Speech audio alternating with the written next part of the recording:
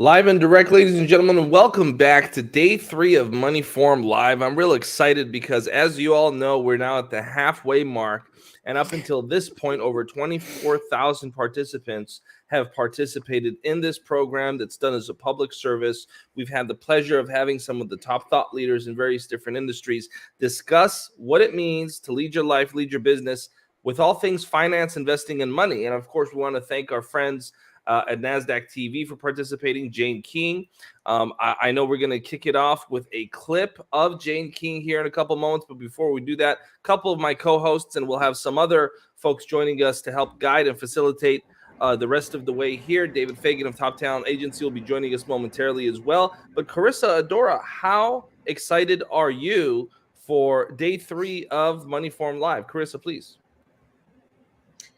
I'm really excited. Adora and I were dancing as the countdown was going on. We always get super hype at the beginning and then are able to sustain that energy, primarily because the people who are coming on here are so heart-centered, are so service-based. They really want to make a difference. So again, like yesterday, I think leaving feeling very optimistic and hopeful for the collective, talking about money, practicality, as well as mindset, really leaving people with things that they can apply in their life immediately. And today, I'm particularly excited about Naveen Jain, who is a billionaire and not only just has a lot of money, but he's really focused on solving problems in the world, which I think make the best entrepreneur. So I'm really excited about him and to pick his brain. How about you, Adora?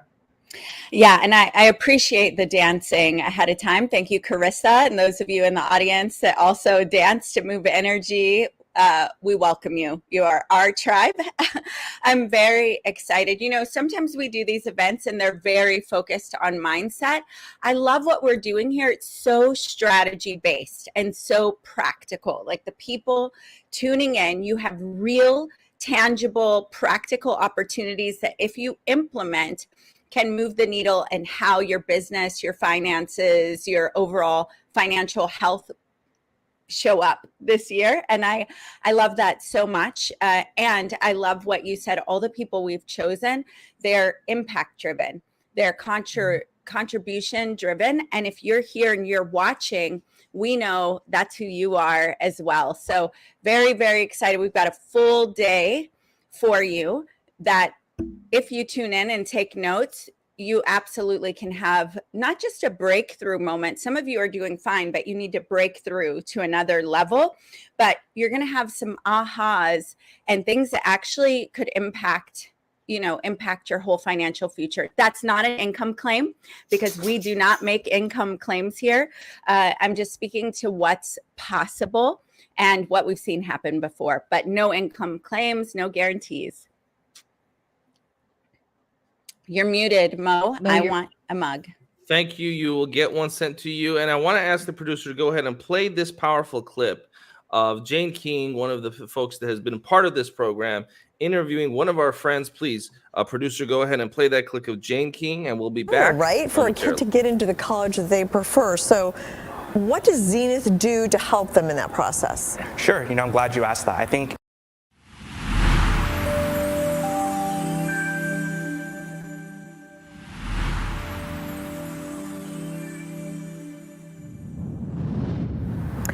Zenith Prep Academy has spent the last 15 years perfecting the college admissions strategy by giving guidance, having worked with more than 1,000 families, both nationally and internationally. And with me is Kevin Hong, the program director at Zenith Prep Academy. So, of course, I told you I have a 13-year-old and a 15-year-old, Sure. So I'm right in the middle of what you do.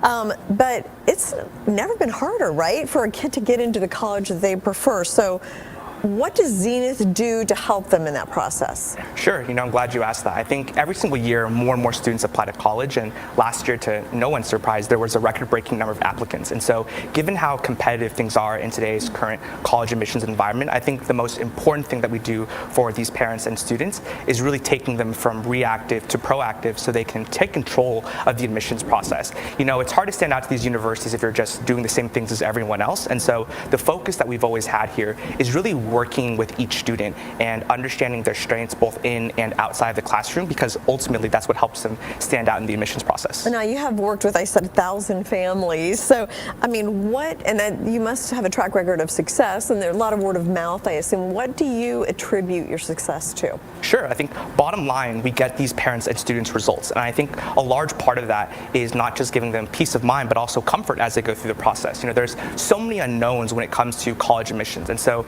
by being able to take them through the process, not only are we able to set the right expectations, but also give them a proven roadmap that we know is going to work. Yeah. And then what makes you different from some of the other? There's quite a few college prep organizations out there. How is Zenith different? I think the standard approach out there is to optimize for the university. And the approach that we've always taken here is to really optimize for the student. I think it's easy to say, here are some top universities. Here's a checklist of things to do. It's just 1, 2, 3. There's like some kind of template out there, right? But the reality is that each student is really inherently different from another. And so the focus has always been to really work with the student, right? Figure out what they're good at, help them double and triple down on their strengths, because that's what colleges ultimately want to see. They want to see a student that knows what they want, right? Can get really good at something and really focus on that. Mm-hmm. What kind of parents hire you? I would say more than anything, it's really the parents of 6th to 12th graders that really care about their child's education. I think across America, what's really important for parents is really helping their child just achieve the best. And I think as any parent, can tell you, the most valuable thing that you can give your child is really options in life. And so for us, we really work with 2 demographics of students, right? The first are students that are high academic achievers, as we call them. And so these are students that are going to get all A's, they have a top GPA and SAT score. And for them, it's really preventing them from getting rejected by a top university. And the reason for that is having a top GPA and SAT score no longer guarantees admission even into a top 25 school. And I think that's what shocks a lot of these parents. Mm-hmm. And the second type of student are students that don't have the best GPA and SAT scores. And for them, it's really about helping them get into a better university than they otherwise thought was possible. Now, the good news is that here in the United States, we have what we call a holistic admissions process. And that's just a long way of saying you can get into a better university, right? Your GPA and SAT score don't necessarily dictate the universities that you have to attend, right? So the truth is, it's easier than most parents and students think. And that's exactly what we've done here for the last 15 years for our families. So what would be one piece of advice you would give? Like the first piece of advice you give to a family? Take your time, be prepared. Like, what would you say? I would say more than anything, right? I think when it comes to working with these students, even from just the strategy perspective, right? I think the goal that we always have here is to really help the child become the best possible version of themselves. I think there's this really, common misconception that what's most important is that you have to be like hyper intelligent, right? It's all about pure intelligence to get into a really good college, when in reality, and this is the advice I would give any parent or student, is that it's really about giving the child as much time as possible, right? Time is what allows for a child to figure out what their strengths are, exponentially grow those strengths, and then continue doing that over enough time so they can really stand out in the admissions process. Well, super interesting. I'm going to be living it very soon. So Thank you so much, Kevin. No problem. Thank you, Jane. Thanks.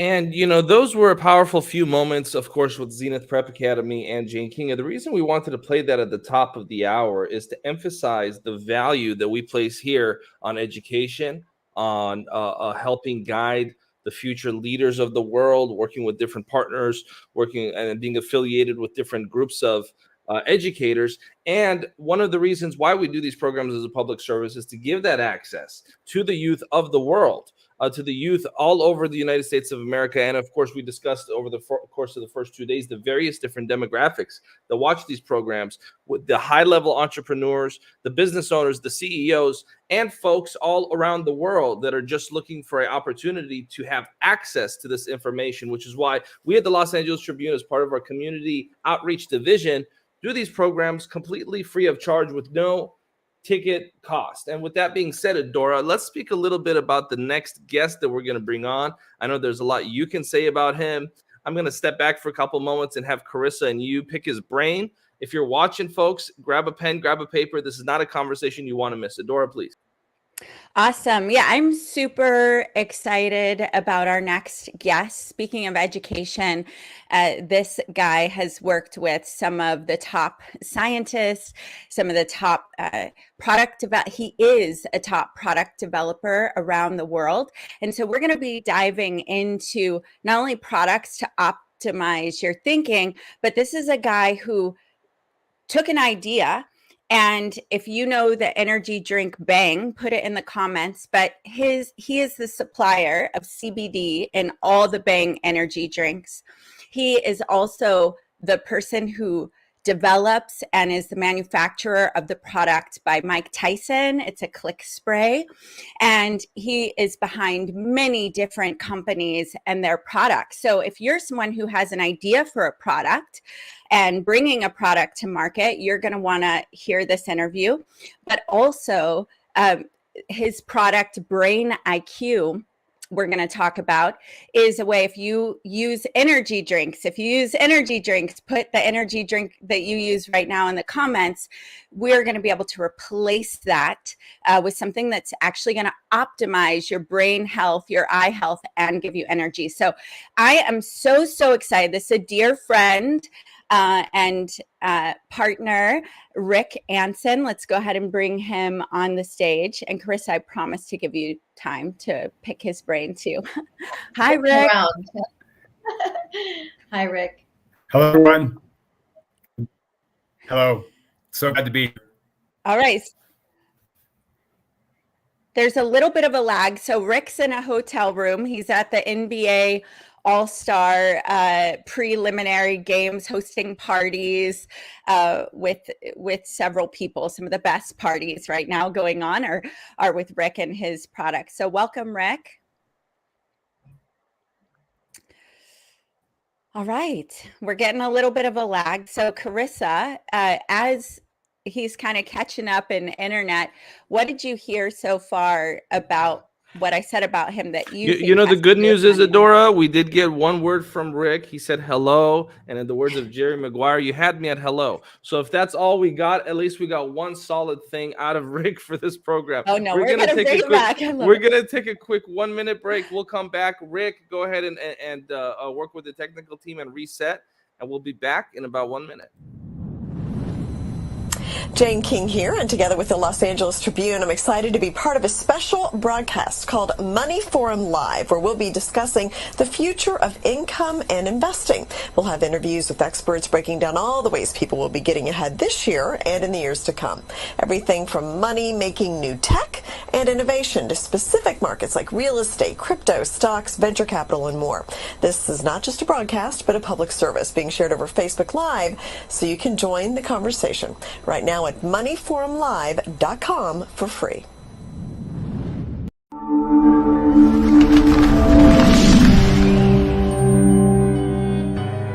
Welcome to the Los Angeles Tribune page. Here you will find original news programming, exclusive digital events, and shows that are directly from the community. At the Los Angeles Tribune, we believe in giving a voice to the voiceless. We are proud to be the only national brand to empower everyday people to make a difference. Since 1886, our reputation has been built on truth and responsibility. Thank you for watching and making a difference. For general inquiries, contact today. Thank you on behalf of the Los Angeles Tribune team.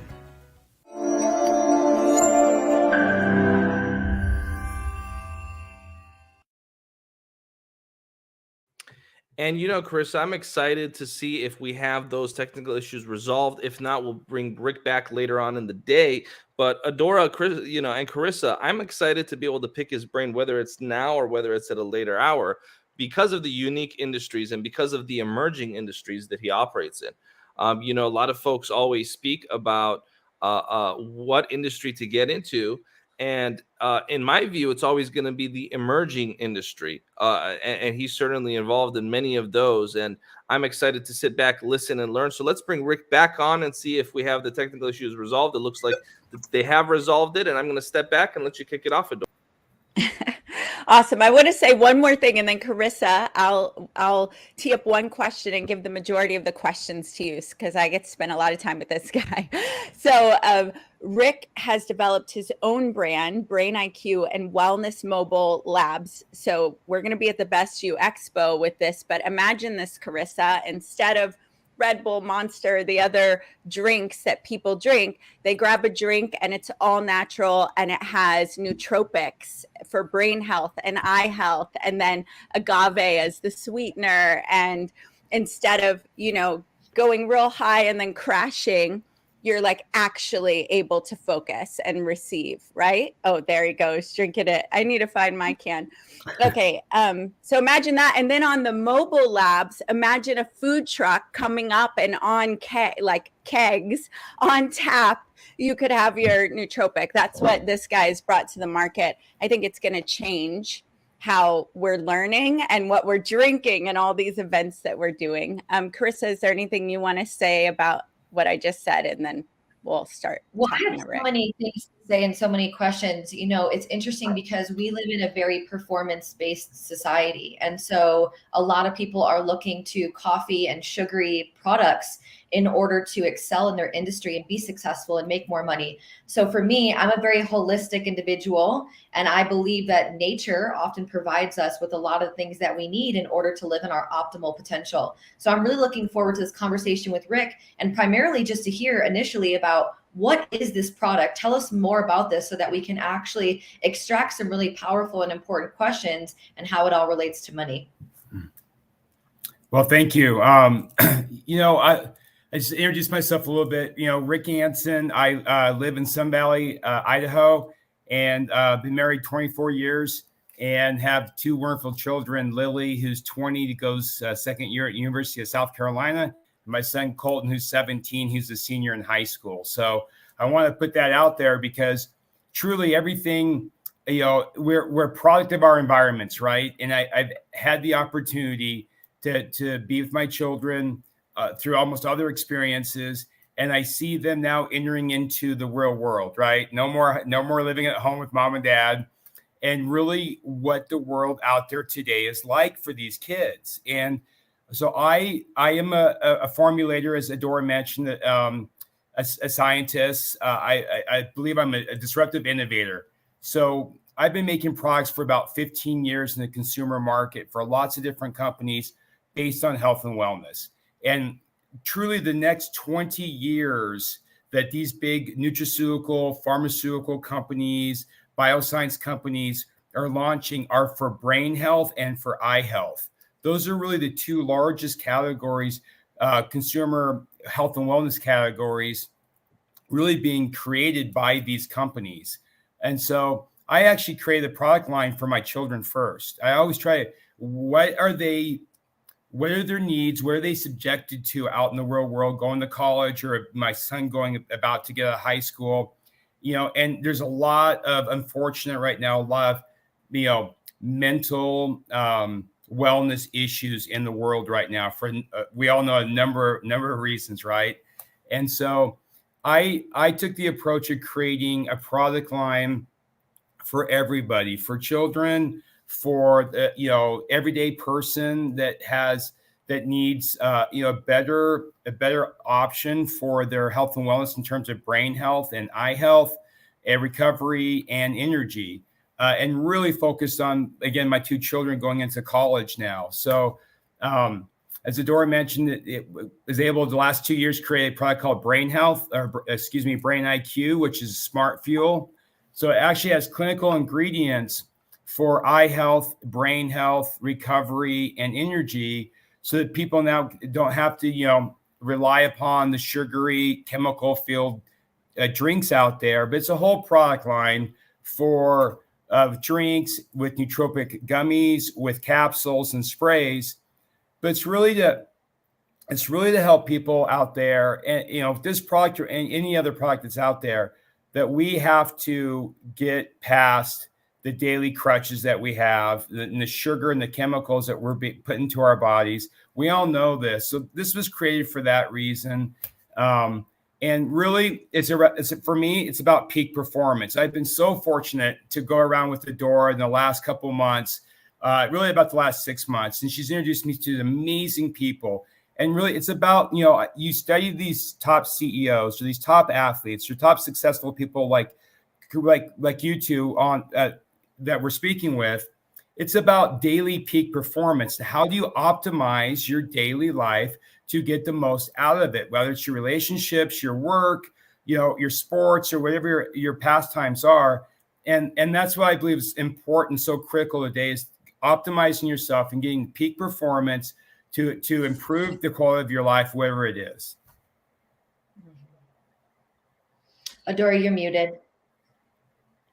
You've already dropped a few bombs. So for one, those of you considering aligning with a company or going into product production the next 20 years, nootropics, brain health, eye health, he just gave you a ding, ding, ding, which his are pharmaceutical grade, produced in some of the top pharmacies in the world. So this isn't we don't have to tell you the ingredients because it's the supplement. This is like pharmaceutical grade, which is a whole different level and category of its own, no matter how you feel about pharmacies and that industry right now.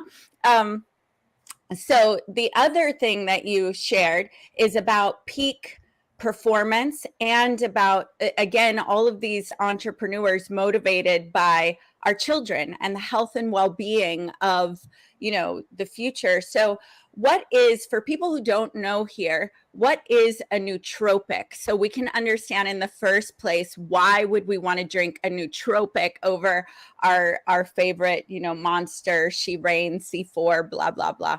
Yeah. Well, nootropics by definition is pretty broad, actually. It's just a dietary nutritional supplement that creates a specific function, brain function. That's really the definition of a nootropic. It is broad, but there's a lot of stuff out there now. I mean, there's a lot of brands out there touting nootropic. Probably the number one, which is a good product, which is Joe Rogan's Alpha, On It product. That's probably the number one nootropic out there for athletes anyway, that helps you, again, function at a higher level. I mean, cognitive performance. A really good nootropics, the top that have real clinicals behind them that have been created and designed to open up the pathways into your brain. And this is pure science. This is not a little bit of storytelling, a little bit of voodoo here. This is real science where it opens up your pathways. It helps you focus. It helps you think quicker. A lot of these nootropics, including the one we have in our Brain IQ, actually helps for short-term memory.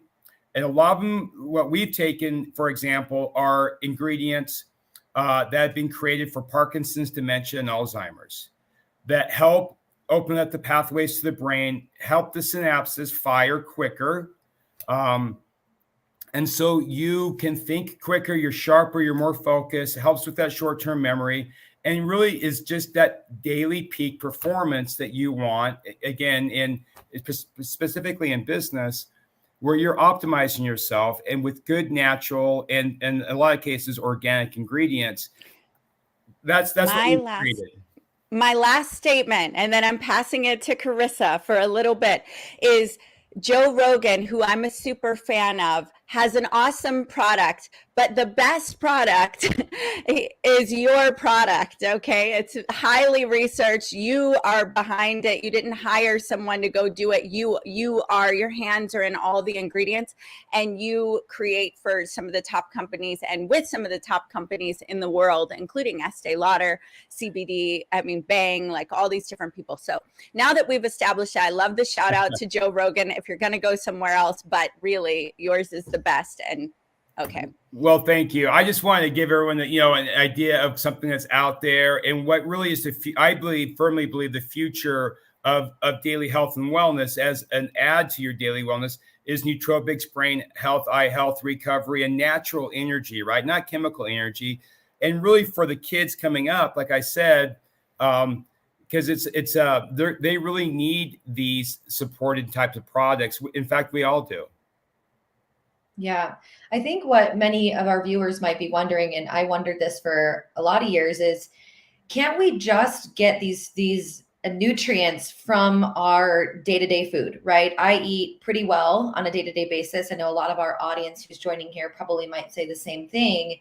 Why is it that we actually need to supplement? What makes this a very important time in our lives, in our history, where supplementation is no longer just a luxury, but something that's actually required, maybe not even for performance, but just for overall general health? I mean, we live in a state, and a lot of us are entrepreneurs and peak performers, but let's talk to the people who are joining, who are like, okay, I'm maybe not at that level yet. Maybe I want to be someday. Why is supplementation? Why are nootropics? Why are these vitamins essential and not just something that's a luxury?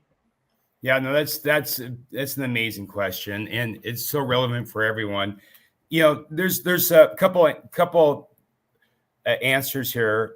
First of all, is just in general, nutrients and supplementation. A lot of our foods are now almost, I would say 95% of our foods, unfortunately, are highly processed, right?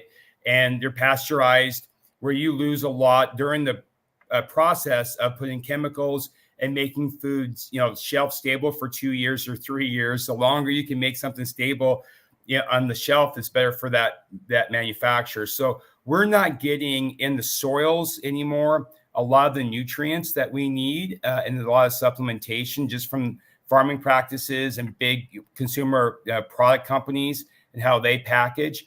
But I would say more importantly is today's nutrients, like these nutraceuticals, the nootropics, they're created to work very quickly. And for example, a lot of our Brain IQ products and others out there as well pass through the blood-brain barrier. So that's like Parkinson's, dementia, Alzheimer's. They've been created and formulated to work almost immediately, highly bioavailable or absorbable into your body. And that's passing through the blood-brain barrier. Almost everything we take is an ingestible, which means it goes into our body. It's processed in our stomach through our enzymes that break it down. We lose about 50% of that by that process, and we flush it out when we go to the bathroom. And then the rest of that goes into the upper intestines, where it's absorbed and then disseminated or released into your body. So, you know, you can see you may be getting 20% of the nutrients or supplements, particularly in a hard capsule form, which a lot of people take, or a tablet form, because of that process. If you can take a nootropic or a dietary supplement that is passes through the blood-brain barrier, or is a sublingual, like a spray or an oil that goes through the mucous membranes, or just a drink in general that goes into the bloodstream, your efficiency is probably 75% higher, and you get it much quicker. So that's one of the reasons of the way we want to take these products quicker.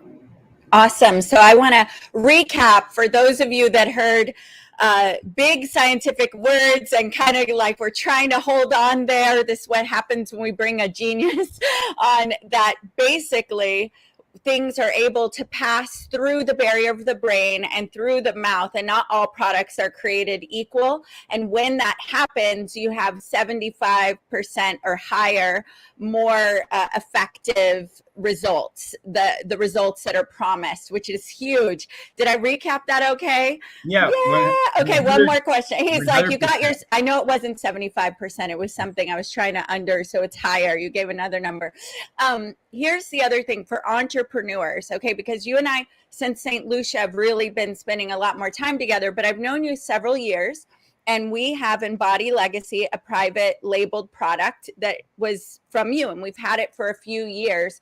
So for entrepreneurs that are like, well, I'm not like Rick, that I know where, you know, how to create my own product, and they want to, can you give them just a few tips of how to get into the supplement business or the product development business without being the brainiac that you that you are? Yeah, look, there's a lot of that's a great question. Most of us, right? We go to the store, we maybe go to Costco, we go to Amazon, like almost everyone goes every single day, and you buy a brand, right? And it's a branded product, which has a huge profit margin for the manufacturer. And you buy a brand based upon the marketing or influencer that you see doing that, or word of mouth.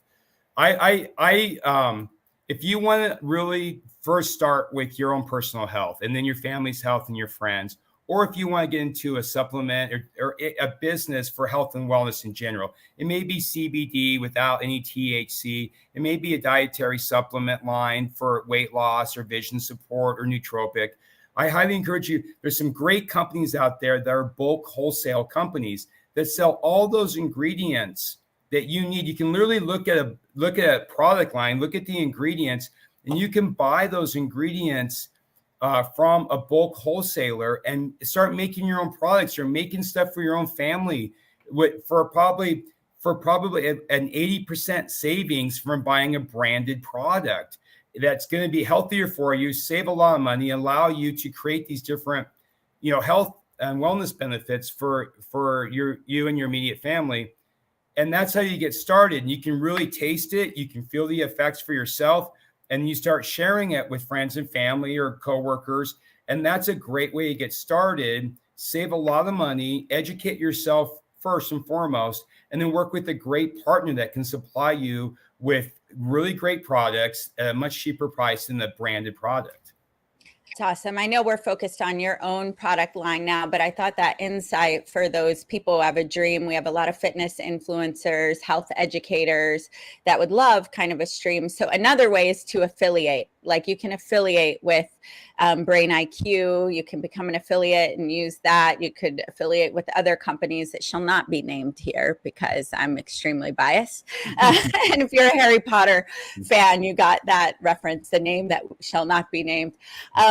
So really, really good information. And buying in bulk like that, don't they need a warehouse though? Is that preparing us for end times and stacking up your small amounts, like, a couple 100 grams or something, it costs you literally like $15, $20. Interesting. And welcome, Rick, again. And I know we have about 15 minutes or so left here with this segment. I want to tie the conversation now and guide it to more of a general marketing dialogue and conversation. So the folks that may be in totally different industries can also find some gems from Rick's experience that they can apply to their life and their business. One thing about the general supplement industry is that it's highly competitive. And because of the nature of private labeling, and because of the nature of drop shipping, and because of the nature of now on-demand orders that have been, kind of a new phenomenon in the world of business, it's now become easier than ever to start your own supplement line, quote unquote, because, one manufacturing facility could produce thousands of different supplement lines with the same exact ingredients. And so you've been able to excel in a highly competitive market.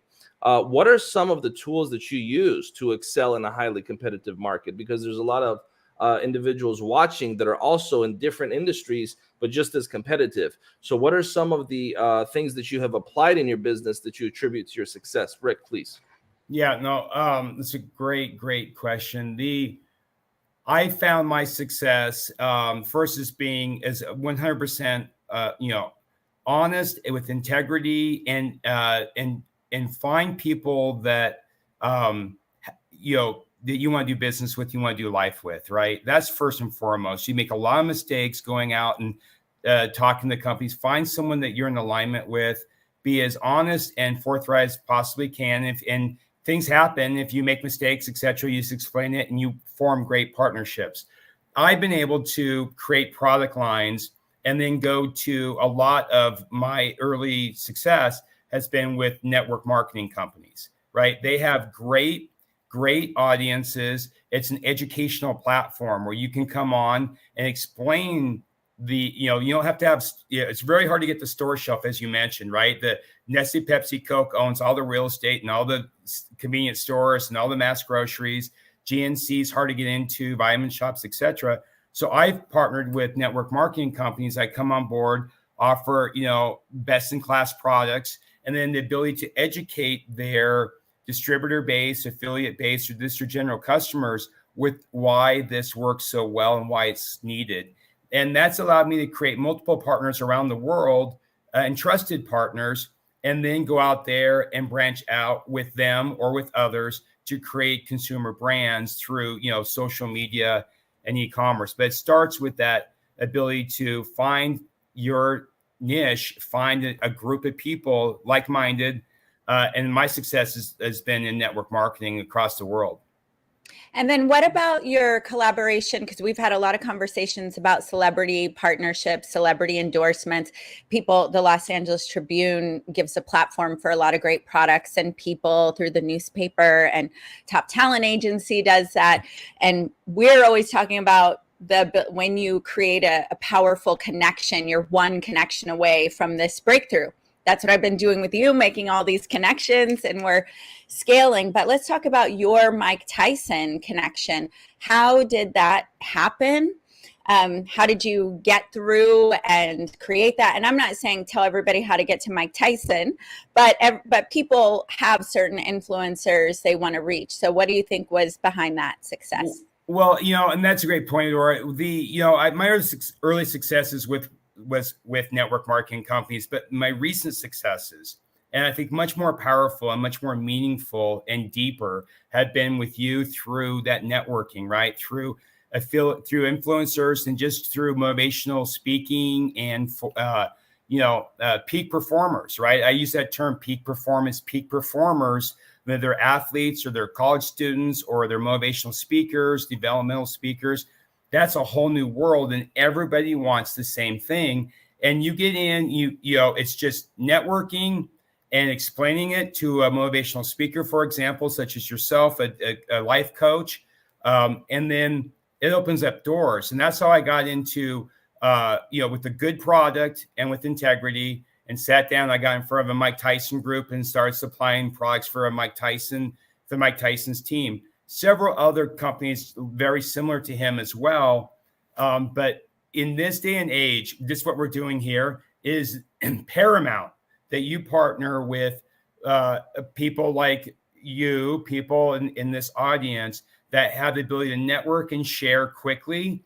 And some of that social media, but a lot of this is just going to these events, masterminds, working with top professionals that are on this call that have the ability to take you to another level and help you, rise up and share your passion, share your products. Because I'm product driven, obviously, right? A lot of people have different skill sets than I do, and the ability to network and bring people together like this exact forum. And I'm so grateful for that. But that is, you have to get out there. You have to get partners. You have to go to these seminars. You have to go to some masterminds to meet these people, and doors will just start opening up for you.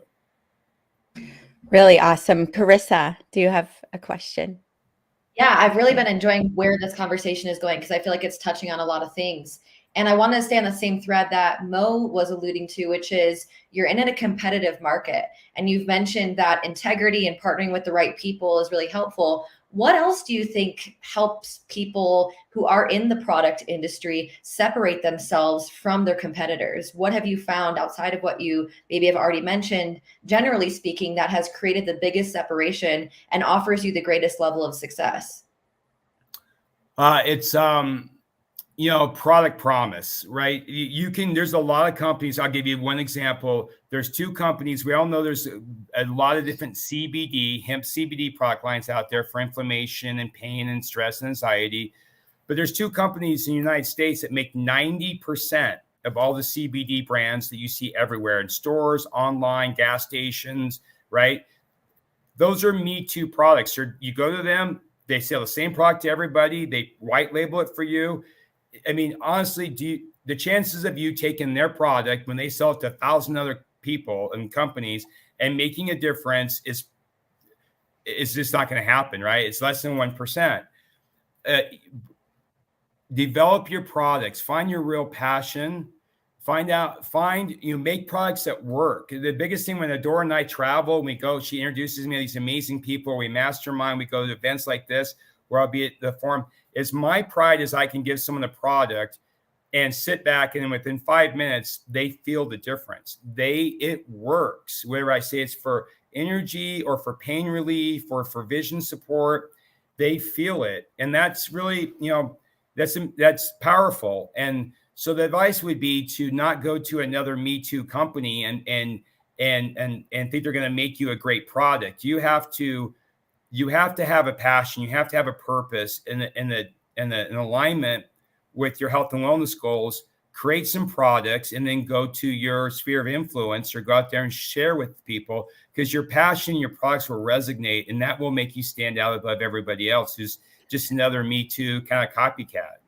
Well, and that goes across any product. So if you're creating a book is your product, or a course is your product, or an experience or an adventure or whatever, just copycatting will not, it just makes you one of many others. That's what I hear. So find what you're truly passionate about and curate something that is very uniquely your own, and then be best in class at that. And when you show up, you will actually stand out. You have more chances, and you're setting yourself up to win. And any industry, we can do that. That's what I love about the Los Angeles Tribune, all the people participating here.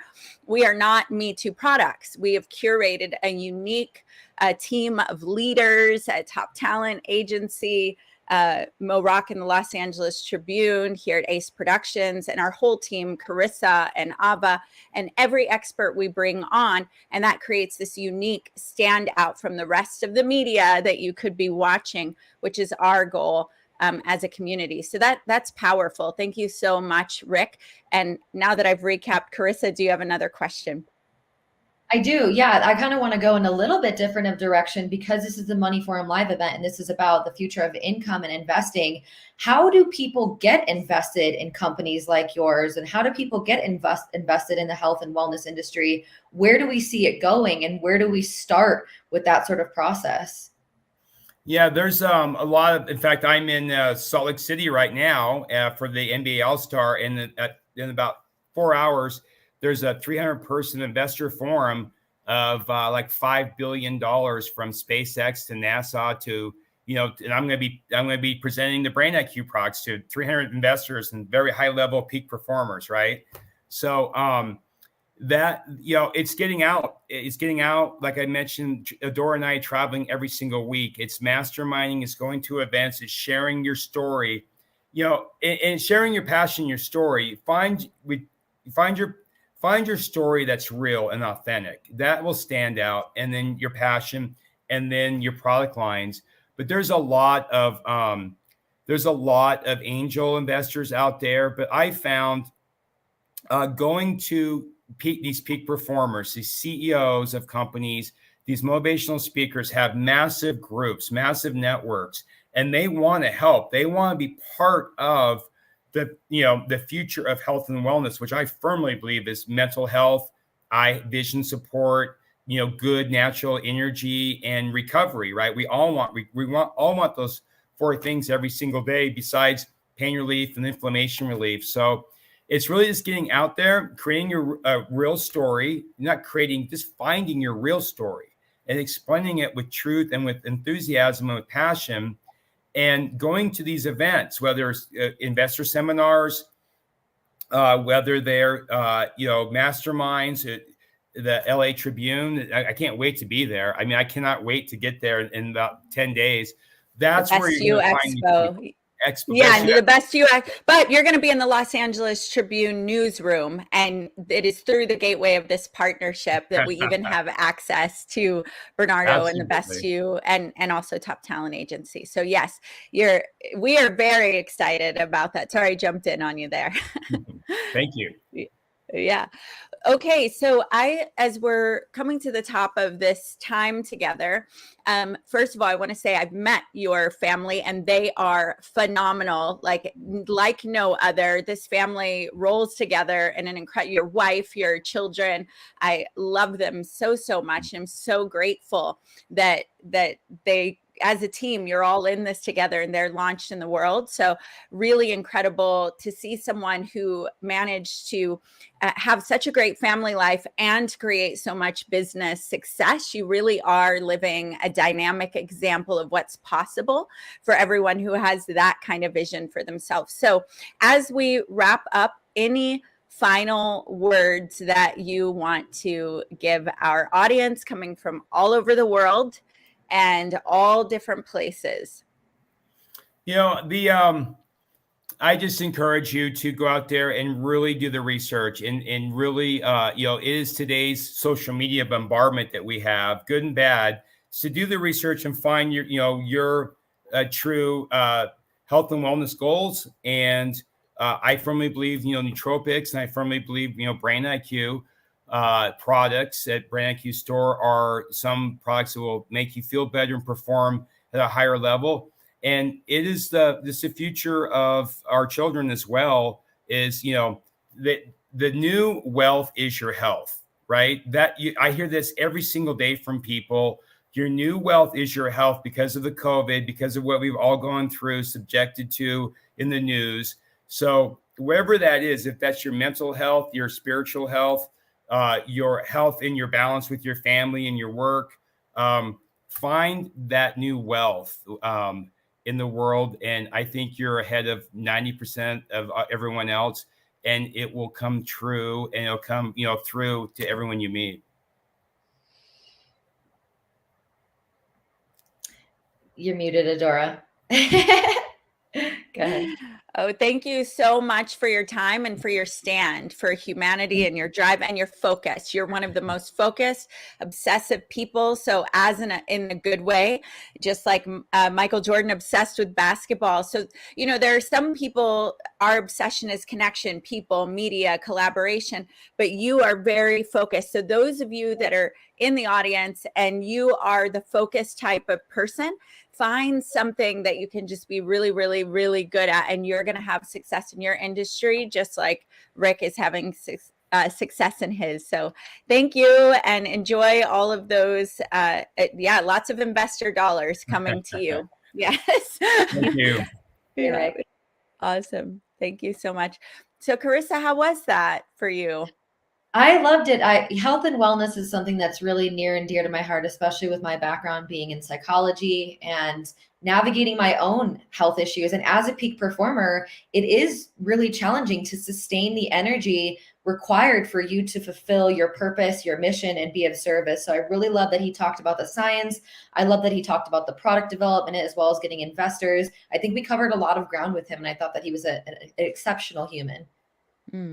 Awesome. Real powerful segment. And as these different individuals that have been handpicked come on this program, I encourage our audience to think, how can we apply these lessons in our own respective fields of endeavor, right? Being successful in an industry like the supplement industry requires a lot of qualities, characteristics, tools necessary to be successful in. I know that we have a lot of authors watching. I know we have a lot of coaches watching. I know we have a lot of investors watching. I know we have day traders watching. All of these industries are highly competitive. And, on day one, we had an expert of AI come and show us ways to use ChatGPT. These tools that are now available to the general public are only going to make different industries more competitive. And so one of the things that I took from that last segment was the mindset, as well as some ways to have a competitive advantage. And so we're going to take a quick break, and we're going to come back with our next special guest. We'll be back in about a minute. Jane King here, and together with the Los Angeles Tribune, I'm excited to be part of a special broadcast called Money Forum Live, where we'll be discussing the future of income and investing. We'll have interviews with experts breaking down all the ways people will be getting ahead this year and in the years to come. Everything from money making new tech and innovation to specific markets like real estate, crypto, stocks, venture capital, and more. This is not just a broadcast, but a public service being shared over Facebook Live, so you can join the conversation right now at moneyforumlive.com for free.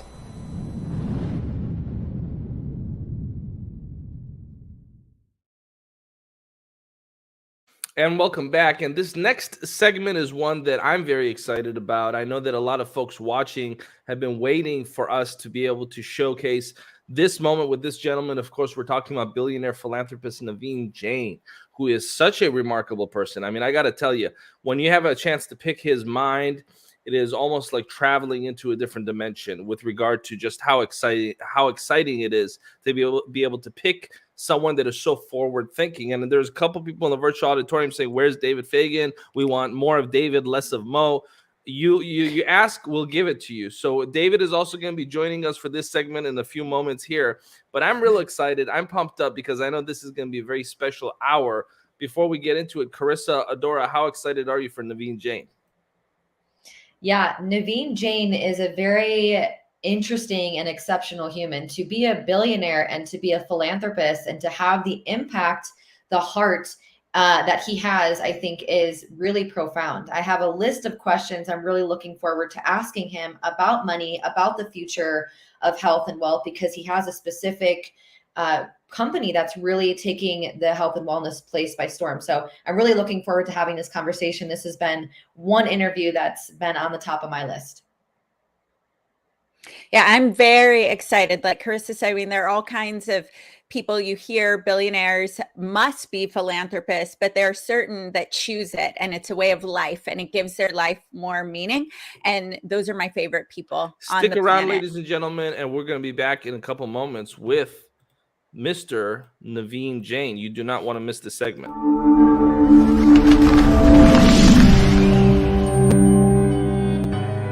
Welcome to the Los Angeles Tribune page. Here you will find original news programming, exclusive digital events, and shows that are directly from the community. At the Los Angeles Tribune, we believe in giving a voice to the voiceless. We are proud to be the only national brand to empower everyday people to make a difference. Since 1886, our reputation has been built on truth and responsibility. Thank you for watching and making a difference. For general inquiries, contact today. Thank you on behalf of the Los Angeles Tribune team.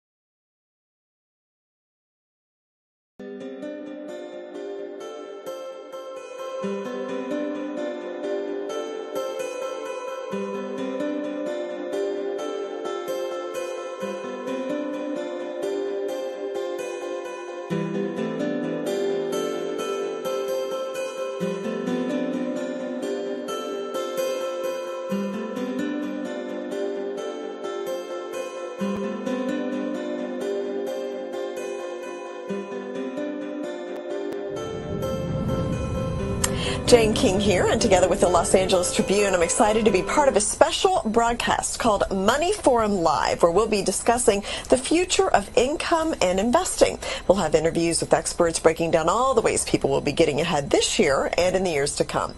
Everything from money making new tech and innovation to specific markets like real estate, crypto, stocks, venture capital, and more. This is not just a broadcast, but a public service being shared over Facebook Live, so you can join the conversation right now at moneyforumlive.com for free.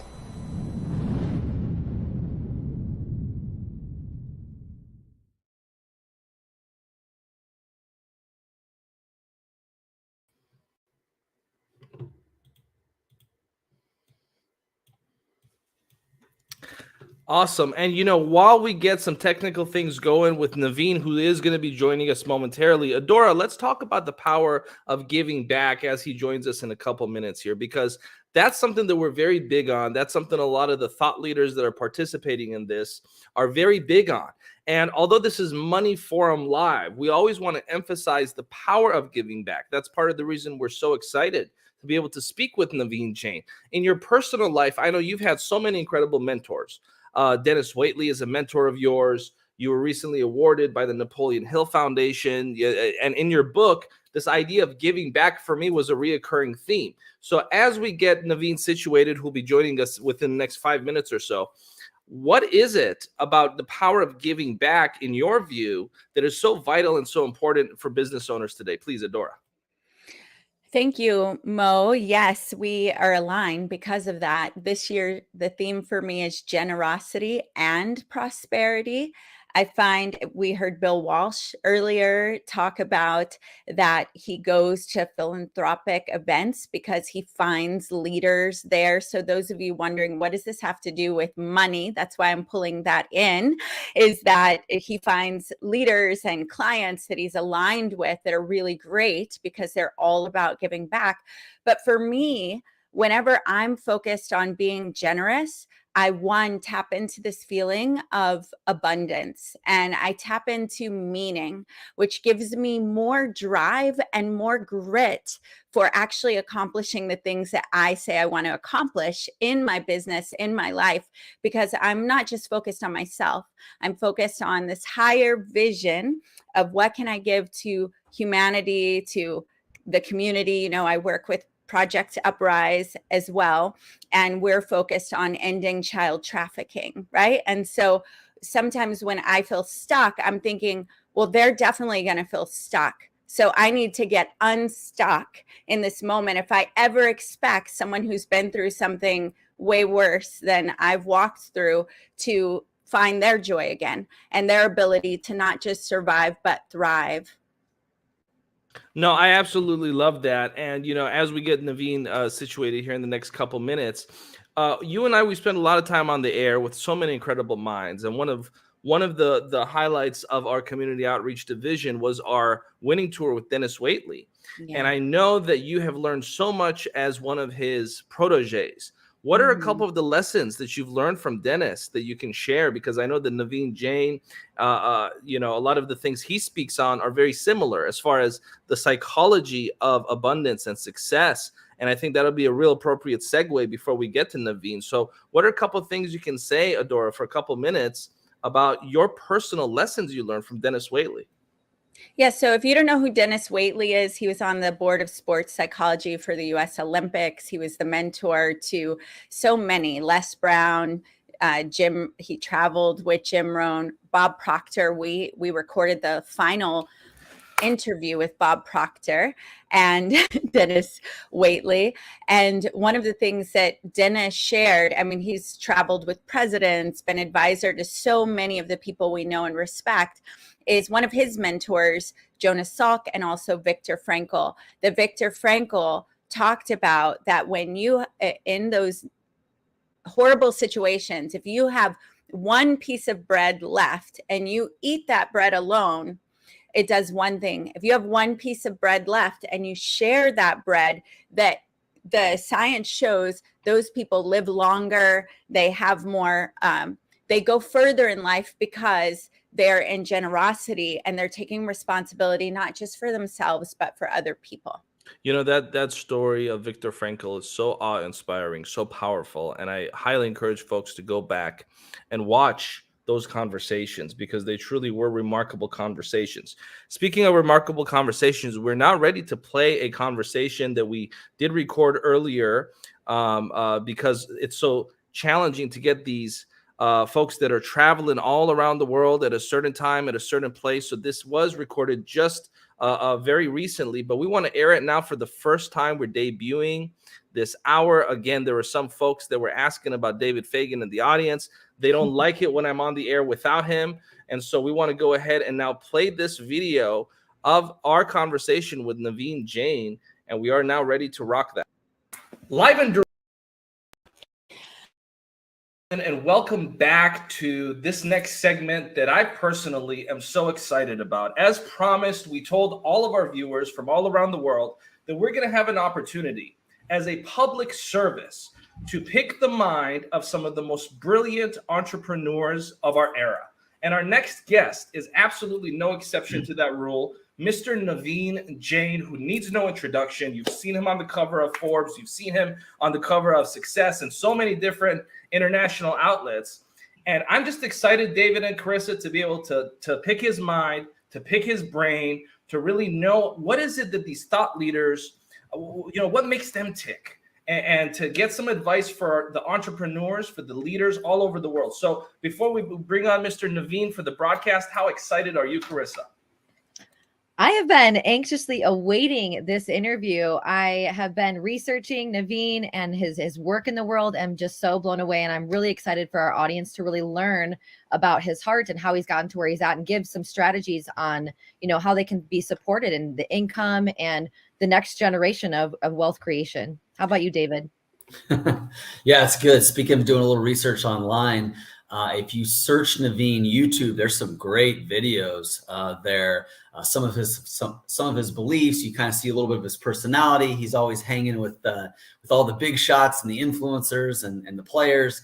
So another great place to go and search him and get more of him.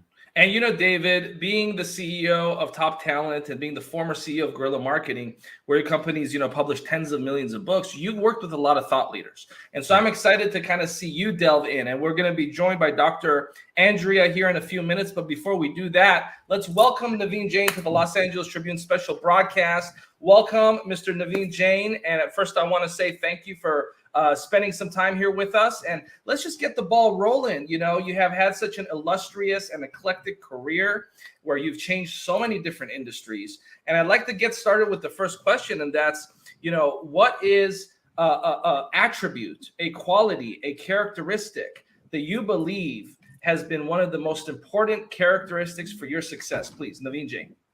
Well, first of all, Mo, anyone who wants to be successful in life has to change one thing and one thing only, which is your belief system. Your belief system is the one that actually limits you to what you can do in your life. Our belief system changes how we think, how we perceive what's happening around us. And that our thought process changes what we act on, and that changes how humanity is going to live in the future. So to me, it all starts with a mindset. And a mindset of possibilities, mindset of what is possible, not how to do it, but what can be done. And always remember, sky is not the limit, because sky is simply a figment of our imagination. There is no physical barrier called sky. Very true. Very true. Yeah, thanks for hopping on here with us today. That answer doesn't surprise me at all after watching some of the videos that you have on YouTube. I really think that you have a unique ability to make people think. And that's really a pretty special gift, because most people just get caught up in the day-to-day. And so somebody that can be a disruptor, somebody that can kind of shake people up a little bit and get them to think outside the box is definitely a gift you have. I look forward to diving into some more specifics here. I'm going to throw you some hardballs. Are you ready for that, Naveen? I absolutely am, David. I can't. Okay. Let's see what they are. Well, first, before we do that, where are you at right now? Are you in the Northwest right now? I am in the Pacific Northwest, and you can see that from the sunshine. Yeah, exactly. Well, I grew up in Southern Oregon. I used to have a little ranch in Battleground, Washington, and I still have family out there. So I have a fondness for the Northwest. So when I saw that about you, I was wondering if that's where you were. Yes, I am. Carissa, go ahead. I'm gonna throw some tough ones soon. Okay, I'll warm them up. I'll warm them up a little bit. Through my research on you and the incredible things that you've done in the world and the ripple effects that you've created, a hot topic of yours is innovation. And I would love for the audience to know how do you define innovation, and what is the connection between innovation and the future of creating income in the world? Well, first of all, there is no problem that innovation and entrepreneurship can solve. So it takes in a great idea, but more importantly, it takes someone who is going to go out and do something with it. And that's the difference between an entrepreneur and a visionary. Visionaries come up with ideas, entrepreneurs go make it happen. And those two things have to come together. Now, making money is actually simply a byproduct of doing things that improve people's lives. And I just want to repeat that. You don't wake up in the morning and say, I want to create a $100 billion company. You simply focus on improving the lives of 1 billion people. And if you can build any product, any service that improves the life of 1 billion people, you can create a $100 billion company, right? But you don't wake up in the morning and say, I want to create a $100 billion company. And that, to me, that fundamentally most entrepreneurs need to remember that every minute of their life, they should simply focus on what can they do, what products or service you can build that will improve people's lives. And that's the trick of anything you want to do. You want to make money? focus on making people's life better. You know, I hear you talk, Naveen, and I'm in the green room and I get goosebumps. And I said, I have to get myself back in this conversation because what you just said is a game changer for the folks that are listening. A lot of the greatest entrepreneurs of the modern era are some of the most selfless people because they're focused on how to solve the problems of humanity. And this is essentially what you built your career on. And this is essentially what you're discussing now. I want to bring Dr. Andrea here to help guide the next few minutes that we have. And I'm going to kick it off by having Dr. Andrea ask the next question for Mr. Naveen. Dr. Well, Naveen, when we met, first of all, let me tell you guys how amazing this man is. We met through LinkedIn and we got on the phone during the Super Bowl, 3 Super Bowls ago, and we talked for 3 hours. So we became fast friends. So what I love about him is he's a human first. He's heart and soul centered and he loves people. And he happens to be really smart and is able to make money to save people's lives and do amazing things with so many technologies. So that's what I love about you, Naveen. And that's why I wanted you to be here today. So will you guide with us a little bit about moonshots, because his book is Moonshots. It's been amazing. And it really talks about so many things. So please share the passion behind that. Yeah, I mean, the moonshots are these things that people on the surface believe are difficult, if not impossible to achieve, unless you get there. And that's really the trick is the day before the breakthrough, it's a crazy idea. And day after the breakthrough, it's an obvious idea, right? And those things really require the mindset of abundance rather than the mindset of scarcity. Mindset of scarcity says the things are always going to be finite. And if someone else has them, you can't have them. The mindset of abundance says that everyone can have as much as they need. And I think that, we have this tendency to believe that we as humans are greedy. It doesn't matter how much we have, we want more of it. And I keep reminding people, in fact, it's built into our DNA to give and to support others. Remember, as we grew up in the tribes, we realized when people in our tribe thrived, we thrived. When they died, we couldn't survive alone. So it's really into our DNA to support the community we live in. The fundamental problem that happens is, and also look at it, today, 50,000 of us could be at a Staples Center and watch a game. And I've never seen someone sitting and saying, they slap the person next to them and say, you took a deep breath, that was my air. Why is that? People believe the air is in abundance. People believe the oxygen is in abundance, and we don't fight over it.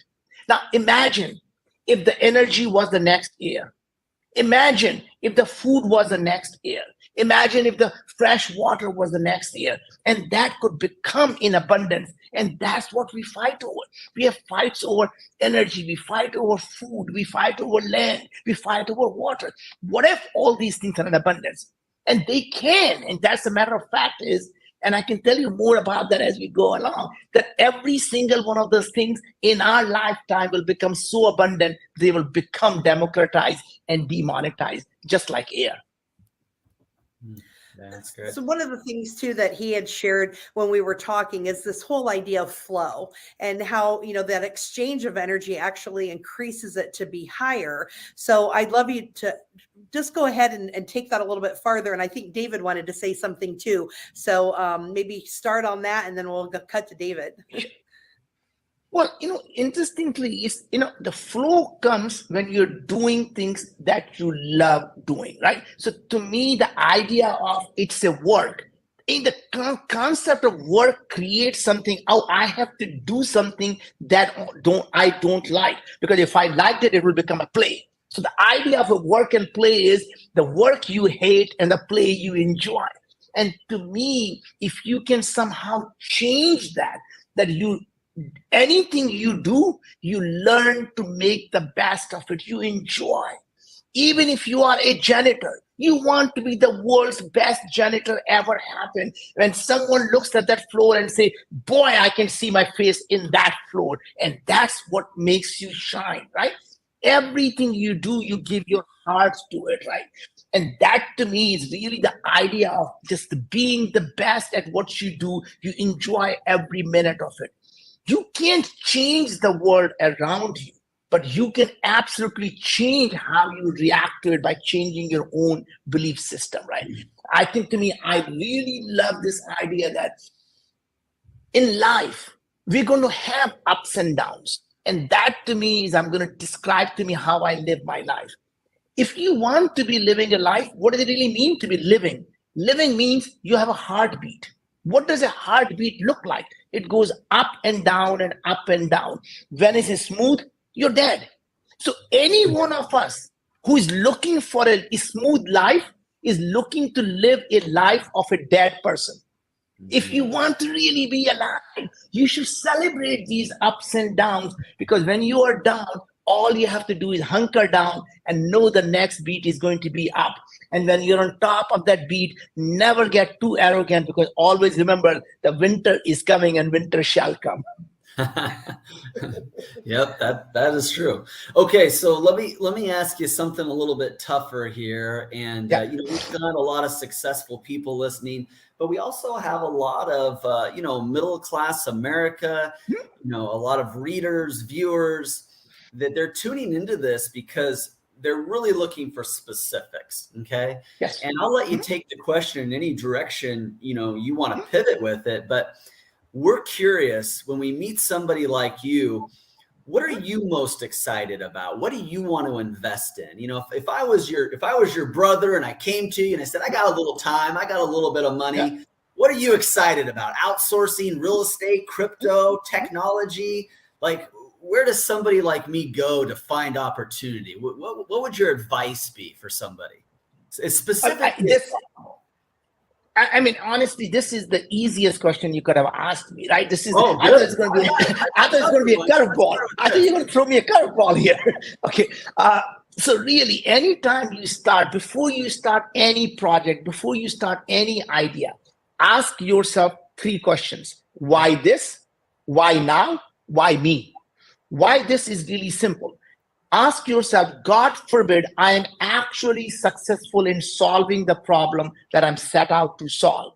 Would it help 1 million people, 10,000 people, 100,000 people live a better life?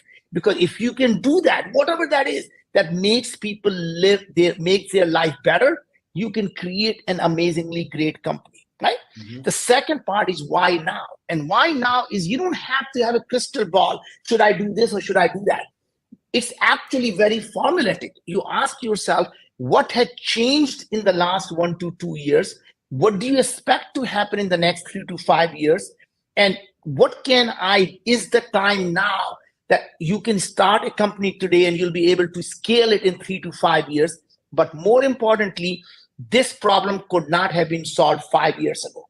And that tells you are actually using tomorrow's technology and intercepting it to solve tomorrow's problem, or you're using yesterday's technology to solve tomorrow's problem. But the most important part is, why me? David, this is clear. What questions are you asking that are different from what everyone else in the industry is asking? Because the questions you ask is the problem you solve.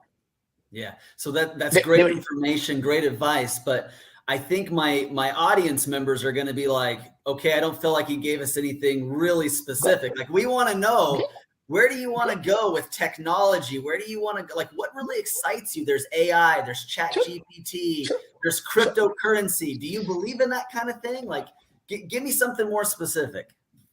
But so remember, these things are tools in your tool chest. You can't look at the tools as a destination. You don't start in the morning and say, I want to do blockchain. Blockchain to do what? Right? So you have to look at what problem are you trying to solve. And if there is no problem to be solved, it's really a technology looking for a problem, right? Mm-hmm. So you have to always start, what is the problem and what are the tools in my tool chest that are available? And sometimes it's a blockchain and sometimes it's not. Sometimes it's an AI and sometimes it may not be that, right?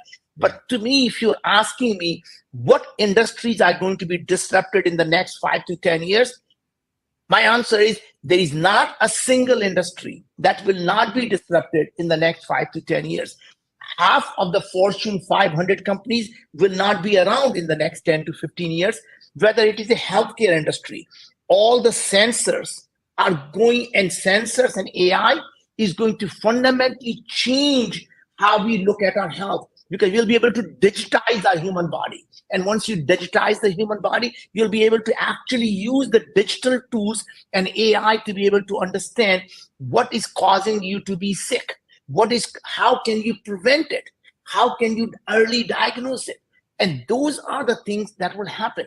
Our education system is going to be disrupted, because you're going to be able to actually now know how people learn, and to be able to use the neural feedback to be able to change education system. Agriculture, real estate. I mean, you pick a name you want. Every single industry is ripe for a disruption. What it takes is for you to believe what is it you're willing to die for, and then live for it. Find your true purpose in life, because once you find your true purpose in life, you will actually be able to work hard on it and to be able to solve it. Yeah. I can see why you've been so successful. I'm still going to try to nail you down on a few more specifics later on, but I can see why you've been so successful. You got some good ideas. Carissa, back over to you. Yeah, I think I want to go a little bit deeper with this question, which is, talking about the industries that are going to be disrupted and the problems that we're solving. Yeah. So if the problem that we're solving, and you've talked, I think your quote on your website is helping people boost themselves out of poverty is the best way to make lasting change. So if the problem becomes poverty, and if the problem becomes financial, they want to solve financial freedom for themselves, they can do it any different way. What do you see being a way that you are desiring to help solve poverty in the world, and that you're desiring to help people solve financial difficulties in their life? Like, what are your strategies and your ideas to solve that specific problem? So before you start about solving any problem, Carissa, you ask yourself, what are the root causes of those problems? So you don't want to solve the symptoms of the problem, you want to solve the root cause of the problem. And I think it's very, very interesting that when we look at most people, they get caught up in the symptom, right? So for example, if I were to say there are a lot of, orphan kids, and we need to build more orphanages because we really have shortage of that, right? And then you start building them, and ultimately then you say you need more of them, and now you need more of them, until you start to realize what is it that's causing that to happen, right? And you could argue, I can give you multiple examples of this thing. Like, for example, you say, hey, lack of fresh water in the world is one of the biggest problems that needs to be solved. So you go out there and say, hey, I'm going to build a nanotech straw that's going to be able to actually filter out the dirtiest water and to be able to get a clean water out of it. Until someone tells you, hey, why do we even have a shortage of this fresh water? And you say, wait, majority of the fresh water is used for agriculture. So if you can find a way to use aeroponic agriculture, hydroponic agriculture, you will have plenty of fresh water for human beings. And then you start to look at solving this problem, until someone says, hey, why do we have so much agriculture? And you realize majority of agriculture is used to feed the cattle. So fundamentally, if you can use reduce the cattle, then you can actually have more agriculture and more fresh water. And suddenly you realize, what if you can use a stem cell of a cow and simply create the biofactories that can produce only the things you want to eat? So if you want to eat mussels, only grow the muscles. You don't need to grow the eyes and the ears and the things, right? So you can specifically focus on what you want to do. And suddenly a problem of a fresh water ends up becoming a system, essentially a synthetic biology problem, right? And this is really understanding the root cause of the things. And whatever you do, that's how I look at this stuff. So, live and direct, ladies and gentlemen, you're tuning in live. We are here with Mr. Naveen Jain, and that is a great segue, Carissa, to a question that I have. But I just want to point out, this term moonshot is a term that we as an American society need to incorporate more in our day-to-day lives.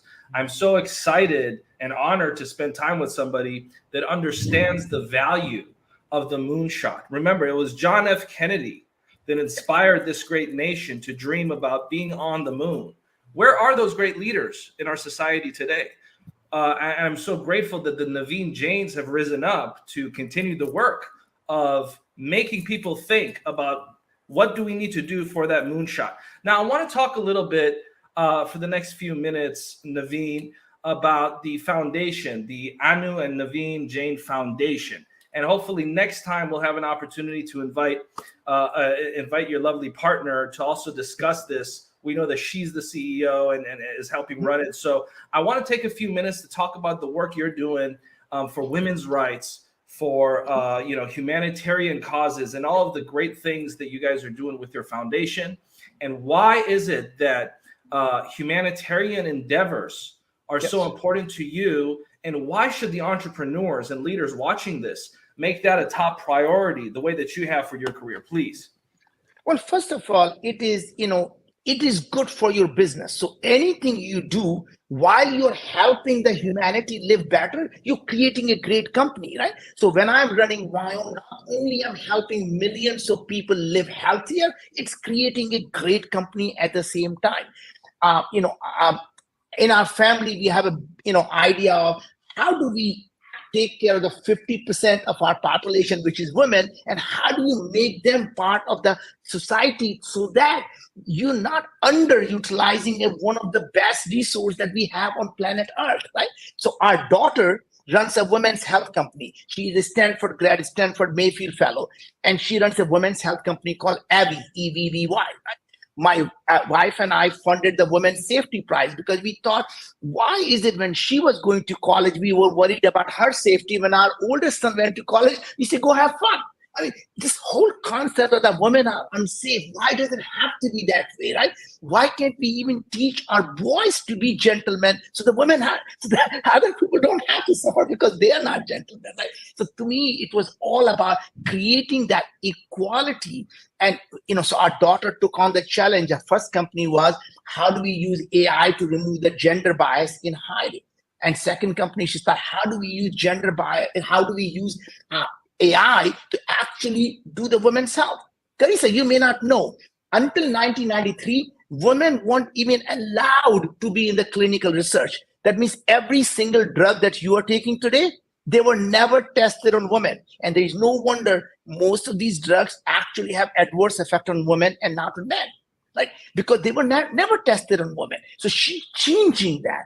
Our oldest son is running another company that's making people's life better who are middle class, who are paying rents. So he started a company called Built, B-I-L-T. And today, if you go to any apartment complexes, they're all Built partner. So here's a gentleman who started this company a year ago when everyone thought it was not possible. What if you had a credit card where you can pay your rent on a credit card and there is no credit card fees, no annual fee? Imagine that. No credit card fees. So you can put the money on the card. Your landlord gets a full money. You earn the points and you can use the point to pay the next month rent, or you can fly somewhere, right?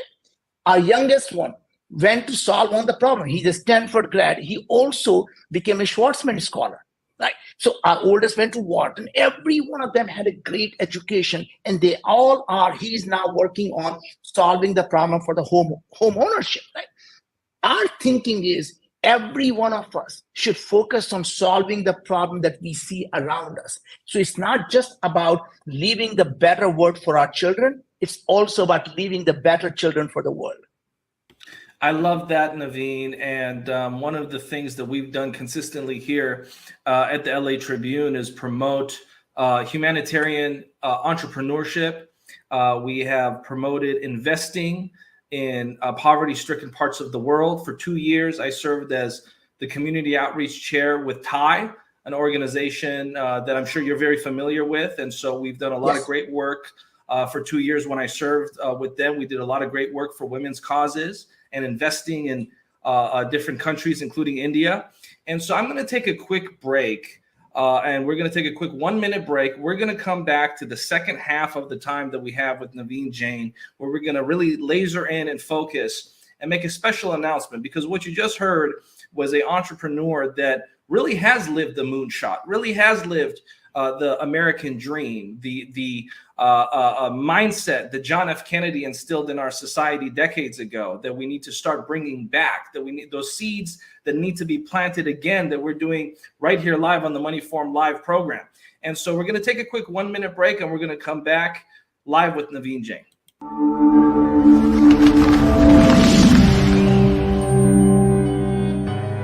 Welcome to the Los Angeles Tribune page.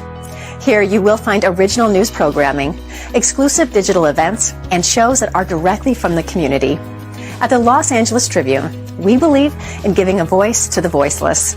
We are proud to be the only national brand to empower everyday people to make a difference. Since 1886, our reputation has been built on truth and responsibility.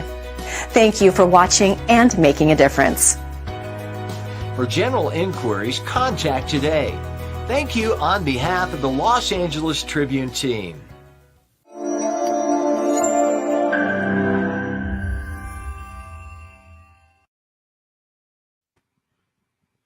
And welcome back, ladies and gentlemen. This is the Money Forum Live program. We're excited to be joined by some of the top thought leaders of the world, including Mr. Naveen Jain, who you just heard discuss the power of giving back. And Naveen, we want to take a couple minutes to honor the work of your family foundation, to honor you. And again, thank you for taking time to be with us here today. One of the things that we always focus on here at the Los Angeles Tribune as a news organization and as part of our community outreach division, of which we create these programs completely free. The thought leaders that join us are here pro bono. We believe that doing these things as an act of public service is a fiduciary responsibility.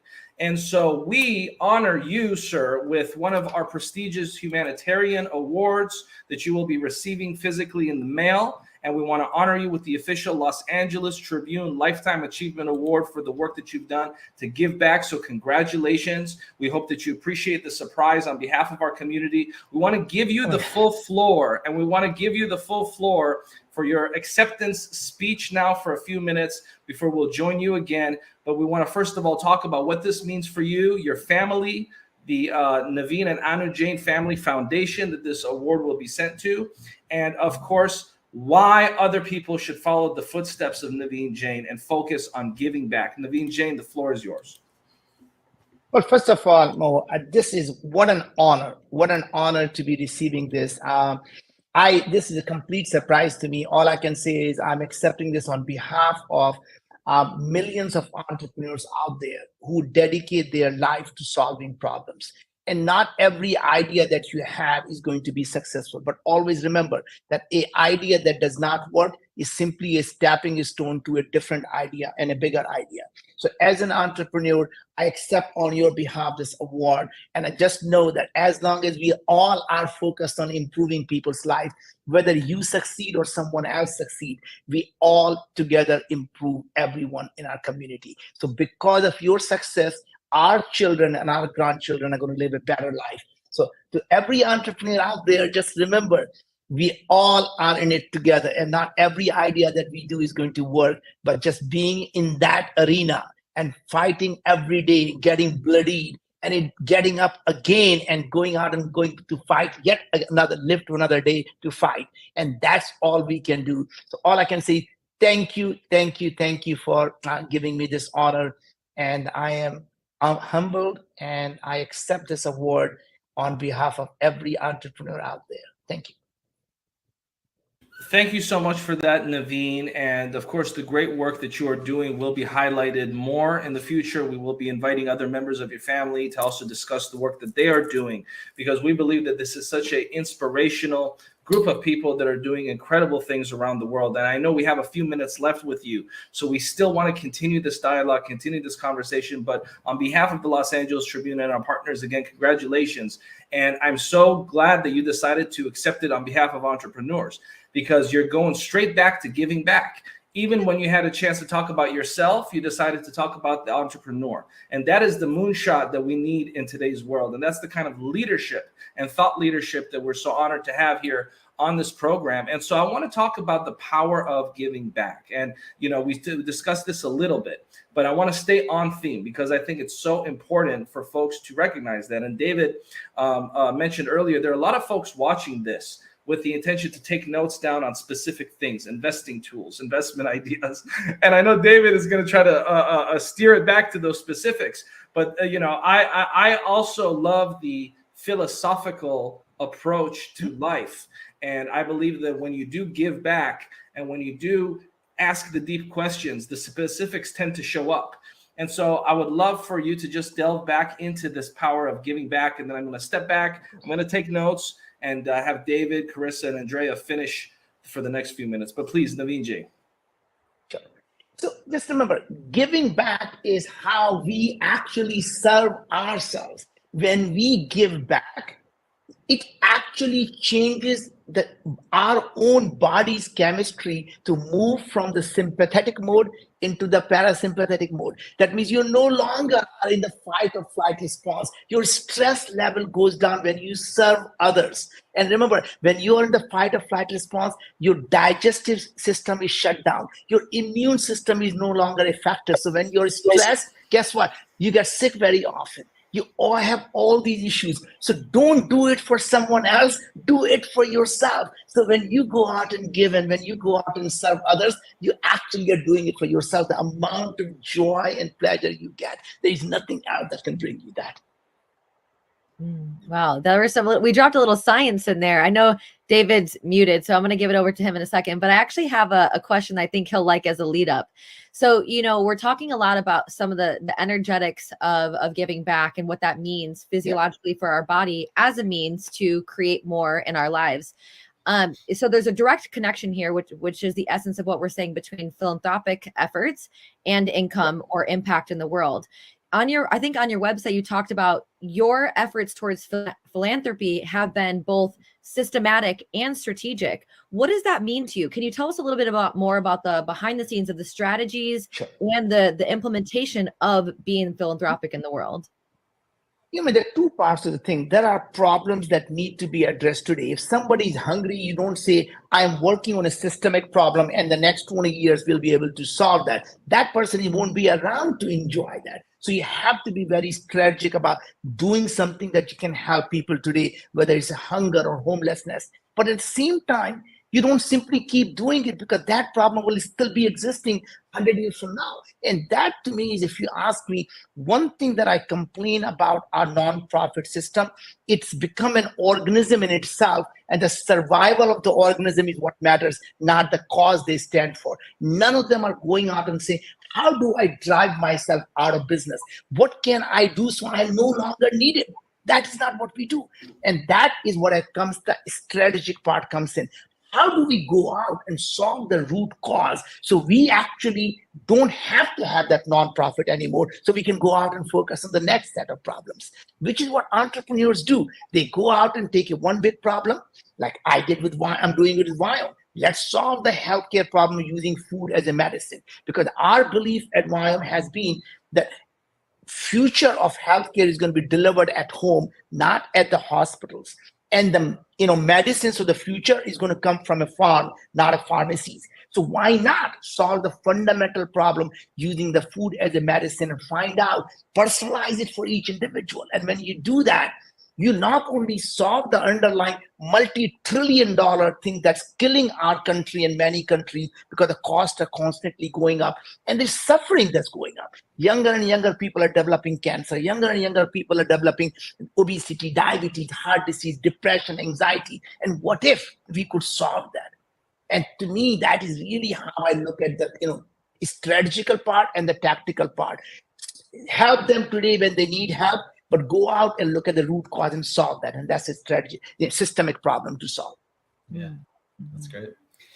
Yeah, so, we'll see, this might be too big of an ask, but we're just getting to know each other. But I know that you are not scared of failure. You understand it plays a role in everybody's life. Curious where you fell short or where you failed that you learned the most from, as well as what success are you the most proud of? So where did you just like, man, I really just bit it on this one, but man, I learned so much. And then this over here, man, we crushed it, and I feel so good about it. Could you give us one example of each? Yeah, so I think, to me, this concept of a failure is so misunderstood, right? So in a sense, you only fail in life when you give up. If you don't give up, you haven't failed. You simply pivot. So your idea may or may not work, but that's not a failure, because that is simply learning of what else can you do. I think Thomas Edison says it the best when he says, I did not fail 1,000 times. I, in fact, learned the 1,000 times what things don't work. And that's what allowed me to actually invent the electric bulb, right? So to me, the people only fail when you give up. And to me, the success is really a journey. So I think with this idea of somehow success is a destination is wrong. Success to me is a journey towards your North Star, a success towards your purpose. And you may never reach that destination, but your job is to continue to push forward in that direction so someone else can come, stand on your shoulder and take the baton across the finish line, and you still won. Right? So to me, it's a team sport, and our job is to just make sure we know where we are going and never steer away from that. I love it. Thank you for that. And I'm going to bring in Alva Manuel here in a couple minutes. We have about 15, 20 minutes left with Mr. Naveen Jain. This has been incredible. I've been sitting in the back taking notes. And, I want to ask you something, Naveen, about a subject matter that I believe is very important. As you know, the last few years have been very challenging on many different levels. We don't need to, that goes without being said. But something that has struck me, and I'm sure struck you as well, is the impact the information that people are putting inside of their minds has on their lives, has on their businesses, has on their lives mentally, physically, relationally, financially, and spiritually. And so we at the Los Angeles Tribune pride ourselves on being one of the few national newspaper brands that focus on thought leadership and empowerment. When you read a Los Angeles Tribune newspaper, Naveen, you leave feeling empowered because of thought leaders such as yourself, as opposed to feeling disempowered or feeling fearful or feeling afraid of moving forward with your life. And so we are filling a very important void, I believe, with the work that we're doing. And I'd love to just ask you, how important is the information? The folks watching this program right now are consciously choosing to tune into Naveen Jain, Lifetime Achievement Award recipient, and the Los Angeles Tribune here on the Money Forum Live, because they understand the power of the information they put in their mind and the knowledge that they choose to place in their subconscious mind. And I want to hear from you, how valuable and important is that for people's lives? Please, Naveen Jain.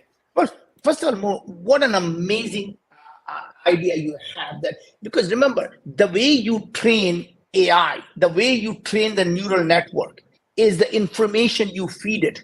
If you're listening and reading the papers that are constantly talking about the negativity, why the world is falling apart, what do you think you're training the neural network for? To believe nothing is going to happen, the world is falling apart. When you start to bring the thoughtful ideas, when you start to look at how to solve the problem, when you start to empower people with information, then you're building the neural network that says, I can solve this problem. This problem can be solved. So stop asking, what can someone do something about it? Why can't someone do something about it?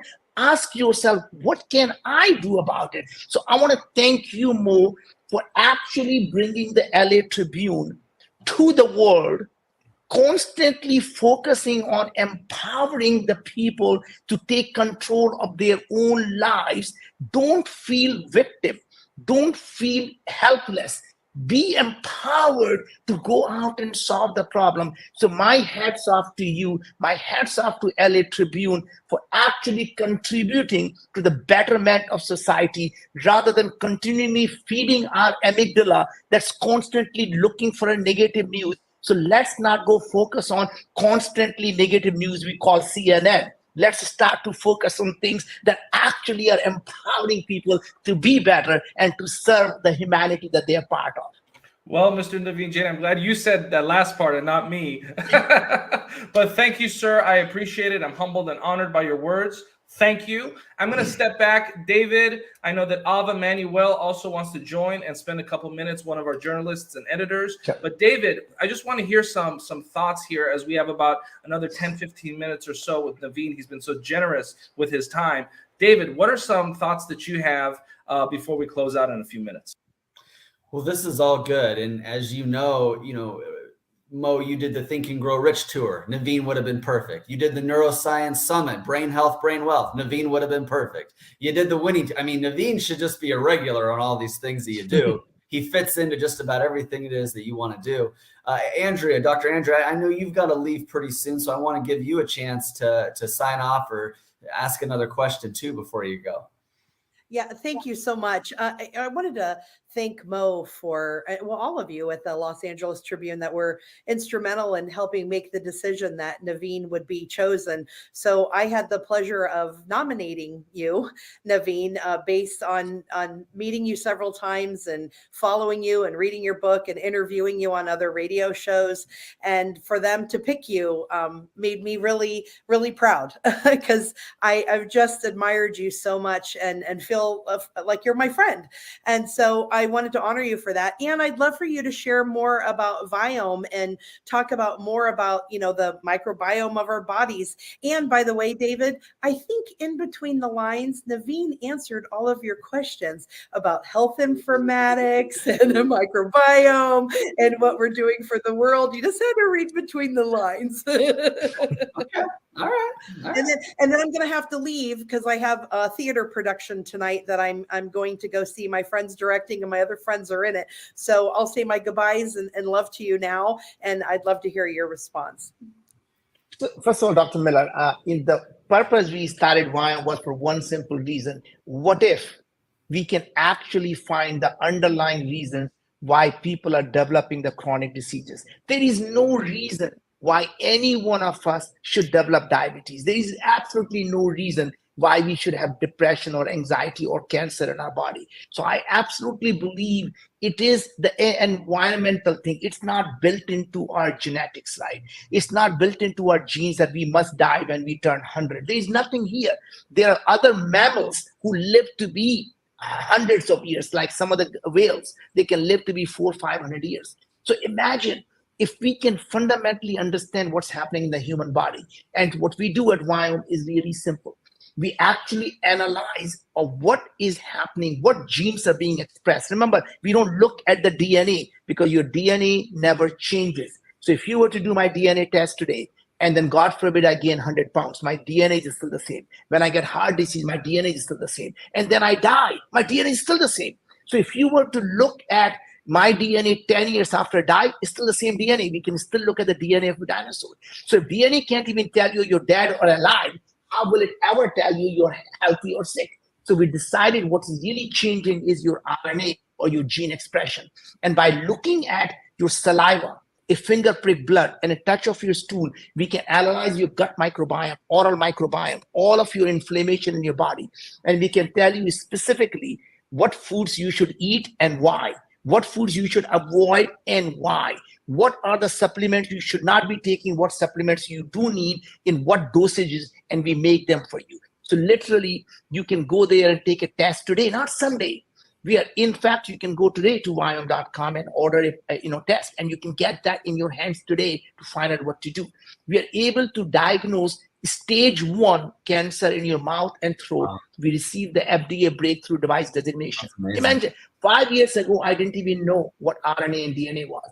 And now we are diagnosing cancer that was never diagnosed before with 95% specificity. So to me, I always say, thank you for giving me this opportunity to do and serve. Having lost my own dad to cancer, it was meaningful to me. Coming to this country with absolutely nothing and dreaming about doing things that could be meaningful. And today, the God has been so kind to me to be able to do these things. So I always feel I have this tremendous obligation to the society, and I dedicate my life to making sure that I give back before I die, so that at least I'm giving my debts back and hoping to continue to contribute through our children who are going to continue to take that path on and help more and more people. Wow. That's right. Well, before we hand it off to Ava, I know she has a question. I just want to say that I personally am going to be investing in whatever Naveen is creating in the world, so we can at least be part of that, David. Nice. Ava, go ahead. I know you got a question. Naveen, thank you so much. What a life of generosity. I just love everything that you said about, even being privileged to be able to serve, to give back, to find solutions, to ask the right questions. What an honor. So my question is, I especially kind of like really was shooketh in the world of the younger generations, was shaken by what you said about how everything is shifting right now, and in 10 to 15 years half of the Fortune 500 companies won't be existing because of the disruptions that are happening. What would you say to a lot of the Americans who are relying on jobs and are living paycheck to paycheck? There is a study by Charles Schwab in 2021 called the Modern Wealth Survey that says 59% of Americans are a paycheck away from being homeless and relying on these jobs. What would you say would be a course of action that people get to take now as things are shifting? Well, I would say, as opposed to relying on the skills you have, the best skill you can develop is learning to learn. That means constantly learning what is happening. You can't simply rely on your college education to keep you employed. So I spend a lot of my time every day. I get up at 4 a.m. bar none. I have never used alarm in my life, right? Get up at 4 a.m. and I spend the first 3 hours just reading. What are the latest changes that are happening? I read scientific journals. Even they may not be anything to do with my industry, because more often than not, the disruptions rarely happen from the people in your industry. They happen from the people outside the industry looking in and rethinking and recreating the foundation of what everything in the industry has been taken for granted. So it's people like us who come to a healthcare industry from a tech background and say, wait a sec, the human body is simply a big data problem. And I don't understand why these pharma companies are doing trial and error. Let's give them this and see what happens. Why not simply understand what's happening in the body and personalize something for each individual and give it to them? And what if the food is the only medicine you need, just like Hippocrates said, right? Let food be thy medicine. I didn't invent that concept, right? Point is, those are the things that happen. So to me, learning to learn, Ava, and understanding that every time the technology is going to constantly improve doesn't mean you need to become obsolete. The ideas of today's may become obsolete, but you continue to use the new learnings. So whether it's a chat GPT today, guess what? It is not your enemy. In fact, what you want to do is adopt it in your own work to make you better. So it's never going to be the AI versus human. It'll be human plus AI that is going to be always superior. So literally when the chat GPT came out, I actually go out and say, hey, we have this product. What will be a really good tagline? Well, change that tagline. That's more empowering. And now we use that for everything we do. We use ChatGPT as a companion rather than saying somehow it is going to drive me out of business. I second that thought so much, Naveen, and it's interesting. Maybe a week or two ago, I had a friend of mine reach out to me and we had a conversation. And she said, Mo, I'm so worried about the time that we're living in. There are so many changes. There are so many things moving at a Mach 10 speed. I'm worried about, society changing so fast. And I told her, I looked at her and I said, this exact same conversation that you and I are having, 100 years ago during the Industrial Revolution, people were saying the same exact thing, word for word. Nothing was different. Right back then, people that would use their hands to build furniture were like, all these new machines are going to get rid of all of our jobs. What are we going to do? And we adapted and we survived. And so this idea of just staying calm and embracing is something that I also second. And I hope that more and more people learn to have that mentality moving forward. And guess what? In 100 years, the same conversation is going to happen between the same two people, just in different body types. And so, please, Naveen. Michael, I think you're just saying the right thing, that, today, the 50% of the jobs that exist today didn't exist 20 years ago. So it's really every time the technology comes about, it creates a new set of jobs that never existed. I mean, who would have thought a job of a data scientist? I mean, that job didn't exist 20 years ago, right? So you're starting to think that, everything that you believe the technology takes it away, it creates 10 more things that you can use the technology to do that it couldn't do before. So one day it is quite possible that you don't need the doctor to diagnose your diseases, but guess what? Now you don't have to have a medical degree, and a truck driver will be able to use AI and use the bad manners to be able to actually diagnose disease as good as a doctor. So think the technology that took it away actually creates new jobs for people that could not have done that job. So absolutely. I completely agree with you. Robotics, AI, computers. I mean, remember when computers came out, we said, oh my God, what would people do now? Right? Now we have more jobs than ever. It's interesting, Naveen. Even when the Gutenberg press was invented, people were scared. That's right. They're like, what's going on? How is this technology going to change our society? And so there's nothing really new under the sun. I know we only have about 5 more minutes left with you. The next question, I guess, is kind of a mindset question, but it could possibly be a more specific, tangible, orientated question depending upon how you answer. But we hear from a lot of quote unquote sources about the state of the economy. Is your personal behavior and the way that you're managing your business changing this year as opposed to, let's say, 3 or 4 years ago? Remember, today the economy and the world, despite all the wars we are seeing, if you go back and look at the history, we're living in the most peaceful time of the century. I mean, it's the most peaceful century compared to you go back any time in the world. It is, in fact, economically, even the poorest person is better off today. In fact, the life that a poorest person lived is better than the kings lived a couple of 100 years ago, right? So the point is that it is the mindset of how we start to think about it. I never focus on today, because today you focus on what is going to happen 2-3 years from now. In fact, just to answer your question very specifically, some of the most successful companies were started during recession. Some of the most successful companies were started when people thought the world was falling apart, right? Because that's a great time when there is no fluff. You're able to build the business on underlying core platform. And when the economy recovers, you already are ready to scale at that point. So to me, I am in fact so focused on building things today. So in the 2 to 3 years from now, we are going to go out and not just help millions of people, but be ready to help billions of people. I love that answer. And I believe that kind of reaffirmed sort of how I look at it as well. But I slip off a little bit here and there. I'm human, right? But it's a great reminder that kind of changing your behavior is kind of a self-fulfilling prophecy. And so thank you for the reminder. And I hope the folks at home heard that this successful gentleman has said that he is not changing his choices and behaviors just because of certain pieces of news that he's listening. I think that's such a key point.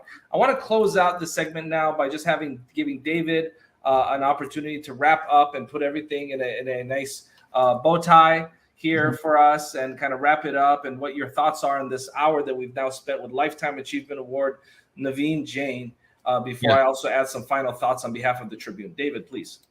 Yeah, I think that what we've had the opportunity to see once again is that there is a difference between successful and super successful people. Like, you want to be successful, just show up in life, show up, do what you're supposed to do. Success really isn't that hard. But then there are people, like Naveen and these other people that we have on here that are wildly successful. They're super successful, and they think a little bit different. And so sometimes, we approach questions or challenges, and we're not even asking the right question, right? We're looking at something, and we really want the answer, and we want the answer because that seems like the priority, but we're not really even in search of the right thing. So I guess one thing that I would love to summarize, and for people that have been listening, is you never want to be the smartest person in the room. I'm definitely not the smartest person in this room, right? I mean, we're never going to learn if we're the smartest person in the room. Sorry, Naveen, we let you down today. You were the smartest person in the room, so you didn't get any smarter today. But the rest of us, I did. the rest of us, though, this is the difference. This is what we want to seek out, and the Los Angeles Tribune has made that a part of their culture. It's made it a part of their events. Is bringing us super successful people, giving us access to those people. And so if you're listening right now, continue to do that. Naveen has some great videos out there. He has some great interviews out there. There's some great content with him. But continue to seek out the super successful and analyze them, study them. What are they doing? How do they think? And you can tell just by this interview today that Naveen thinks a little bit differently. And I'll transition over to you, Naveen. What's something that, do you have like maybe a new video or another interview that you're coming up on? Is there a new subject matter that you're looking forward to teaching on or discussing in the near future we should be looking out for? Well, David, to me, first of all, I want to thank you for the kindness you guys have shown here. And I can assure you that I have in fact learned more than I have delivered here. And here is why: every single interaction you have with someone smart like you guys, you learn something. Mo has probably taught me more, David and Carissa, you and Dr. Miller, right? Every and Ava, by the way, I have not forgotten about you just because I don't see you there. But the point is, every time you talk to people, you learn something. And that is really, you have to always believe that it's up to you what information you absorb, and you only learn when you shut up and listen. So that's what I'm going to do now, is to pass it on to Mo and shut up and listen. Thank you, Naveen. I think that's the first time I've ever said thank you to someone who said they're going to shut up and listen, but I appreciate the humility, and I hope the folks watching are learning by example that some of the most successful people are the most humble people. And I want to thank Naveen for doing this as a community service, for sharing his wisdom pro bono to this community. And Naveen does not have to do things like this, but he chooses to help instill the seeds that humanity needs in their consciousness. And so in closing, I want to again thank Lifetime Achievement Award recipient Naveen Jain. And I want to let you know, Naveen, that we are going to do a lot of work to support the Naveen and Anu Jain Family Foundation, because we believe it's one of the most important foundations that deserve the recognition and the support in many different ways. And so we'll talk off camera through Dr. Andrea about ways that we can support the Family Foundation. Thank you again, ladies and gentlemen. We're going to be back and continue this incredible program on behalf of David, Carissa, Ava, and all of our friends and partners behind the scenes at the LA Tribune. Thank you to Mr. Naveen Jain. We'll be back in a minute, and then we'll keep the show going. Thank you again.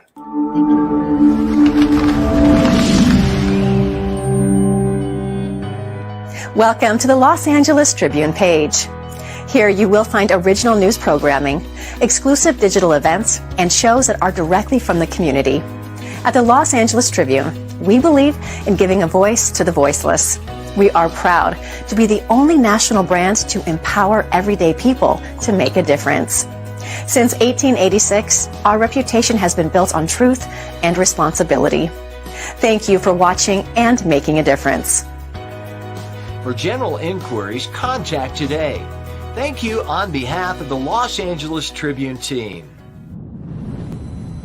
Jane King here, and together with the Los Angeles Tribune, I'm excited to be part of a special broadcast called Money Forum Live, where we'll be discussing the future of income and investing. We'll have interviews with experts breaking down all the ways people will be getting ahead this year and in the years to come. Everything from money making new tech and innovation to specific markets like real estate, crypto, stocks, venture capital, and more. This is not just a broadcast, but a public service being shared over Facebook Live, so you can join the conversation right now at moneyforumlive.com for free.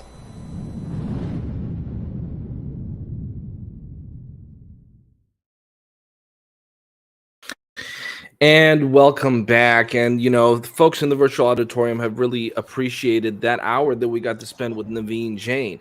And I want to really dissect that moment with Adora and Carissa as we're heading into the heart-centered section of Money Forum Live, where we are discussing philanthropy, a nonprofit business, nonprofit endeavors with Naveen Jain that we discussed, as well as technology. And a couple of years back, a friend to this network also sent a video, a fellow Lifetime Achievement Award recipient alongside Naveen Jain. And we thought it would be apropos to remind folks of this powerful moment that happened 2 years ago, around the same time 2 years ago here live on the network. So we're going to watch a 3-minute clip and come back. Hi, Lisa Nichols here. And I wanted to thank the Los Angeles Tribune for the Lifetime Achievement Award. I'm grateful. You know, during my career of over 21 years, all I've ever wanted to do was to help transform, help impact, up-level, elevate the lives of those around me. When I started my career over 20 years ago, I never knew that I'd be here. I was a woman from Los Angeles wanting to change my life and my son's life. And when I found that education, motivation, inspiration, and action led to transformation, and when I began to have my own transformation, all I wanted to do was to help as many people as possible to have the same experience or their own experience similar. I know that 2020 was a year of uncertainty, unexpected and unwanted change. 2020 was a year of unacceptable, made polarized. 2020 was a year of release, relinquish, reset, recharge. 2020 was a year that we all navigated through, but we made it to 2021. We made it to 2021 still with hope, with dreams, with belief. In spite of global and national upheaval, we've pushed through it and we're here today. I'm honored by this award because it's an award that's acknowledging resiliency as well as commitment. And each and every one of us have that. I'm grateful that I can inspire someone else to keep getting up. I say oftentimes, I didn't avoid being knocked down. I simply was always committed to getting back up. And as I kept getting back up, I continued to have more faith in my ability to get up. And then I was able to strategize on how to avoid so many knockdowns. So I want to thank you again. I want to thank the LA Tribune for seeing in me something that adds value. I want to thank the Quantum Leap Forum for seeing in me something that adds value to the lives of those around me. I am who I am because of the energy that lives and the vibration that flows through Los Angeles. I am and will always be an LA girl, no matter where I live, where I am, or where I serve in the world. So it's an honor to be able to do good work besides good people like you. I cannot wait until I can turn a virtual hug into a physical hug. I'm your sister in prosperity and in possibility. And from my heart to yours, I say thank you. I believe in you and I love you. Be well. And we felt it was apropos to remind folks of that moment live on the air right after Naveen Jain, another heart-centered business leader. And we're going to invite back a couple CEOs in their own right here, Isabel and David Fagan. Some folks in the comment were saying, we like Mo, but we love David. Mo is okay, but we want more David Fagan. Where's he been? And he finally just came back here live on the air, so we're going to pull him in. And I know that there's going to be a seasoned investor that will be joining us momentarily, somebody that has had a very long, successful career. And one thing, David, that I'm excited about as we segue into the next section in a few minutes is the consistency that this gentleman has been able to apply in business. There's a lot of people that have a good season in business. There's a lot of people that might have a good few months or even a good couple years, but to be able to consistently do well as an investor, to be able to consistently do well as a CEO, this is a point that I think is so important And I personally like to get advice from people that have shown consistent success. You know, when it comes to who am I going to listen to when they give me advice, I'm not going to listen to someone that just, you know, for the first time in their whole career recently got a little successful. I want to listen to the David Fagans. I want to listen to folks that have had at least a 10+ year track record. You know, when it comes to empowerment or having a conversation of thought leadership, I'm going to listen to the Adora Evanses of the world, someone that's been involved with the Napoleon Hill Foundation and all of the great personal development works for 20 years, right? You've paid your dues. You know, Carissa is very young, but she's been, you know, as a psychologist and a trained therapist and a trained this and a trained that. I mean, you know, you yourself have over 10 years of work. Isabel has such a eclectic background where she worked in the entertainment industry, behind the scenes, in front of the scenes. And what's incredible about her journey today as a CEO is taking all of those different experiences and putting them in one, you know, using all of the, you may have learned something as a makeup designer. I mean, your background is so eclectic, it's got me tongue-tied, Isabel. You see that? You see what you do? Your resume gets me tongue-tied because there's so many different incredible things. But I've lived many lives. You lived many lives, and you apply everything you've learned into what you're doing today as the CEO of a very prominent agency. And so, you know, I'm going to step back for a couple minutes. But before I do that, David, I know that you've been listening. I know that you've been with your team watching. What are some thoughts you have for us before we get in the incredible Les Schultz here in a few minutes? But what are some thoughts from you as we are here now in the midway point of day 3? Yeah. Well, I am excited to give a more formal introduction to Les, at least as formal as I get. I don't get too formal, but, you know, as formal as I get, you know, I do want to give a more formal introduction for him. But no, what a great way to start off the day with Naveen. And this is a great time to celebrate the Los Angeles Tribune. You know, we have multiple entities going on here. You know, Adora has her production company, you know, me and Isabel. You know, we've got our organizations, you know, Top Talent, you know, Carissa, you know, is doing her thing as well. But what we all have in common is we're fans of the Los Angeles Tribune. And on behalf of everybody here, I know we feel honored to help share the stories, to host, to co-host, to broadcast, to play a journalism role, a talk show host role. And when you have people on like Naveen Jain, you know, it makes me proud to be affiliated, you know, with what you guys are doing here. So for all of those that are listening, sometimes you give us a little too much credit thinking, oh, you know, David's the Los Angeles Tribune or Adora's none of us are the Los Angeles Tribune. We're all free spirits and entrepreneurs and, you know, capitalists and, you know, humanitarians. And this is just one of the media outlets that we're excited to be a part of, if not the media outlet we are the most excited to be affiliated with and be a part of. So I think that distinction is important. And by celebrating the Los Angeles Tribune, that's not a pat on my back. That's a pat on the back of Mo and Ava and Saji and all the people behind the scene, you know, at the Tribune. I think it'd be fun just to have a conversation someday just about the history of the Tribune, because media has had to reinvent itself over the years and decades. And if you see a paper, a quote unquote paper still around, there's a reason for that. And it's not because they're still selling newspapers. It's because they have become multimedia. It is because they have thought outside the box. It is because they have reinvented themselves, you know, and here we are today. So thank you, Mo, for the segue and the setup. And, you know, I want to make sure that if anybody else wants to chime in now before we bring on Les, please feel free to do so.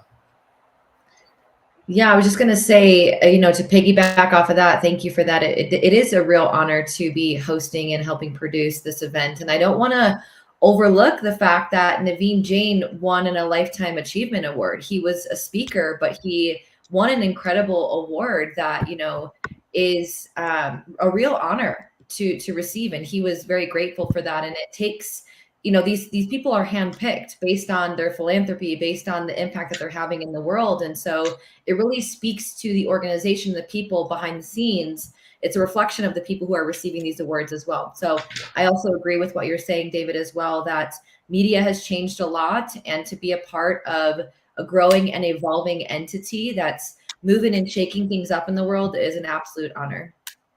Yeah. Yeah. Thank you. Thank you. Adora. Yeah, I echo everything that you said. You're really good at putting other people's words out there. That's part of what you do for your clients, right? So you articulated very well where we all stand. I love that Naveen talked about how the industries will be disrupted and how positive that is. And the Los Angeles Tribune is right at the forefront of that. And it is a great honor to be affiliated with this guy right here. Thank you, Adora. And I just want What to you're point out, doing. when you hear us talk about the LA Tribune, we are talking about one person, you. The reader, the viewer, the person that's a part of this community, the person that is actively engaged, because this is a global movement, a global community. The way that this name has been reinvented because of the likes of David Fagan as a North Star, because of the likes of Adora, Carissa, Isabel as a North Star, because of the likes of the people watching as North Stars. And so when we talk about the LA Tribune, we're talking about the community. We're talking about the folks that read the newspaper, that read the magazine, that watch these programs. It's the person at home that is making the conscious decision to be a part of this community that we're referring to, because it's all about you. Without the viewer, we would not be here. Without the people participating, we would not be here. Without the folks that kicked off this Money Forum Live, the 24,000 folks that were engaged on day one. And this does not include all of the people that will be watching the replay. This does not include all of the people that will be watching this on demand, on TV, on our Roku television network. This is just the folks that tuned in on day one. So we want to thank those folks that had early bird live access on day one, the 24,000 participants so far that we've been able to clock in.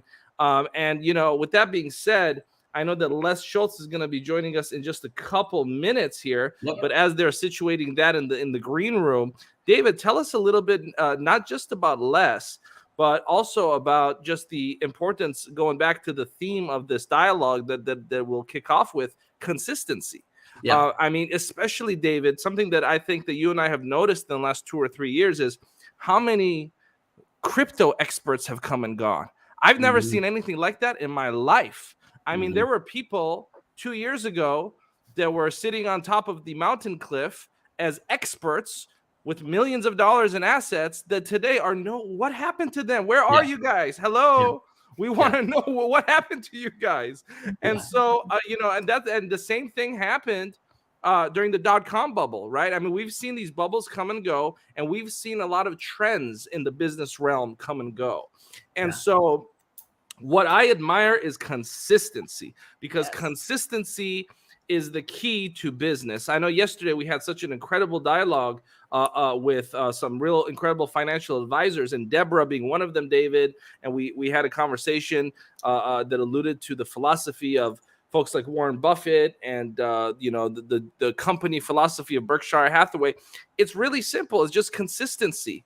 Consistency. And that's the I think that is the distinction between what has made top talent agencies so successful versus a lot of other publishing and PR companies, because a lot of publishing and PR companies don't have the consistency to constantly deliver the goods. So David Fagan, please, let's talk a little bit on that while Les Schultz gets situated in the back. Yeah, we'll have him on just a second. I'll give him more of a formal introduction. But, you know, I think we have seen something a little bit like this before, Mo. And this is the fun of, you know, the conversation and the banter and, you know, the synergy that we create here together in terms of things like crypto. I don't know. We had a little thing called the dot-com bust. Maybe some of us are too young for that here, but I remember the dot-com bust. And, you know, shortly after that, I tell people I slept like a baby. I woke up every hour and I cried. But, you know, we had the real estate bust of 2007, 8, 9, 10. I mean, that was pretty bad there for a while, too. So we've definitely seen some busts. But you're right. Crypto is something that is unique all by itself. And it's just one of many topics here. You could call this an event. Some people do. You could call this a summit, where all these leaders are kind of coming together to talk. That's very fitting. I call this more of a broadcast. It's a special broadcast. It's a PSA, a public service announcement the Los Angeles Tribune brings here. But at this collaboration, at this event, at this summit, on this broadcast, whatever you want to call it, we don't really have speakers. What we have is we have interviews, and we're interviewing some really amazing people here. Next up is going to be Les Schultz, but not too far after that will be Fred Moskowitz. And maybe we'll even have Fred and Les on at the same time for a little bit of a panel discussion too. But moving over to Les, I've got the chance to meet him and be introduced to him through one of our guests yesterday. So we had on Vince Caruso, one of the producers, the main producer and owner of the show New to the Street. That the host is Jane King. So Jane King, that host, has been a part of this show. We even got Vince, the producer, to come out. He always stays behind the camera or behind the scenes. So that was really cool. So I asked Vince, I said, hey, Vince, who is, one of the more impressive minds that who's one of the more impressive investors that And he said, oh, yeah, you got to talk to Les Schultz. So Vince has told me about Les. There's another guy named Scott. Scott's like, oh man, you got to meet Les. There's a guy named Tony Rayner, who's a guest on Jane King's show, New to the Street, that Vince produces. And as you guys know, we had that big New Year's Eve party. And I said, Tony, we want you to invite you. We want you to come. It's a black tie gala, red carpet. He's like, okay, but I got a couple people I want to bring. I'm like, sure, Tony. Anybody you want. Well, lo and behold, who shows up but Les Schultz and Angie Schultz. And I got to meet them for the first time face-to-face at the New Year's Eve party and gala in the LA area there. So I know Mo got to meet them as well, several others. I also got to go over to Les's home. He let me sit in his Ferrari. And yes, I am bragging. I understand that. Give me a little bit of latitude here. But Les is just a really cool guy, really fun guy, really successful guy. His Ferrari isn't probably for everyone. A little too bright, brings a little too much attention. But in all seriousness, Les is coming up on his 80th birthday this June, 80th birthday. And so he's seen a few things, and he's a really fun guy to interview. Got started in the newsroom of his father's company, very large insurance and financial organizations in the LA area, has LA roots, star football player at an LA high school, perfect feature for the Los Angeles Tribune, wink, wink, nod, nod. And he has been really successful and kind of took a little different path than his father and even his brother. But in doing so has made quite a bit. And he has a few strategies in particular when it comes to investing. So I asked him point blank, will you come on and tell us a little bit about the companies you've invested in? Why? The companies you've invested in the last year or two? Why? I'm asking him some personal information, and he's going to give us some insights. And this is probably a good time for all the disclaimers. The views of me or Les or whoever are not necessarily the views of the Los Angeles Tribune. But I thought how cool it was to get a guy that's somewhat endorsed by New to the Street and somewhat endorsed by the producers of a show that's on NASDAQ and Fox Business, a guy that is invested in companies that are clients and friends of ours.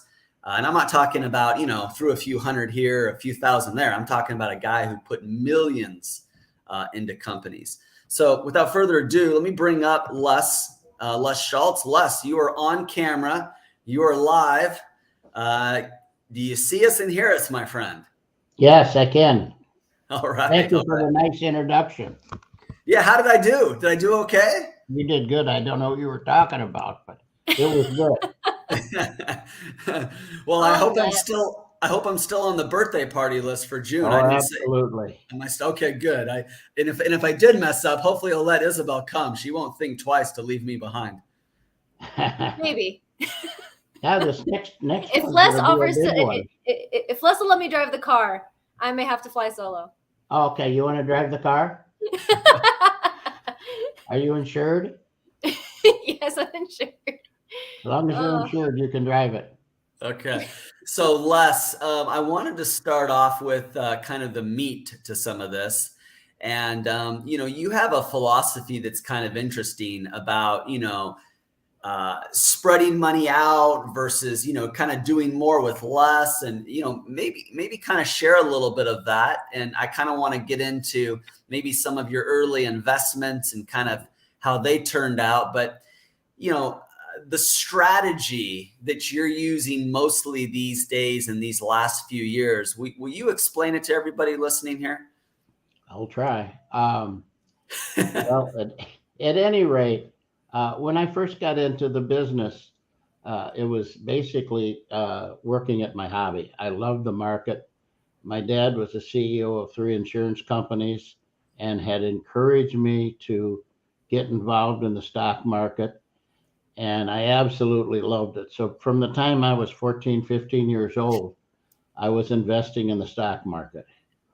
And it became clear, incidentally, because of the fact that I wanted to be in the stock market, my background, although I don't like numbers and math, was to major in accounting, get hired by a national CPA firm, Coopers and Lybrand, do audits on small companies. And so that was my background, and I got familiar with small companies. And I just determined really quickly that small companies was going to be my area, because there was nothing that working for a small firm that I could talk to a big company about and help them. They had big guys that were in there talking to them, but the small guys, because of my experience, were really interested in talking. And I'm talking about the CEOs of these small companies that were looking for support, information about how to handle certain situations. So I really enjoyed that. And when you get to work at your hobby, you're a lucky person. Yeah, for sure. So one of the strategies that you've incorporated in someone like Tony Rayner's company, maybe tell us a little bit about his company and how you got involved and how it fits in with your strategy.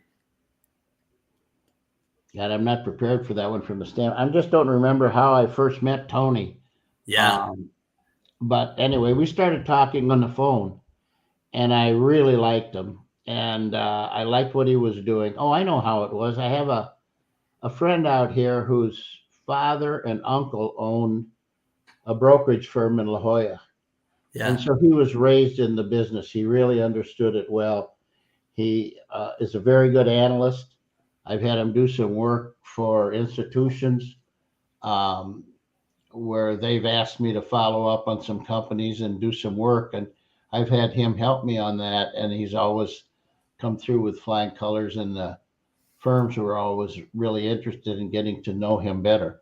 So that was how I first heard about Tony. And Tony said, I've got a guy that I just met, and I really like him. I think you should meet him. And I said, good. What are we doing for lunch tomorrow? And he laughed and said, well, I guess we're going to have lunch. I said, yeah, it sounds good. And I don't like to miss too much of the market. So I think we had like a 12:30 luncheon appointment at a local restaurant here, Red Tracton's, which is one of my favorites. And so I met Tony for the first time. And we had not talked for much more than a half hour when I'd already made up my mind that I was going to get real interested in this company and pretty serious about it. And I said to him, I really like your company. I want to become a major investor. And that was without doing any outside research, just listening to him and what his program was and how he planned to grow. And he says, oh man, he says, am I glad I'm talking to you? He says, I'm trying to do an acquisition and I'm trying to raise some money on a private placement. And so I took down 5 million shares of that at not a lot of money. And that was the beginning of how we got to know each other. Yeah. And since then, we not only have had a great business relationship, but we've become very, very good friends. I've gone back to see him in South Carolina.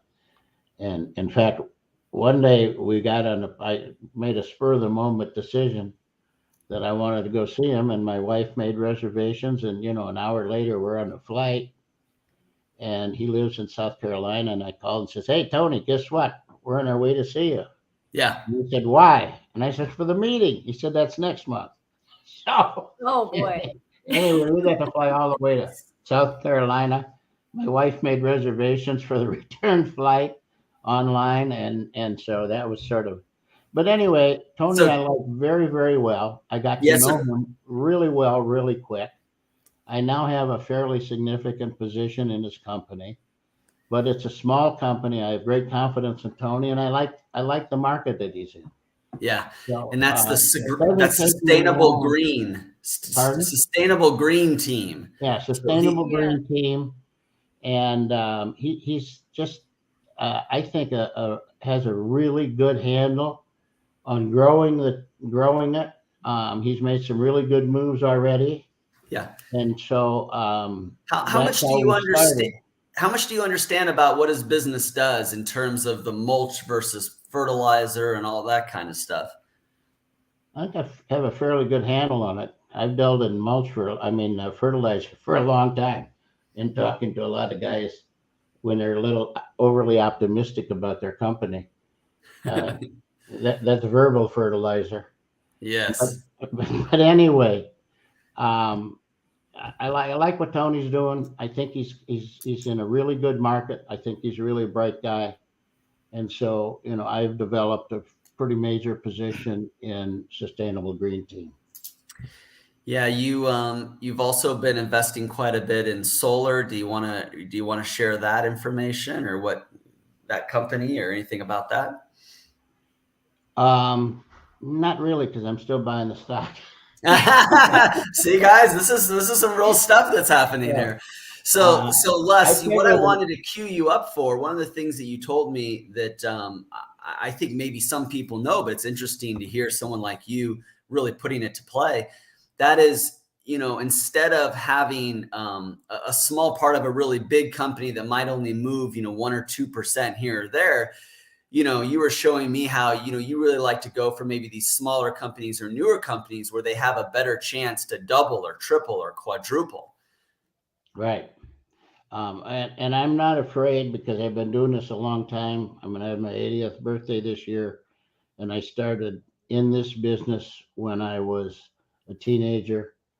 I liked it so well that I geared my education to that. I majored in accounting, and I hate math, but I did it, got through, was hired by Coopers and Lybrand and did audits with small companies, which, to me was the best background that I could have to get to know small companies. Mm-hmm. So anyway, and I'm, because I've been doing this a long time, and I'm fairly comfortable with the way I go about finding out about a company, which includes things other than just talking to the CEO includes talking to other people, other companies in the area and so forth. Yeah. I buy pretty major positions, and I'm not really worried about the downside because I think that with these small companies, I think most of them are undervalued already. Yeah, I appreciate the time you took to share with me some of the ways in that you value a company or create valuations for a company. You're sitting in your office right now. I know that you have more than a few TVs with a few financial channels. How many TVs or screens you got running at any given time with how many financial channels? I've got 4. I've got two small screens on my desk. I have 2 20-inch screens on my wall. So that's 4 screens that I'm looking at all the time. Yeah. You're quite the character. You have quite the interesting background. You were the who's who of bachelors in the LA books and newspapers. I saw all that. This is a family show, Les, but you do have a nickname called the Naked Trader. And I haven't had a lot of people that are really willing to tell me why they call you the Naked Trader. Maybe that's a story for another time, but can you divulge how you got this nickname? Yeah, I guess. I was with a gal that I had just met. And she wound up spending the night, and I automatically, without alarm, wake up at 6 o'clock in the morning, and I start making calls to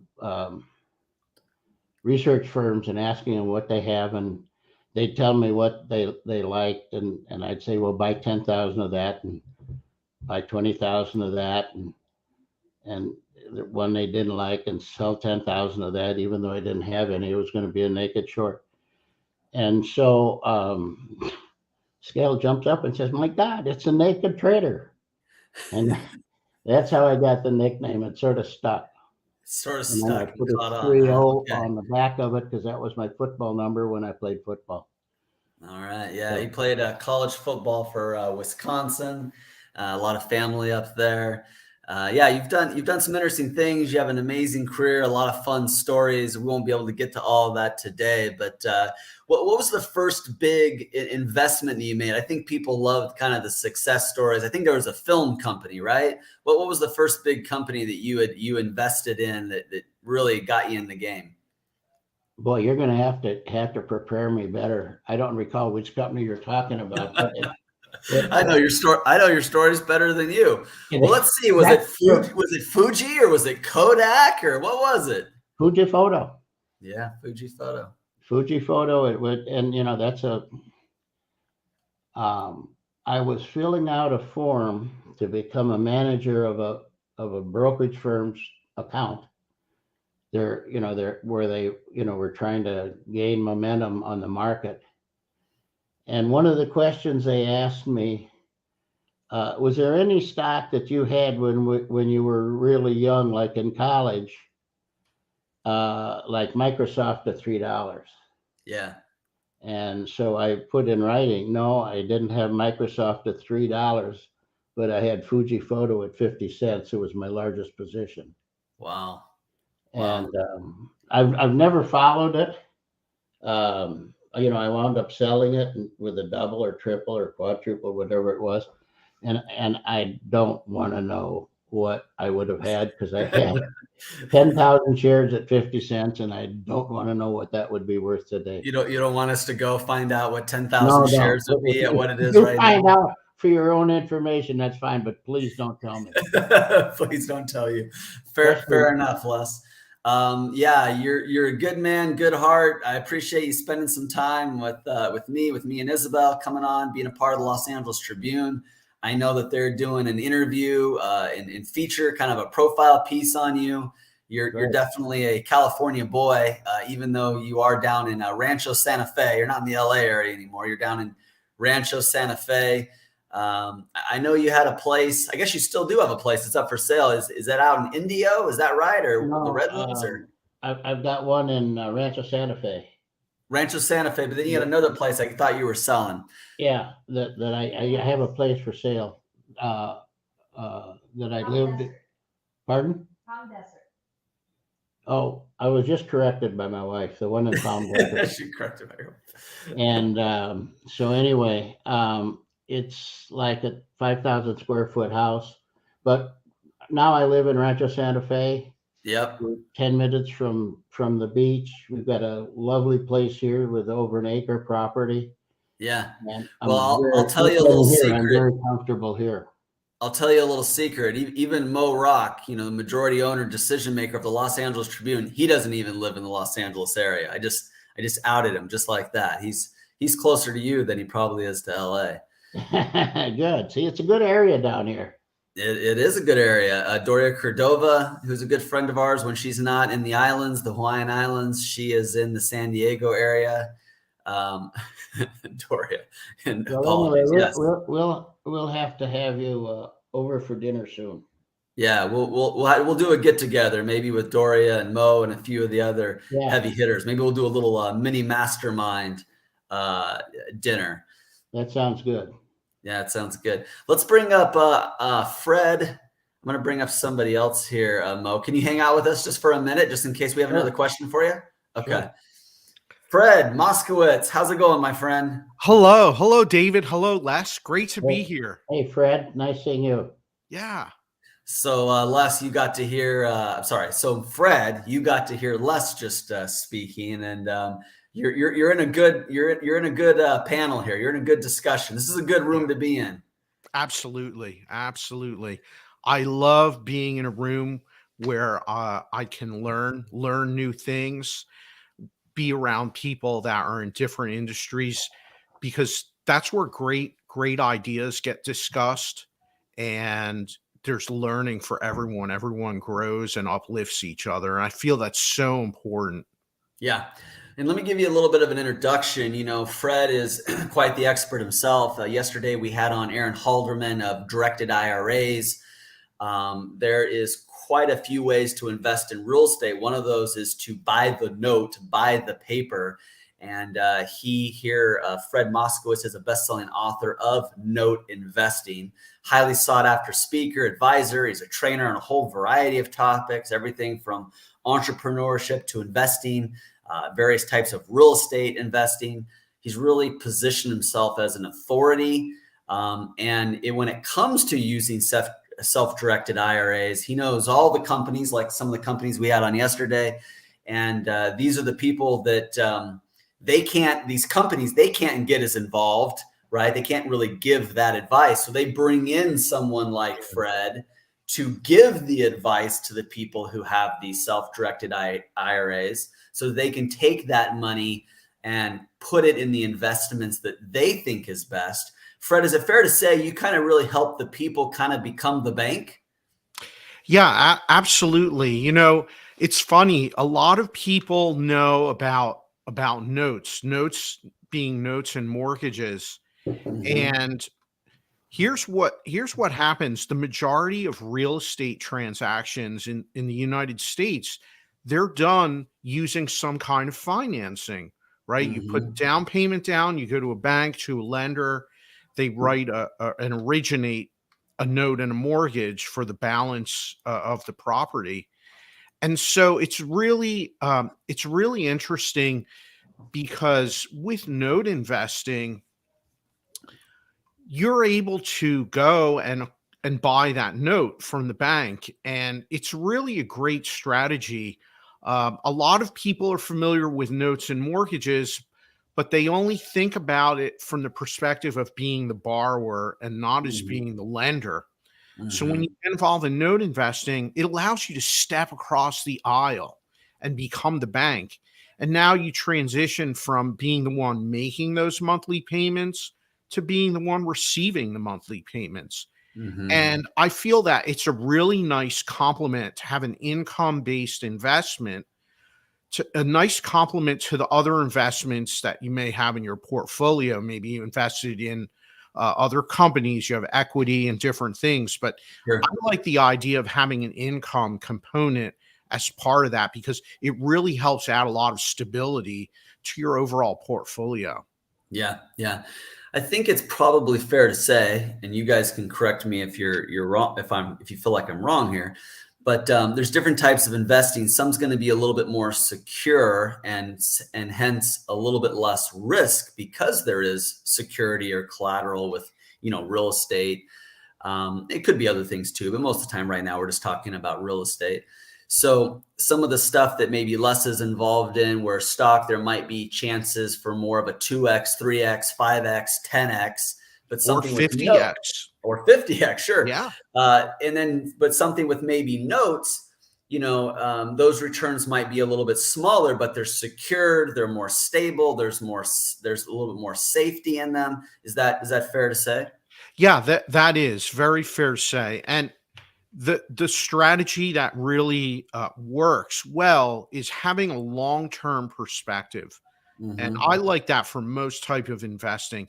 It's not about doubling your money from one month to the next. I mean, that sounds fantastic, but I like the idea of having a long-term outlook, going out 5, 10, 15, 20 years, and that's going to be the stability. And what happens is, even when times are tough, if there's a downturn, you're still moving ahead. You're still getting income and moving forward. And so it's good to have both. But what I love and what I always advocate for anyone, no matter what type of investing you do, approach it with a long-term outlook. Yeah. Yeah. So Les, I'm going to shoot back over to you. I really appreciate you coming on here. This isn't something you normally do. You're usually crunching the numbers and making the calls and doing the investments and, high rolling with these companies you're putting money in. You don't do a lot of these interviews. So I really appreciate you coming on here. But what do you think about note investing? Obviously, it's a great investment, but is it something that you've ever done, or if you primarily always stuck with more of the stocks? Yeah, no, I appreciate what Fred's doing, and I think it's a great way to go. But I've always bought the stock, and I didn't have enough money when I was beginning to loan him money to create a note. So I'm just a stock jock. And, stock jock, huh? One of the stocks that I'm particularly attracted to right now is Neovolta. Yep. The symbol is NEOV. I think it's a very interesting company. If people want to do some work on it, I think it's got a significant potential. You guys just got a hot tip here. No, it's just a random show here. There's no guarantees, but if you want a hot tip, you guys just heard. I don't get that out of Les very much. Earlier on, I was asking him, and he wouldn't say, but he just snuck one out. Yeah, I usually don't. I try not to be a promoter. I just do it for myself. But this one is, I think, very unique. And I'll just let everybody do their own work and Neovolta, check it out. Solar. They can call you and ask and get the questions. Yeah, Neovolta. Are you willing to divulge how much money you've put into it? Hey, it's my job to ask the tough questions. You don't have to answer, but I get to. I have a position over 7 figures. And there you go. Number of shares, not dollar amount.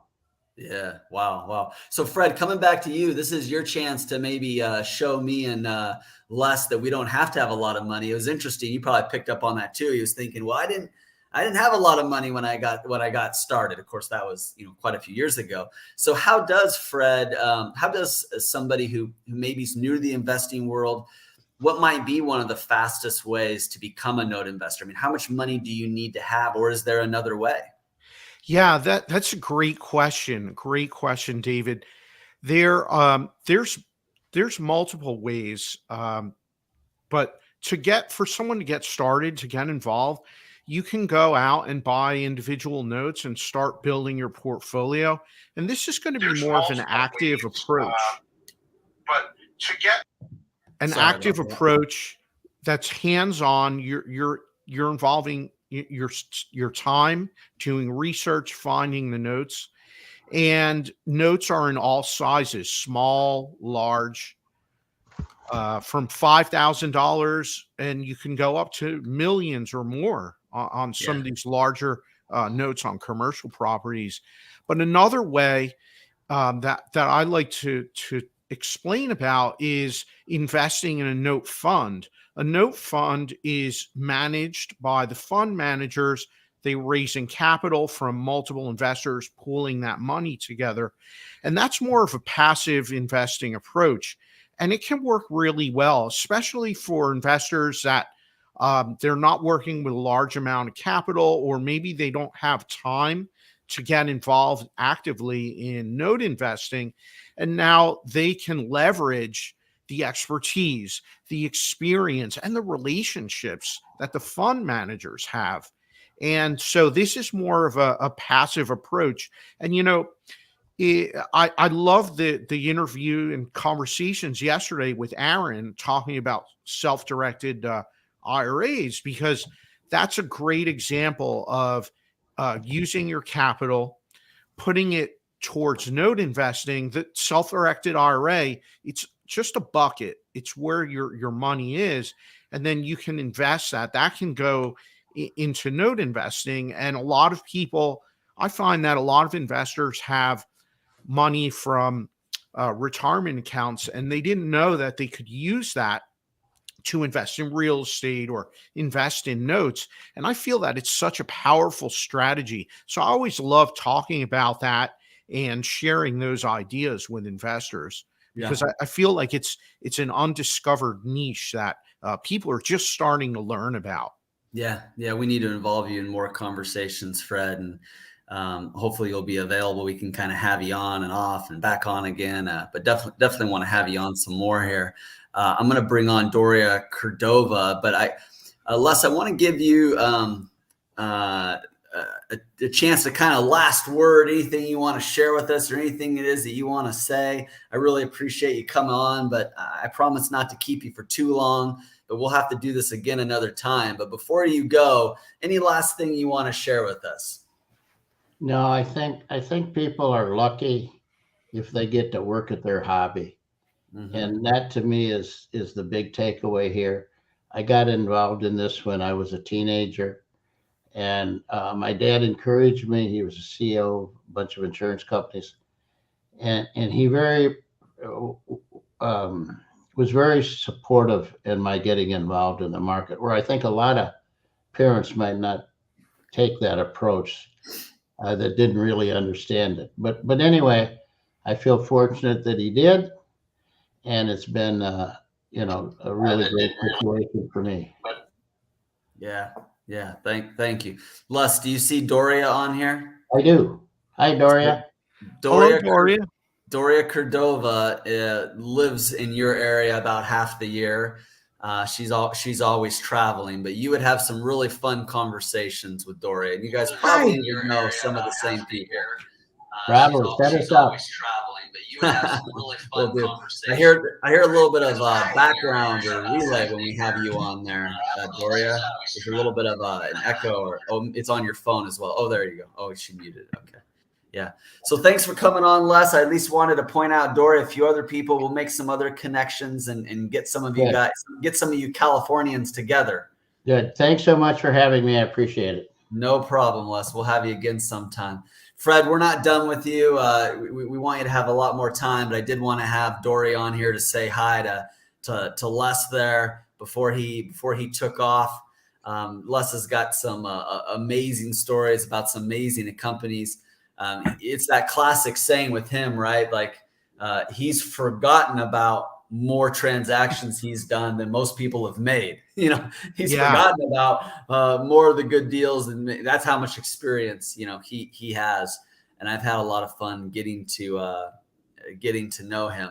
Great guy to be able to call a mentor. And I've had some great mentors over the years. I don't feel like I have too many mentors right now, or mentors for specific things. I don't always want to mentor for the sake of a mentor. I want to mentor about the markets, or the mentor about real estate, or the mentor about, fill in the blank. That's kind of how I approach mentorship. And he's been a good guy kind of breaking things down in the market world. Doria, did you get a chance to hear, I saw you backstage, but did you get a chance to hear what Fred was talking about? Absolutely. Yes. Hello, Fred. How are you? Hello, Doria. Great to see you here. Doing fantastic. Yes, we are clubhouse buddies. Yes. Okay. So I have heard him speak quite a bit. And I just feel like it takes a certain kind of mind for you to be able to do investments and to have an understanding of that world. And so I think it's really important for you to surround yourself with masters that really know what they're doing, and you learn from them. And investing is like any other business. And that's what I learned from Kiyosaki's Rich Dads. I was around Robert Kiyosaki those 9 years when we were business partners. I was privy to a lot of the conversations that they were having, and a lot of, the advice that he was getting. And investing is always looking at it just like any other business. You have to do all your due diligence, right, Fred? Would you say? No. Absolutely, Doria. So important to do your due diligence. And it's not just about doing due diligence on the investment. It's also about doing due diligence on the company and the people. A lot of times we forget you do due diligence on the people involved, because they're your future business partner, your counterparty in a transaction.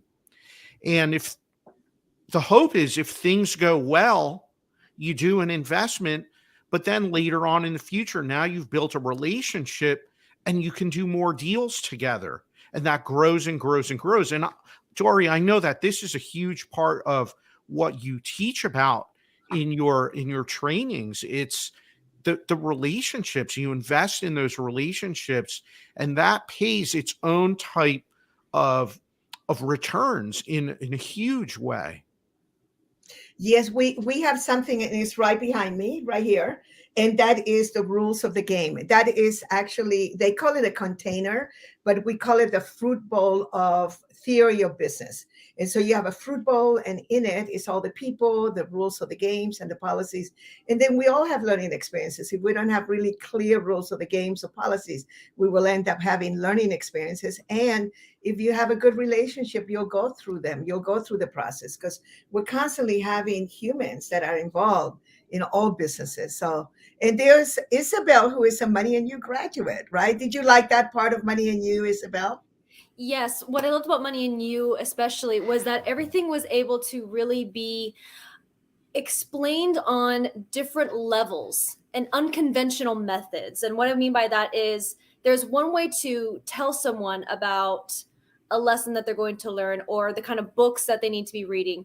But when you change up the format of how people are learning, when you're drawing out the images, where the fruit bowl and the fruit and every single thing has its own different meaning, you're absorbing the information in different and unique ways. And that was just one of the many aspects that I really enjoyed about attending Money and You and being an official Money and You student.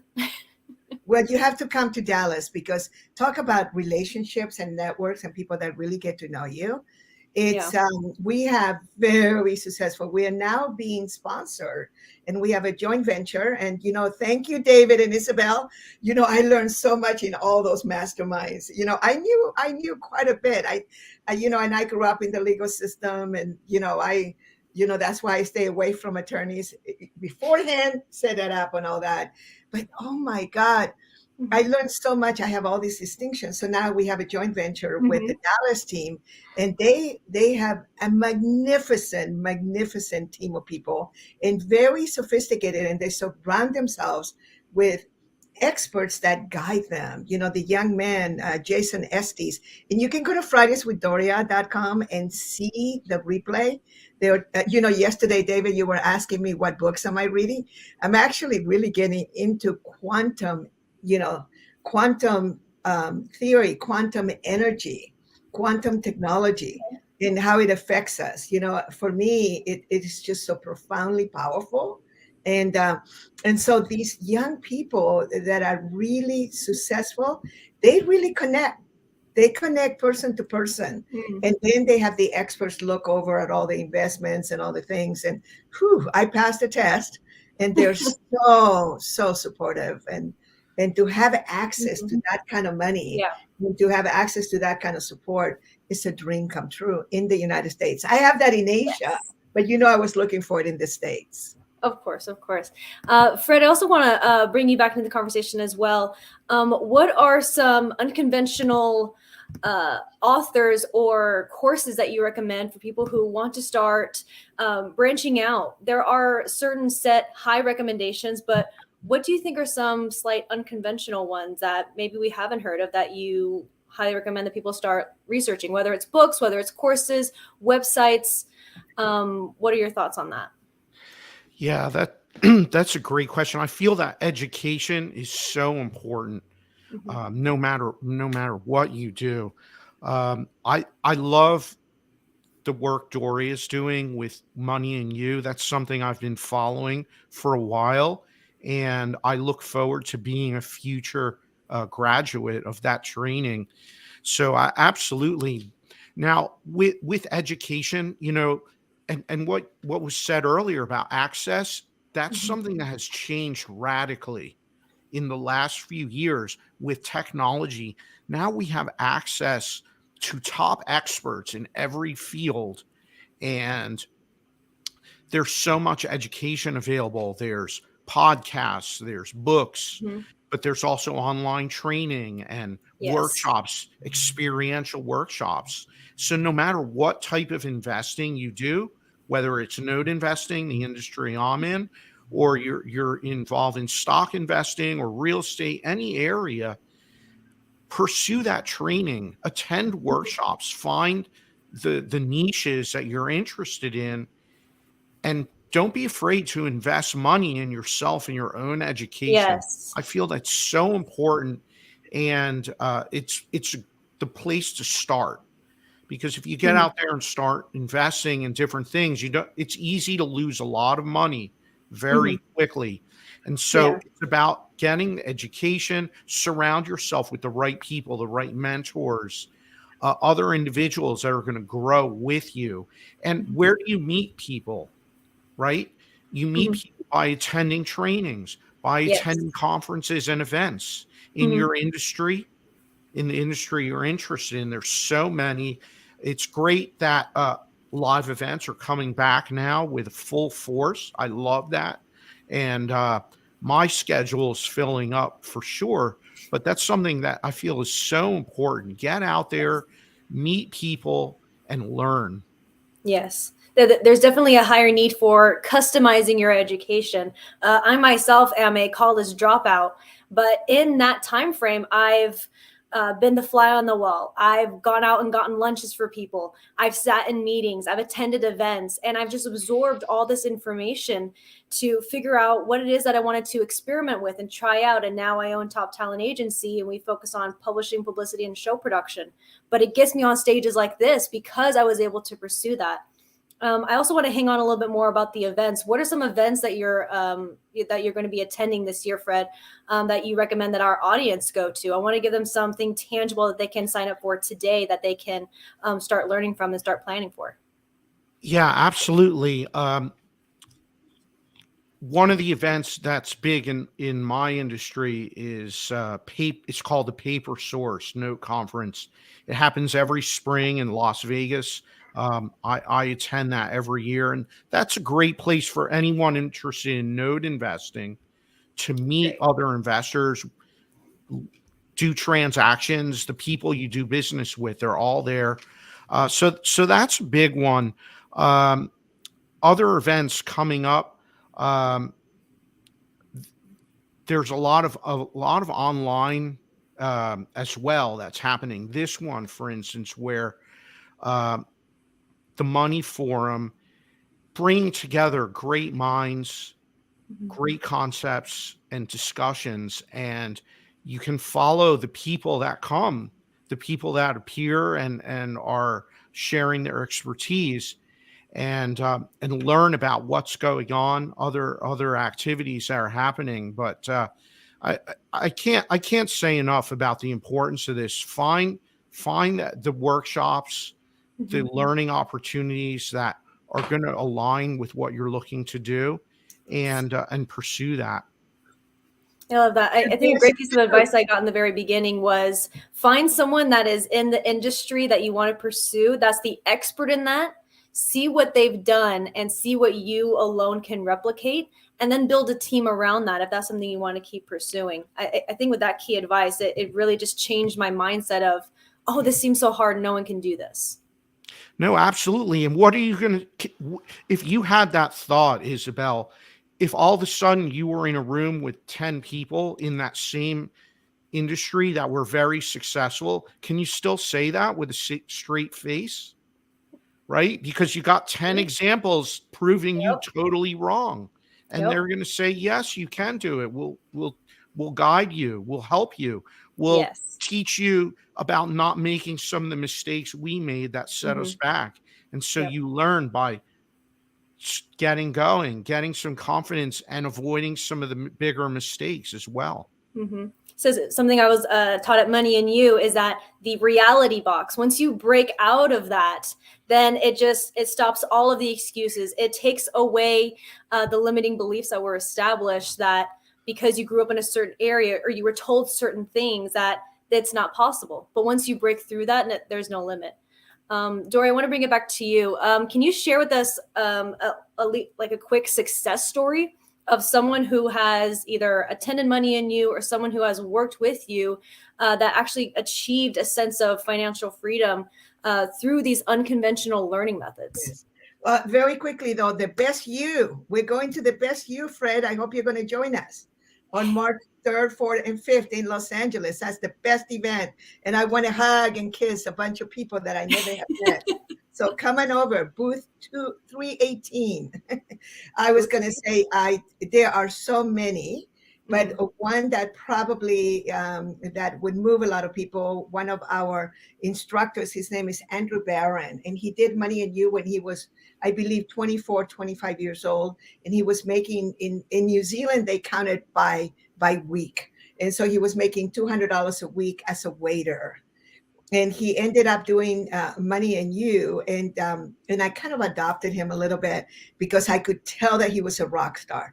I have a gift for being able to see rock stars. I knew Tony Robbins was going to be a rock star, Kiyosaki, and many others. And Robert Kiyosaki of Rich Dad Poor Dad.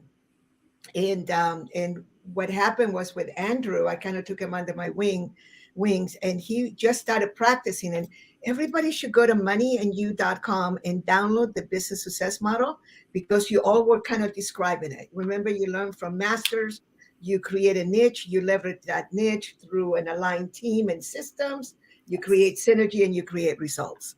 And so Andrew began to really apply all of that. And you will never believe this. He spoke French. He's from New Zealand, so he speaks English, and he spoke French. And then through a whole series of circumstances, he began to look for a niche. And he was learning from masters, including, and experts like myself. And then he found that there was an exporting business that needed support with these beautiful islands in the South Pacific that spoke French. And he literally became the timber baron. His last name is Barron, Andrew Barron. And then he attended the business school, which he really had to scrape the money a couple of years later. And within 5 years, his business was worth $25 million. And he has many businesses now. And then later, it was relationship. It was taught. He's very good looking, very gorgeous. And he was in his early 40s and thought, you know what? I want to just fall in love. And now he has a beautiful spouse and two babies. I mean, now they're toddlers, but it's one of the greatest. And some of the big names, Kiyosaki's, and it's an example of Money and You. Tony Robbins. I mean, we had him under our wings for a whole year. His whole team, the people that took him to the next level, were all Money and You graduates. Yeah. And then there is the ones, because we're talking about philanthropy today. I want to thank you all for including me there. I was in tears listening to Naveen.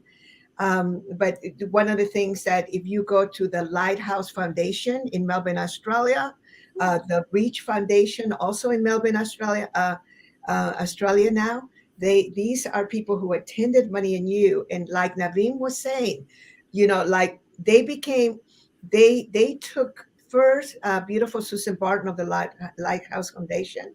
And Naveen would love this story. She made her work so huge, and through taking all of our programs, Money and You, the business school, and all that, and she ended up being a major entrepreneur, as did all the boys and girls that she raised.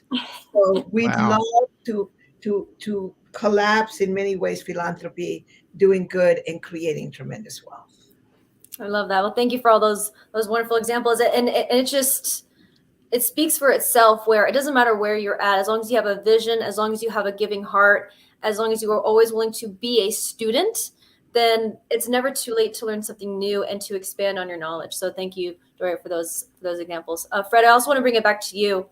For the people in the audience that are watching, and also for you watching, I want you to share something that was like a big nugget for you, something that is like, oh, I didn't think about this, and now I'm going to do some more research. So I want to see those in the comments. But Fred, for those that want to connect and speak with you, or potentially work with you, or refer anybody to you, what are some methods people can do? Is there a website? Is there an upcoming event where someone is able to easily spot you at? What kind of information are you willing to share with everybody? Because everyone is watching. Yeah, thank you, Isabel. I really appreciate that question. I always love connecting with people, connecting with other folks interested in learning about investing and furthering their education can visit my website, which is fredmoskowitz.com. However, if you prefer an easier spelling, you can go to giftfromfred.com Okay. and sign up there and connect with me there. And I'll be happy to send out a special report about note investing. But back to your question, Isabel, something that was really intriguing that I learned about was, and this is something that I learned actually through Robert Kiyosaki from reading Rich Dad, Poor Dad.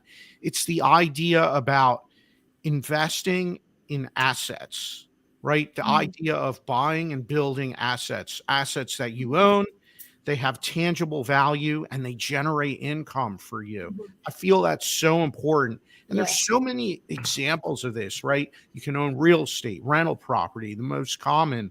But what about owning rights and royalties? It could be books or patents or movies or music, or owning a small business. But my favorite, of course, is owning mortgage notes. But these are all examples of assets that we can invest in, we can own. And no matter what business you're in, what your focus is, it's nice to have a portfolio of assets to give you liquidity and stability. Hello, Dora. Hello, Mo. Great to see you. Thank you. And I just want to remind the audience as well, it's like, these are not planned. These are not planned offers. These are not planned links. These are just conversations that we're having that these experts are sharing. Absolutely. And thank you, Isabel. And thank you, everyone, for this powerful, incredible segment. And you mentioned, Fred, something you learned from Kiyosaki.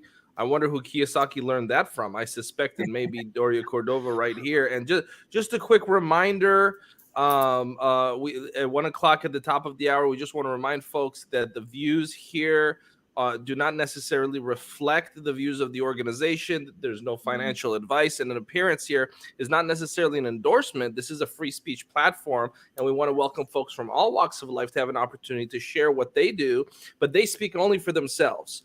And with that, I'm real excited, Adora, because up next, Dora and Isabel, up next, we have a Microsoft executive that is going to be joining us and speaking about some real powerful principles. Thank you to Fred. I'm going to have Doria stick around for just another minute here with us. Thank you for being here, Fred.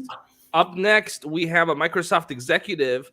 And Adora, what can some folks expect from this dialogue, this one-on-one special that you have with this Microsoft executive? Please, Adora. Very powerful. This guy really blew my mind. I met him at a Super Bowl event in Phoenix, and he was sharing that a lot of small companies don't know they can align with a company like Microsoft and have Microsoft selling their products, and that if not Microsoft, other big companies, and that usually they don't know, or two, when they do know, they don't approach the companies in the right way. So he has a huge heart for nonprofit. He sits on several nonprofit boards, and for the Black community, Black and African American community specifically. So it'll be a nice deep dive. And good to see you, Doria. We're gonna go to that clip in just a minute. We want to give Doria Cordova an opportunity to share any closing thoughts that she may have. Doria Cordova, closing thoughts. Oh, I just wanted to thank you for the fantastic speakers that you have had today and that you're continuing to have. And JB Owens is coming in a little bit, and from the same studio here. And I just wanted to thank you for spreading the love and spreading the access. And for everyone, please pass this along so later that people can even come and watch the replays. I'm going to do a mailing to my network, which most of them are asleep right now in the Asia Pacific region. And a big shout out to those of you in the Philippines and other places that got up so early to be with us. And I'm just going to pass the word, because every single day has been such a beautiful, beautiful day.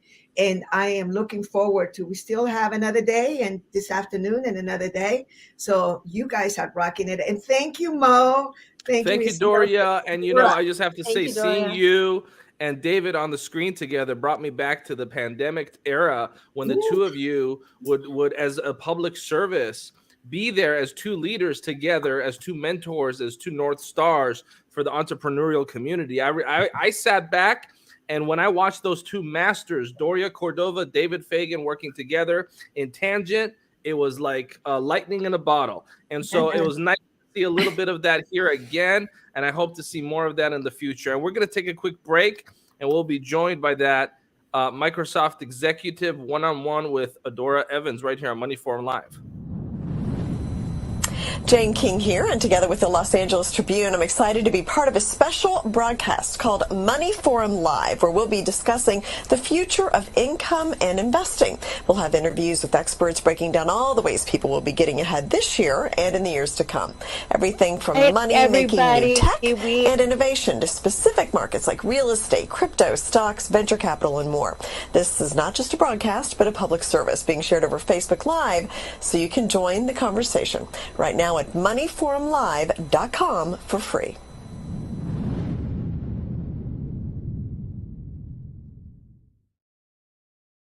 We are back, Money Forum Live, and I am so excited about our next guest. If you do not have something to write with and you're an entrepreneur or a small business, or someone in your family that you care about has a small business, or your medium-sized business, and you want to know how to scale, how to align with big companies, and to do that so you can do it sooner and faster and more elegantly, then you are definitely going to want to stop what you're doing, get a piece of paper and pen, or however you take your notes, but you stay with us. And you're going to want to take notes. So Darrell Booker, I met in Phoenix, several events where you were supporting a nonprofit and what nonprofits were doing in the community. You're an executive at Microsoft, and you do a lot for nonprofit communities. I know you're on the board of directors for many nonprofits. You have a special interest in supporting the Black community and helping entrepreneurs elevate in African American Black communities. I'm trying, guys, I don't usually read bios, but this guy, he's been the CIO, the CTO, and now a successful tech entrepreneur. We'll dive in more. But my point is, this is a big dog. All right? It's a big dog who knows what he's doing and is really, I saw you interviewing Miss, we know her as Miss Cosby, right? I saw you doing some great initiatives with the Hip Hop Museum. I saw you doing, like, you're just everywhere. It's almost like you're a celebrity, glamour, living in the mix of all the things. But you're this bridge with Microsoft, and you're muted. So welcome, Darrell. Yes. No, thank you for having me, Adora. Wow, what an intro. I hope I can live up to it for everyone. But yeah, I think you put the nail on the head. As this phase of my life, I'm trying to, really hone down on who I am. And I kind of see myself at the intersection of tech, social impact, and culture, and how the three of them intersect and, how they thrive off of each other. So yeah, I think you're kind of spot on. And that kind of explains, like, some of the things that, I've been involved with in my past, and currently what I'm doing with my mission is kind of hitting all those different areas. Awesome. And I know you stepped aside. You're at the All-Star preliminary things with the NBA and all that, and you're in a hotel corner. So if it freezes a little bit, guys, just be patient. It'll pass. And Darrell, thank you so much. So when you and I met, you were talking to me about how many small businesses that really could align right with big companies, and that they're just so close. That's what you told me. They're so close, and if they just knew a few things, then they would be able to form these partnerships with big companies, which would give them funding, platform, like all kinds of resources. Do you want to say a little bit more about that before we dig into the how? Yeah, I think a hidden gem that, I really need more people to know how this works. When you think of, certain companies, like tech companies, but also other industries. And I'll use, Microsoft as an example. We as Microsoft build, first party solutions. If you think of Office or Windows or things of that sort. But we also have a lot of tools and services that others build upon, if that makes sense. And we as a company, we actually rely on our tech partners to be able to take, in solutions that companies or consumers are using, we rely on them to take it to 100%. We give you the 10, 15% that it needs to be, and then they're building on top of that. So what that sets up is, if you're someone and you're an entrepreneur and you have this great idea for this fintech solution, or something in the health industry, or something in the education industry, 9 out of 10 times, you're not necessarily building everything proprietary or from scratch. You're leveraging some existing tools and resources that may exist. You're leveraging Microsoft's Azure cloud, or you may be leveraging Amazon's AWS cloud, or you may be leveraging Salesforce tools, whatever it may be. You're utilizing these tools as part of your framework for your end solution. And this is great. And, we want so much more of this.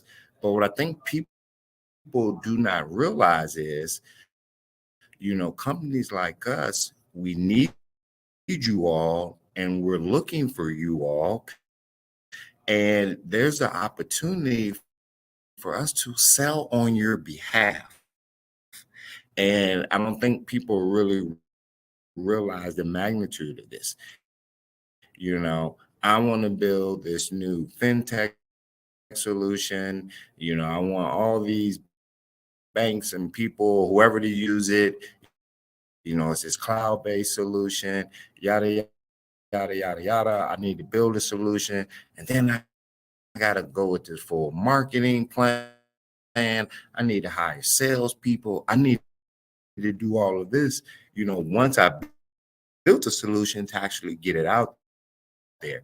And you're right, you should do that, but there's a whole nother parallel stream that people don't realize.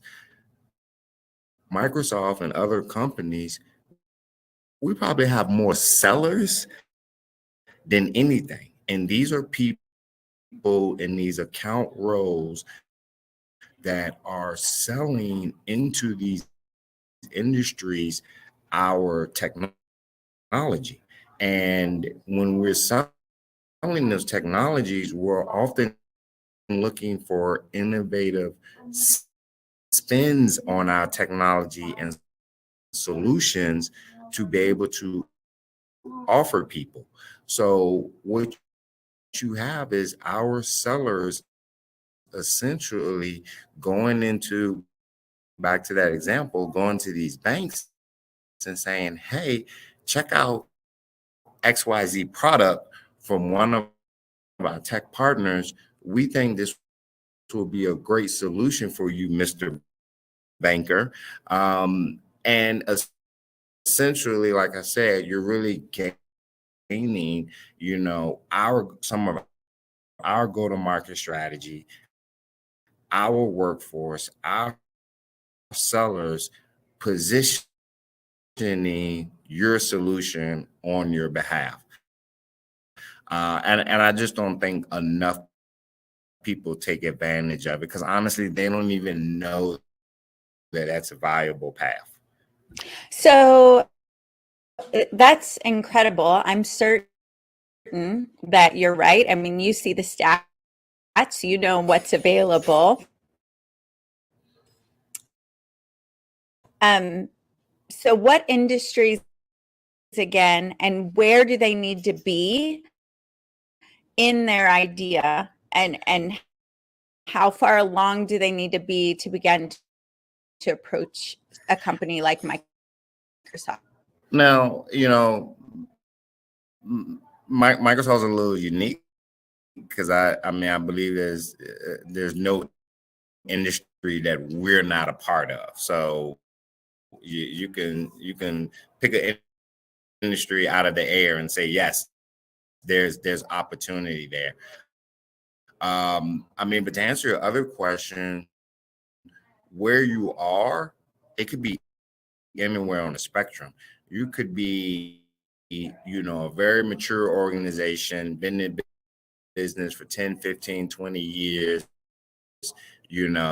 have a client base, etc. You can fold right into it, but you also can be a brand new organization. We have so many kind of accelerator and incubator type programs, whether it's Microsoft for startups, the name startups, where we're, really looking for people, those very, very, very, very early stage. As part of our racial equity initiative for 2020, we have the Black Partner Growth Initiative, where there's a huge focus on identifying those Black and African American tech partners to bring them into that incubator, to give them, the kind of that wraparound that they need in resources to develop their solution, to help them with the go-to-market strategy, applying some of the, giving them some of the tools and cloud credits and things that they need. So to answer your question, you can be anywhere along the spectrum. You truly can be at just an ideation stage, and there's an opportunity, if you're willing to, meet us halfway and do the additional work that needs to get you from ideation to something in market. Awesome. And so when you say, tech, that used to be just in my mind, it was probably never in anyone's in the tech business's mind, a few things. But now it's so many things. It's apps, it's AI, it's, self-driving cars, it's, robots, it's androids and drones, it's all these different things. So when you say tech, and you're talking about entrepreneurs. Can you land for us like the drone from the sky on what you mean? Yeah, and I may kind of say it in terms of this day and age. I honestly don't know if there's any company that does not have a huge tech implementation. I even say this: there are companies are more of a tech company than they really realize. You know, even if we think of, let's take a very basic level in terms of, Jane King here, and together with the Los Angeles Tribune, I'm excited to be part of a special broadcast called Money Forum Live, where we'll be discussing the future of income and investing. We'll have interviews with experts breaking down all the ways people will be getting ahead this year and in the years to come.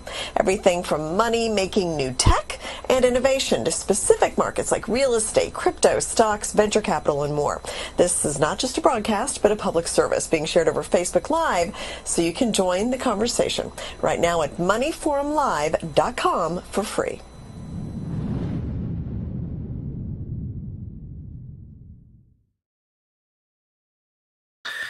And welcome back. And Adora, that conversation was very powerful and insightful. And I know that there's a second part to it, which will be aired later on. But for sake of time, because we are on a busy schedule, that segment will be aired later on during the course of Money Forum Live, because we have a tight schedule. And we know that this next speaker has so many fans, so many people from around the world that want to hear her speak. Of course, we're talking about Lady JB Owen, somebody who has so many exciting projects, so many developments with her company that we're going to be discussing. And since this is Money Forum Live, she's going to be discussing her journey from a struggling entrepreneur to a successful entrepreneur. With that being said, we want to go ahead and bring her up now. JB Owen, welcome to Money Forum Live. It's always a pleasure and privilege to see you here. We know that you currently have so many exciting projects in the works that we're going to delve into, but some opening thoughts and messages that you'd like to share to our international audience that's tuning in right now. And some people are already high-performing individuals, and some of the folks watching may be struggling. Some of the folks watching may be in fear. Some of the folks watching may need to understand what their Ignite moment is. So we're going to give you the floor with Adora for a couple minutes here, and so you can kick us off with this next segment. Lady JBO. Mo, thank you so much. And it's such a blessing to be here and be listening. I've been listening all morning and enjoying all of the speakers. And I just want to shout out to everyone who is listening. This absolutely is an opportunity for you to step into your wealth, step into your greatness, learn things you've never learned before. And then if it's just one thing that you take from this summit and implement that into your life, it's going to make a massive difference in your success, in your wealth, and in that overall abundance and prosperity in every area of your life. So thanks for having me here.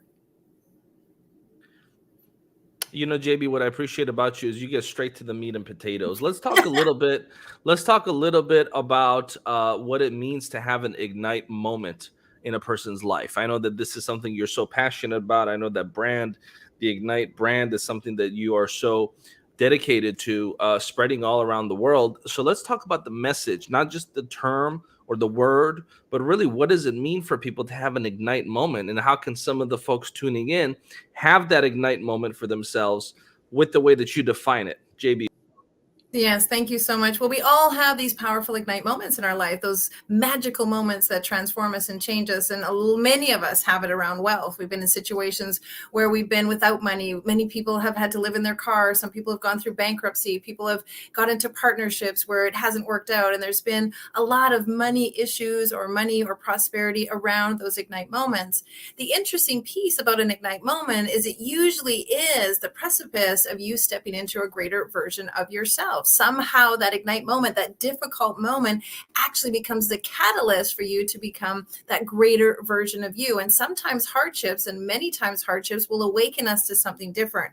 And for us, talking about money today, let's be honest, many people have money issues, but sometimes that little penny they found on the ground was that spark of hope. Or somebody donated something to them when they were really struggling, or they received money when they didn't think they could, or they made a prayer and they asked if only this money would show up, and it shows up. There's these powerful moments around our wealth consciousness that allows us to step into a greater version of ourselves. And when people tell those powerful stories, they give others hope, they inspire others, they show people if it's possible for them to do it, they can do it also. And so I love telling Ignite moments. I've been blessed to publish over 700 authors talking about their Ignite moments. And I'm very excited to talk about wealth and abundance because I love to call it the currency of success. It isn't just money. It's not dollars on a page. And many people call me the pink billionaire because I often am always tooting how powerful billionaire consciousness is, and how having $1 billion is not necessarily the greatest way to achieve wealth. We can make 1 billion impacts. We can touch 1 billion lives. We can think about 1 billion people.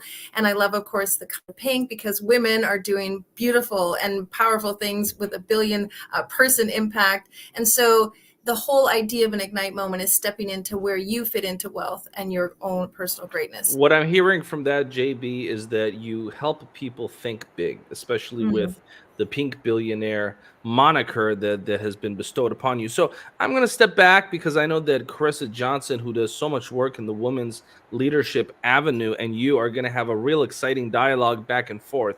This is a perfect duo. Two incredible women that I have such respect for, and two business achievers that I have such respect for. So I'm going to sit back. I have a brand new pen here because I'm going to take notes from the two of you. Carissa Johnson.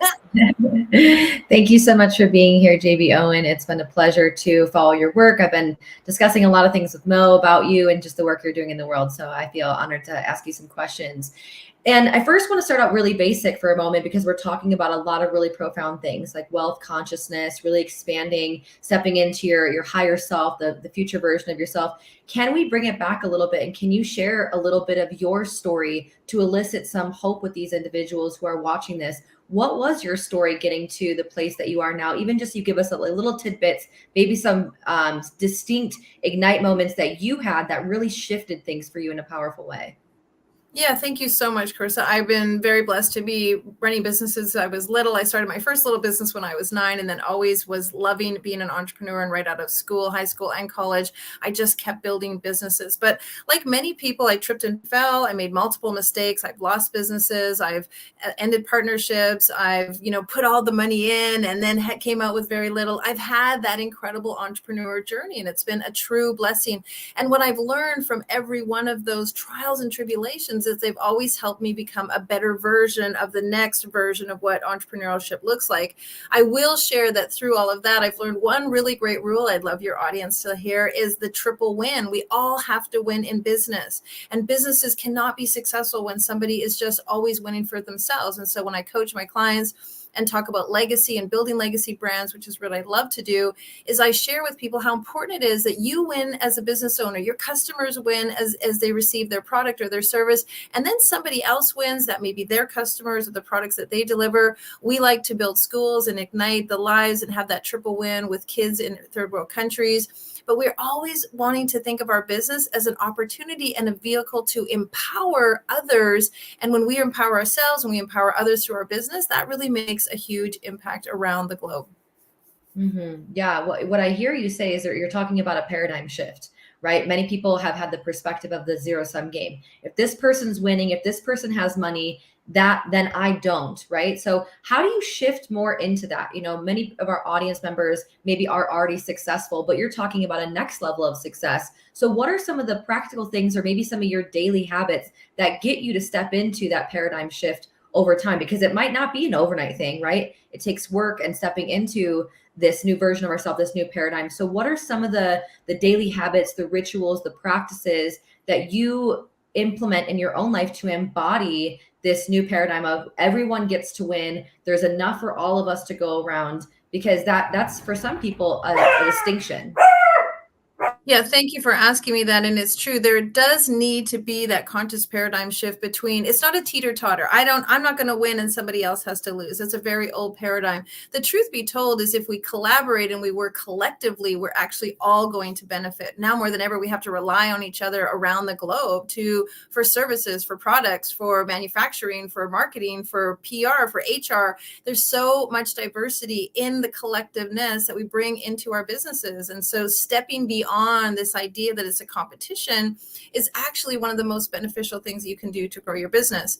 I'm just launching my next book, The Science of Becoming Rich for Women, made it very specific to women because there is this becomingness into wealth, and richness as a dollar amount, again, is not the paradigm that we're moving into. People are really appreciating the fact that wealth is in all areas of our life. And so the old paradigm of I'm going to work just to make money, I'm going to work just to get XYZ is actually, old school. People want to work for wealth in their happiness, wealth in their relationships, wealth in their family, wealth for their community, wealth for their extended community through humanitarian acts and philanthropy. So there's a lot of things that we can do in just to shift our minds that when I become wealthy, people around me become wealthy. When people around me become wealthy, it also reflects upon me. JB, part of what we want to do here, especially as we close out day 3 in the next hour to 2, is connect thought leaders together live on the air to have real, authentic moments. Some may know each other, some may not know each other, but this is what we call online financial-based masterminds. What that means is the conversation is going to be money-orientated. And so a couple folks that we want to add to this dialogue right here on Money Forum Live is a person that calls himself the sales genius. When I say calls himself, let me take that back. He's been called by others the sales genius. That sounds a lot better. And of course, Dr. Bill Janishak, a very well-known internationally respected doctor, medical doctor, but also a business owner. And so we're going to talk about we have a publisher, we have a sales consultant, and we have a doctor. And no, they didn't walk into a bar. That's not the start of a joke. They're going to come live. But one thing that is a thread between all three is all three of these individuals are hands-on with the customer. In other words, Joe Ingram, Dr. Bill Janishak, and JB Owen are in the trenches. And they're the point of contact between the constituency and the business. They don't delegate that part of their business. And something I've noticed is that the greatest people in business often don't delegate that because they're so good at it that if they delegated, their business slows down. And so we're going to talk sales strategy. We're going to talk how to apply sales strategy.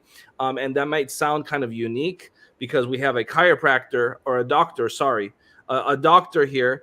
And but a lot of people don't realize when you run a business, doesn't matter whether you're a doctor, a dentist, a lawyer, that's part of the business. And so let's go ahead and bring in Joe Ingram, Dr. Bill Janishak, and Carissa Johnson is going to help with this panel. I know Dora may be joining us in a couple minutes potentially. And with that, though, I want to welcome Joe and Dr. Bill. And let's kick it off with you, Joe. And Joe, in the past, you are a very successful business owner, and when you have the time in your busy schedule, you contribute to the Tribune. You've contributed with your column and shared your experiences with our community. So let's kick it off with you. You've been listening and you've been paying attention, and so you know what the dialogue is. And just kick us off, Joe Ingram. Thanks for having me. Hi, Miss JB Owen. Carissa, we know each other. We get cloned on Instagram together all the time.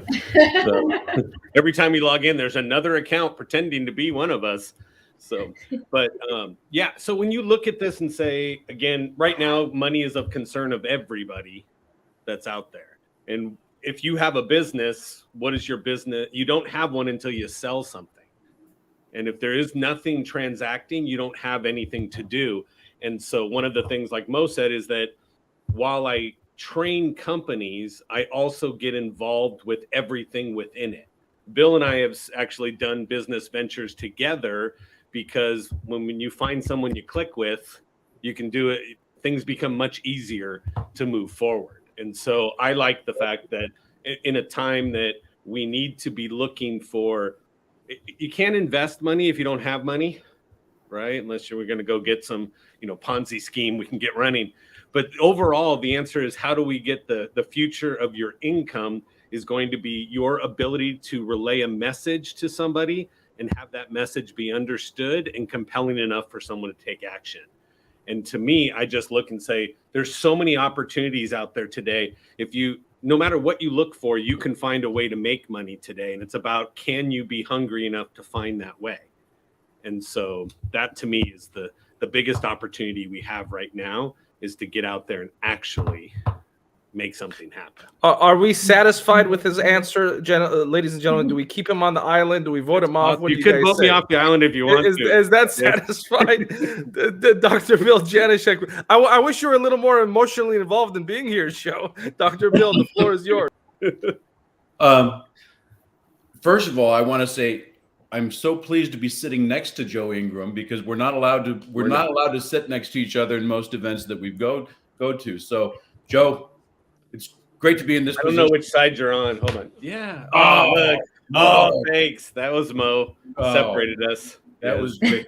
I agree wholeheartedly with Joe. So we're always selling something. I learned this from Joe. He's constantly bringing this to me. Is I deal with patients, and I'm still selling. I'm either selling an idea.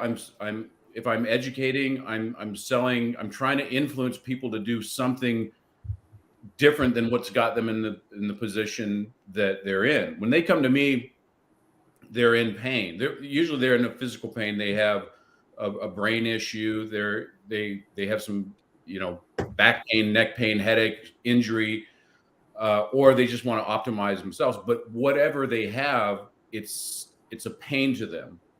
And it's just like if they go buy a car from Joe, they want something, and by not having that is a level of pain. We need to influence them sometimes just to make the right decision for them. And sometimes people's wants, when they come see me, are part of the reason that they're in pain. So we have to frame something for them, but it's teaching and it's selling them. And what I have is valuable. So my personal niche is, I'm a licensed chiropractor. I do fitness, I do health, I do functional medicine. So there's a deep dive into what's going on with them. That's valuable because nobody else does that. I don't gouge the people, but my worth and my value there has to be an exchange there. And when patients come into me, I want them to feel like they've had more than what they paid for. But again, I'm getting what I'm worth, and you have to be able to sell that and influence that. Yeah. And money is just energy. It's, I want this, I want that. You're exchanging your currency, your money, your energy to me, for me to give you, my knowledge or my service. Mm-hmm. Yeah. Thank you for that ad. And I want to circle back to something that Joe said a minute ago, which is, we all have the concern around money. And I'm curious for JB Owen, do you believe that we forever will have a concern around money, or do we transcend beyond a concern and expect miracles? Like what is the new paradigm of consciousness around wealth? Is it always going to be a concern, or will we step into a new level and transcend beyond concern and just be in a state of it's here always, and I can have a trusting relationship with money? Well, great question. And thank you for asking, because I don't think we're always going to be concerned about money, because money is changing. The currency is changing. What we consider money and what is wealth and what we can compare or trade or use or is currency or collateral is changing immensely. So I would love to believe that we're not going to be concerned as we have been about money, because we're going to realize that there is a different currency that we can use. And a lot of times, people are using their currency of influence, they're using their currency of trade, they're using the barter system, they're using a collective system where people come together. Look at community farms or community cities where people are using their currency in a different and unique way. I think to take it to the granular, when you're concerned about money, it's out of fear. It's because your concern is that there's not enough. There's not enough for you. You're not doing what you deserve to have money. You're not aligning yourself with the right people. And so when you move out of that fear and competitiveness, or that fear that somebody else is going to get what you don't have, then you can actually not have the concern about it. You can have the excitement for it. You can have the attraction for it. I agree with Bill. money is energy, but you have to be a magnet for it. And money also likes positive energy. Money likes excited energy. Money just doesn't like to sit in the bank and be ignored. In fact, if you think about anything on the planet, it doesn't like to be ignored. Plants don't like to be ignored, they die. Animals are ignored, they die. Your car is ignored, it starts to dilapidate. Money is exactly the same. If you hoard it and hide it and stuff it and are fearful of it, and you let it sort of feel that negative energy, it's going to repel you. So how can you shift your own energy to attract money and bring it into your life, and therefore hence not feel that sense of concern? I thought that was a really beautiful answer, Joe. I didn't mean to pull you apart to pick your sentence apart there, but I'm curious, what is your response to what JB Owen said? So again, you can have a concern about something and not worry. Okay. Agreed. Okay. So again, I wasn't saying the world's going to end. I'm going to say that even if you have a positive idea of money, if you are going to be a magnet, you can't be a magnet to something you haven't focused on. And concern is just where you focus your attention. And so I believe there's more people watching this that are going, I don't know how I'll pay my bills today. I don't know what it is that I'm going to be able to do. And when you get into that closed off, I'm trapped in a box mindset, you don't have the ability to now go forth and say, how do I make money? Right? I will tell you, the University of YouTube is making millionaires every day.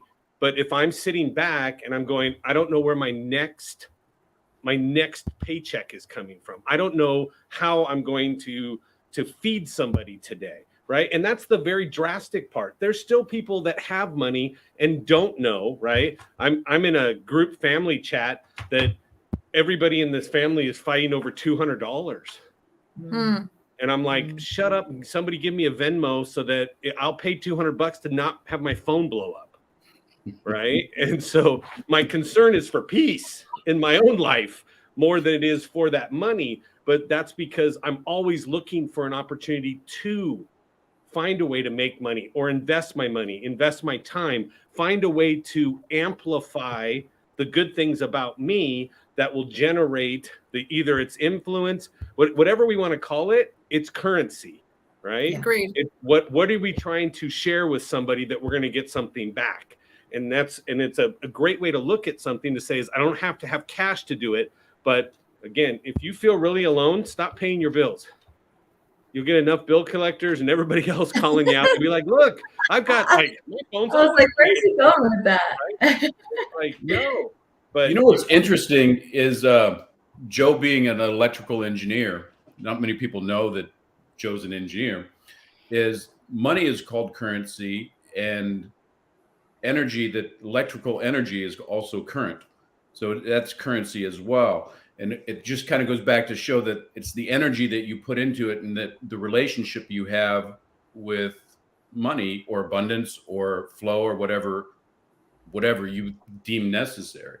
And Joe, back to you. I'll quit texting you now, so you can just send me the. Yeah, Joe, I think you have a really good point. And if I could add to it, I think what you said for me was that we have to take action. I mean, if people who are concerned about money and then just sitting there and watching TV all day, are concerned about money and scrolling their Facebook and concerned about their finances and then sitting around waiting for their great aunt to send them some money, is definitely not going to yield in any particular way. And what you said is, we have to always take action. We have to be moving forward. And even if something doesn't, I'm not going to show up because someone didn't pay me, or I'm not going to do that because I'm not making any money from it. There's another level of investment and seed investment that you can get that brings other value to you, other currency to you, and that always requires you to take action, some kind of investment. And I think that's a really powerful word that we can talk about, is being invested in your future, being invested in your actions, so that it does create wealth consciousness around you.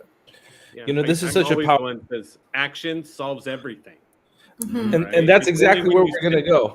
That's exactly where we're going to go, Joe. So first of all, I want to thank the three of you for taking time out of your schedule to contribute to Money Forum Live and share your experience, share your wisdom. I can't be on too much with Bill and Joe either.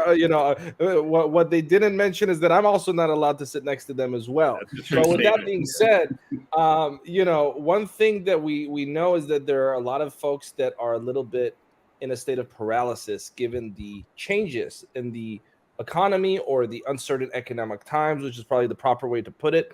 And something that a lot of the folks here on this stage right now have dedicated their life to is personal development.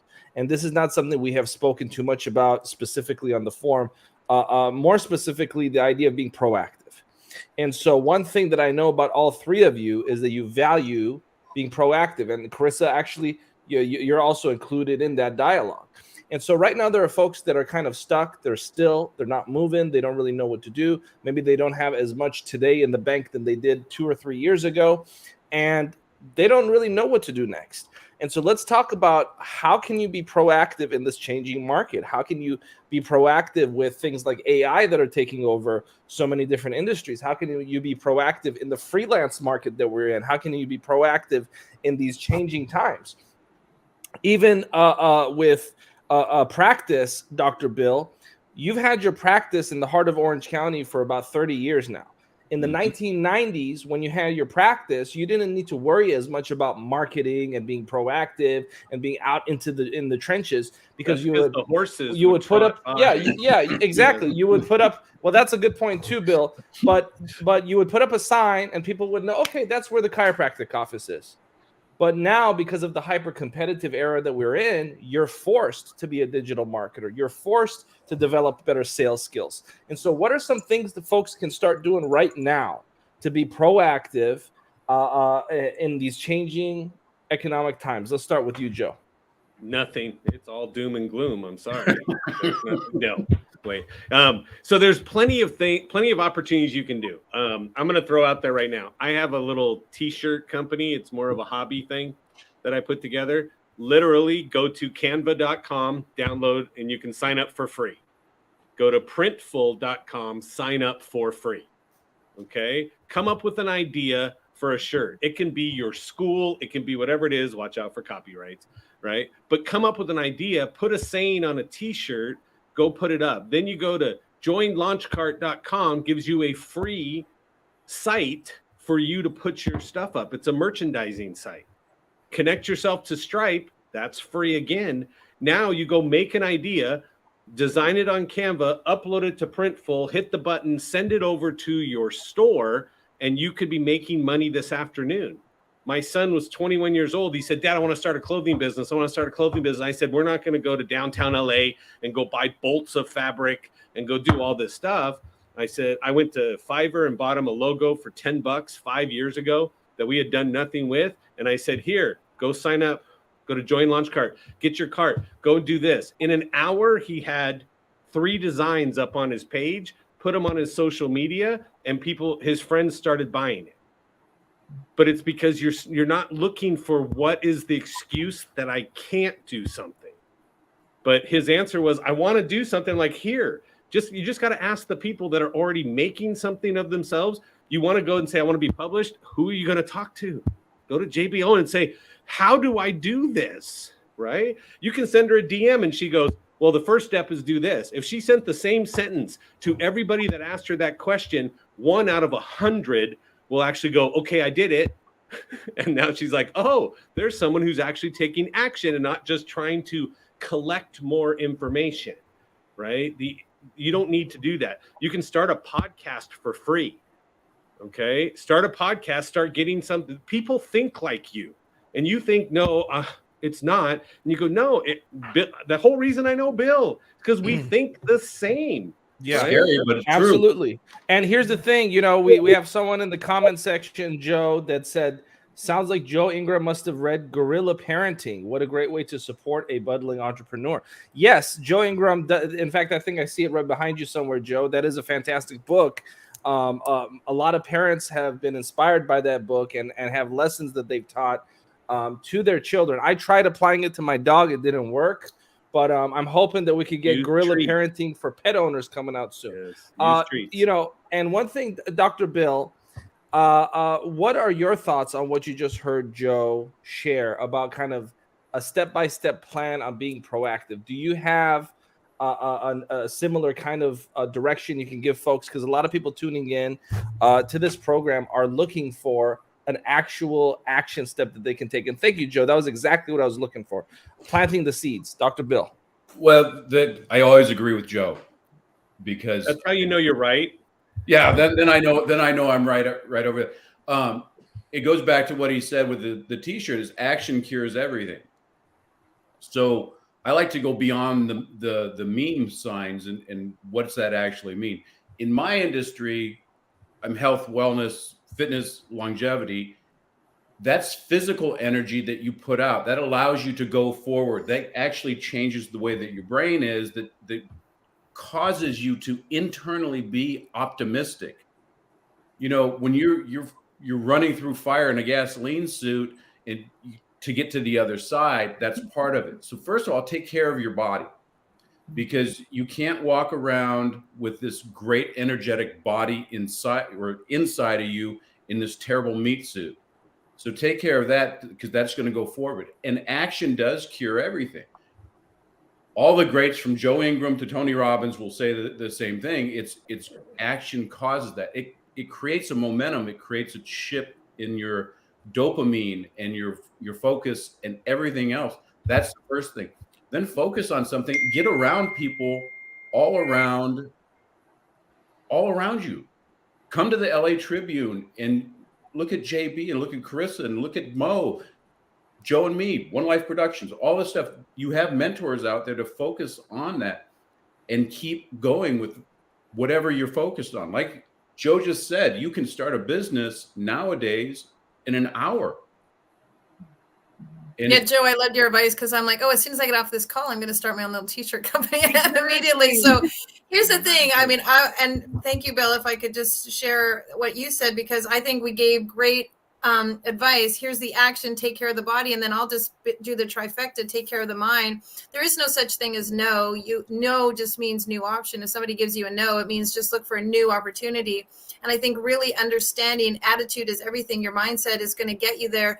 Joe has some great ideas, but if you've got the mindset, it's not going to work, I'm never going to make it, it's going to fail, you're never going to take the actions to make that work. And so if you can start to pair in your mindset and stop listening to the naysayers and stop focusing on the why it can'ts and stop watching the guy across the street who's doing something different, and really focus on the solution that you can solve. I think that's the great granddaddy of all entrepreneurs, is they see a problem and they discover a solution. And I think every single person here who's listening can probably think of a problem somewhere in their world, something that they've noticed in their hobbies, in their sports, with their kids and their family, that they know they have a solution to. And so my suggestion is, don't use that part of your brain to be focused on what people say that it can't. Use that part of your brain to really focus on how you can, and get motivated and activated, not listening to the no's, not listening to the news, not listening to the naysayers, and know that you can do it and start taking action in that direction. And then Bill, you said it, take care of your body. And then Joe, you said it, take action.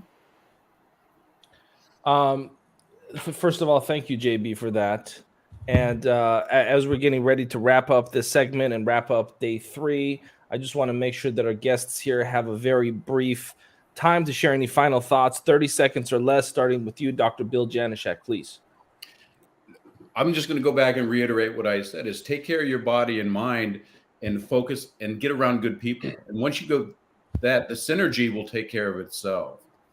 There's no worry with money. Money is all around. It's just focusing yourself on what you want and getting around the people that will help you get there. If you want to go fast, go alone. If you want to go far, go together. Thank you for that, Dr. Bill. JB Owen, 30 seconds or less, please. Final words you'd like to share with our audience.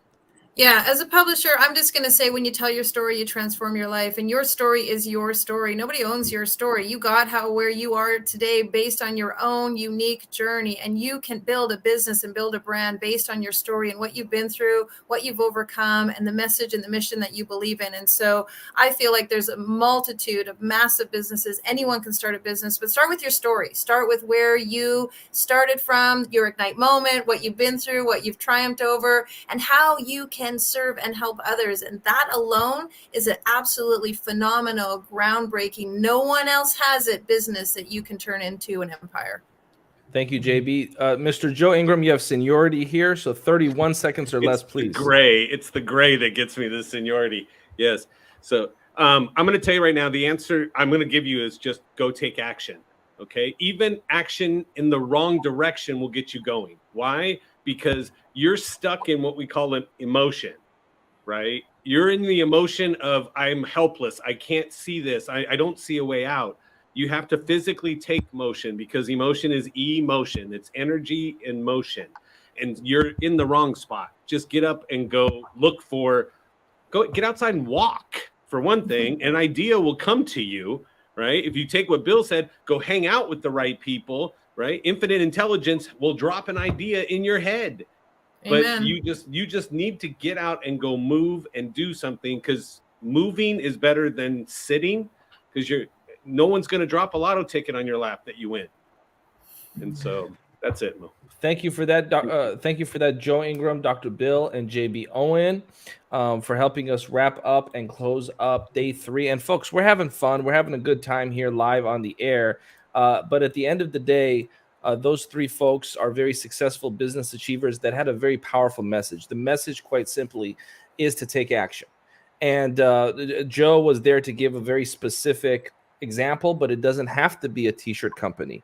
You could replace Canva with 100 other free services. You could replace a t-shirt with 100 other businesses you can start. The point is, you're in a day and age of which there's so many opportunities for you to be creative and apply your creativity. So we're going to close out day 3. We're going to be joined by Isabel and David here in a few seconds here. Before they come on to help us wrap up day 3, Adora, Carissa, do you have any thoughts with where we're at now as we're 3/4 of the way through this lovely marathon? Yes, I want to piggyback on. I jumped in at the end before I got to say hello to everyone, and that I'm looking forward to seeing them at the Best You Expo. I'm used to seeing JB in pink, and I know she's done a book with Les Brown. Les bought those plants on either side and sent them. And it's funny how so many of these people bring it back to mindset. Even though we've been focused on strategy, I heard some powerful mindset things like, hey, action cures everything. I loved that. I also loved hearing, you hear pivot. Just stay in action, stay in motion, stay in charge of your emotions.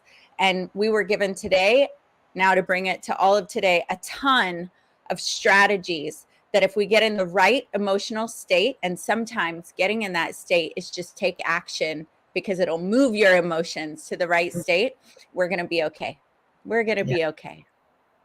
Yeah, I would agree with that. I think that people overlook the strategy of mindset work, right? They are strategies. They're just mental strategies. And that oftentimes becomes the prerequisite that makes the execution land so much differently.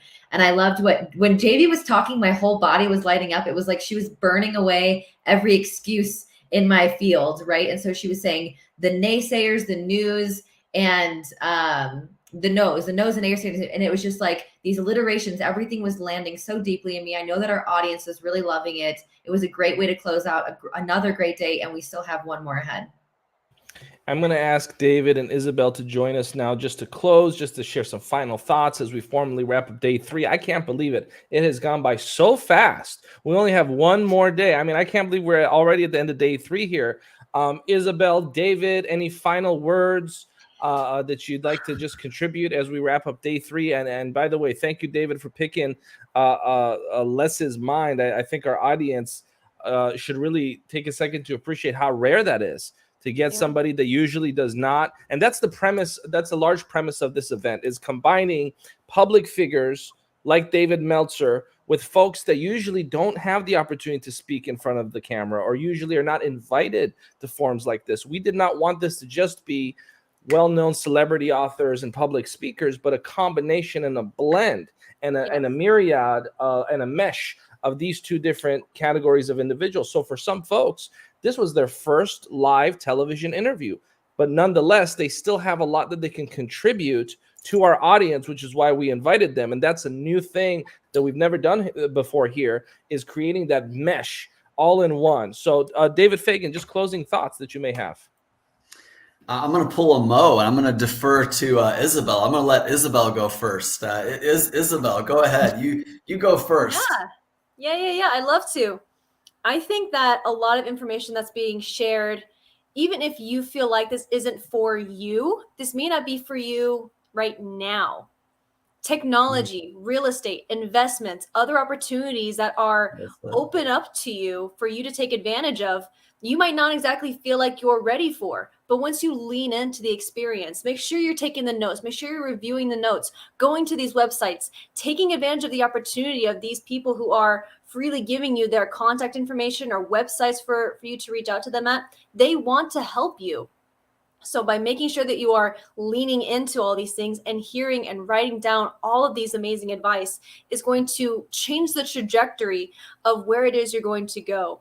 You have dreams, you have goals, you have a vision for what it is you want to do, whether it's for your business, whether it's for your life, or to impact the people around you.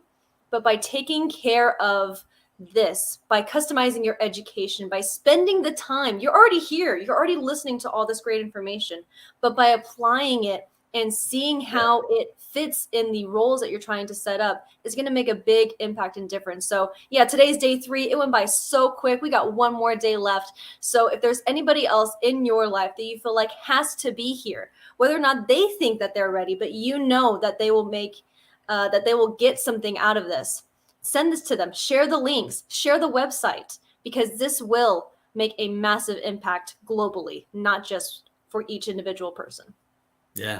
Yeah, for sure. See, Mo, we don't have to do anything here. Adora, Carissa, Isabel, they're just crushing it here. Yeah, I think as we start to move towards tomorrow, I think it's always good to, let people know what to look forward to. We have a certain aspect of money being brought tomorrow. And there's something that I would call it. There's 2 words. I don't think anybody else calls it this, but it's something that I've referred to it with these 2 words for years now. That's me teasing it, Mo. I'm like just building up the suspense here. But I call it the advice business, right? Being in the business of giving advice. A doctor's in the advice business, an attorney's in the advice business, a CPA's in the advice business. But so is a coach, right? So is a trainer, so is a speaker, so is an author. And when you're in the advice business, I have detailed 8 ways that you can really make the most money. There's 8 very specific things to do. And one of the reasons why it's important to think about things like that is because in this day and age, there is an opportunity that has existed more than has ever existed in the past, where we can leverage our knowledge, our talents, our experiences, right? And we can give people, our advice. There's also a way to make our advice mean more. And there is something called authority marketing, right? I wrote a book called Cracking the Icon Code. Sometimes we talk about celebrity branding. Another way to say it is authority marketing, right? How do you become the icon in your industry, the authority in your industry? How do you become the celebrity expert? When you are the celebrity expert, people are more likely to listen to you, because there's another, 2 words out there that everyone's asking, whether they're asking it consciously or subconsciously. And those words are, why you, right? Why should I work with you? Why should I take your advice instead of somebody else's advice? And that's not to say that, there isn't enough out there for everyone. And I'm not approaching that in a competitive manner.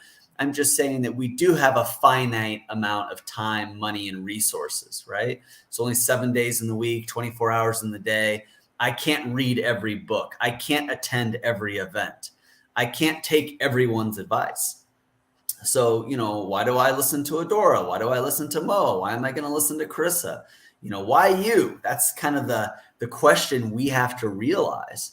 So in the spirit of Money Forum Live and in the spirit of how we can make money in this day and age, it's not just being in the advice business, but it's also learning what it takes to earn that authority status. Being published in the Los Angeles Tribune, writing a book, JB Owens is a publisher, right? Speaking on stage, being a speaker, being a trainer, right? Awards. We like to award people. We awarded Adora almost a year ago, with the Bringing People Together Award. I know that the Los Angeles Tribune is talking about some big awards that they want to do. But this is kind of how we answer that question: why us? Why David Fagan? Why Isabel Donadillo? Why should we listen to that person? It's the testimonials, it's the endorsements, right? It's the publications, it's the interviews. And if you're listening right now, I'm kind of breaking down for you a way to make money in this day and age. You know, look at what your expertise is.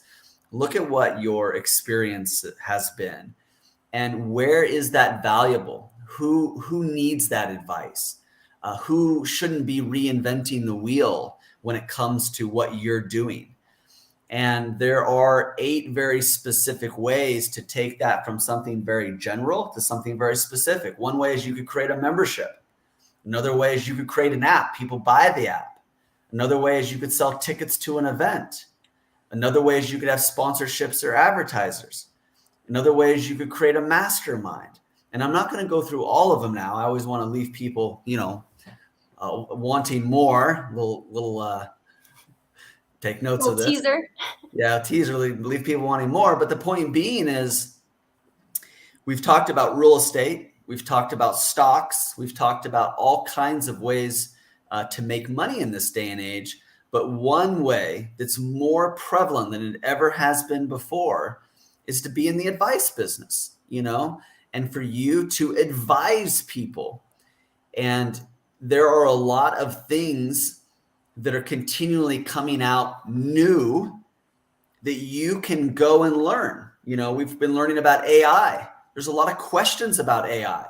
If you don't have an area of expertise, you feel like you need to go create an area of expertise, go learn about AI, go learn about technology like ChatGPT. And guess what?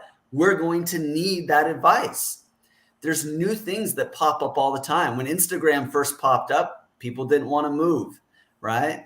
I wasn't that excited about moving over there. What's the next thing that pops up? What's the next thing that pops up? Go learn about those things. Now, TikTok. Oh, I don't know. Maybe that's just for young kids and people. And now business owners are using it.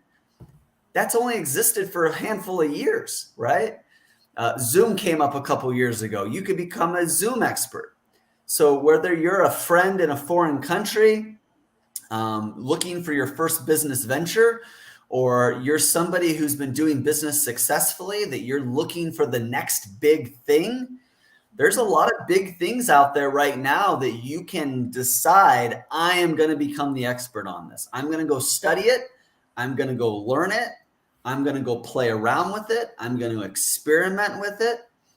And you can be paid for your advice. You can be a highly sought out expert. I can tell you right now, we went out and sought out experts over certain things for this very broadcast, and we couldn't find them. There are certain, and I know they exist somewhere, but there's so many of them, we really couldn't find certain people in certain fields. What that goes to show you is there's always opportunity for somebody new to enter the marketplace. And there's one thing, if you do really, really well, you always have an opportunity to even enter a very crowded market space. And that's customer service. That's a very old term. Maybe it's customer loyalty. I like to say creating fans. Fans is short for fanatics. Okay. We want to have people who are fanatical about us and our business. And you can see that when Isabel comes on, or Mo comes on, or Carissa comes on, or Adora comes on, they have their fans, right? Love you, Adora. Love you, Doria. Oh, you look great, Mo. Right? We want fans. Every business owner wants fans. How do you earn fans? Write this down. Give, serve, share. You want more fans? Give strategically. You want more fans? Share strategically. You want more fans? Serve people strategically. And I add that word strategically because some of us give too much and we give too fast. What happens when you give somebody the candy all the time? Well, you can become the rapper. What happens to the rapper? it gets thrown away, right? So it's good to leave people wanting a little bit more. It's good to give, but give strategically, not give it all. It's good to, share and serve, but not share everything, right? So I want to keep tying this into the advice business as another way to make money. And it's a field that will always need experts. And there are new areas of expertise that are popping up right now that you've been learning about for the last couple of days. And they are wide open markets for you to decide right now, I'm going to become knowledgeable in this. I'm going to develop wisdom in this. And I'm going to go out and find people that I can wow with my services and exceed expectations and make a name for myself. Thank you, Mo. I just had to share some of that. Thank you. Well, some rappers end up in the hip hop museum. I just need to say. Okay. It's true. Thank you. It's true. And David, that's the last somebody time was going to make a joke. I never can get too serious on here because I know somebody will pop in with a joke. Good thing I didn't share the other stories. That's the last time I'm going to say, that's the last time I'm going to ask you, how are you, David? No, just joking. No, and in all seriousness, folks, one of the things that I think we often forget, and I mentioned this before, is how lucky we are. And when I say we, I'm speaking now as an audience member. How lucky we are, because I sit back just like the folks in the virtual auditorium and watch. How lucky we are that these are leaders talking with leaders, that we have experts speaking with experts. These are, the folks you see on the screen are co-hosting, but they are used to being on the other side of that microphone. David Fagan has been a paid speaker for many years. He travels and people pay him money to speak. And so for him to be humble enough to interview some of the folks that have been on Money Forum Live is a testament to his leadership. And what you just heard was a sample of what he has to offer to this audience. So David, please stop holding back. We still have one more day to go. I'm hoping that tomorrow we could kick off and do a deep dive. So I think that's a perfect way to end it, because tomorrow morning we're going to be able to dissect a little bit more of David Fagan's mind. We're going to kick off with him and have him speak and continue, and maybe he'll share those 8 ways for folks to make money in the expert business. I'm hoping that that's the case. So with that being said, if there are any other closing statements, now's the time, before or forever hold your peace. There's so much more that has yet been shared, that has yet been discussed. A lot of the nuggets you've heard over these last few days is just the tip of the iceberg. So if you want to really hear everything else that we've been holding back on, to use Mo's words, be here tomorrow. Share the link, because you do not want to miss out on these amazing opportunities, knowledge, and truth bombs that we're going to be sharing with you guys. So I'm excited to see you here tomorrow. Bye, everyone. Jane King here, and together with the Los Angeles Tribune, I'm excited to be part of a special broadcast called Money Forum Live, where we'll be discussing the future of income and investing. We'll have interviews with experts breaking down all the ways people will be getting ahead this year and in the years to come. Everything from money making new tech and innovation to specific markets like real estate, crypto, stocks, venture capital, and more. This is not just a broadcast, but a public service being shared over Facebook Live, so you can join the conversation right now at moneyforumlive.com for free.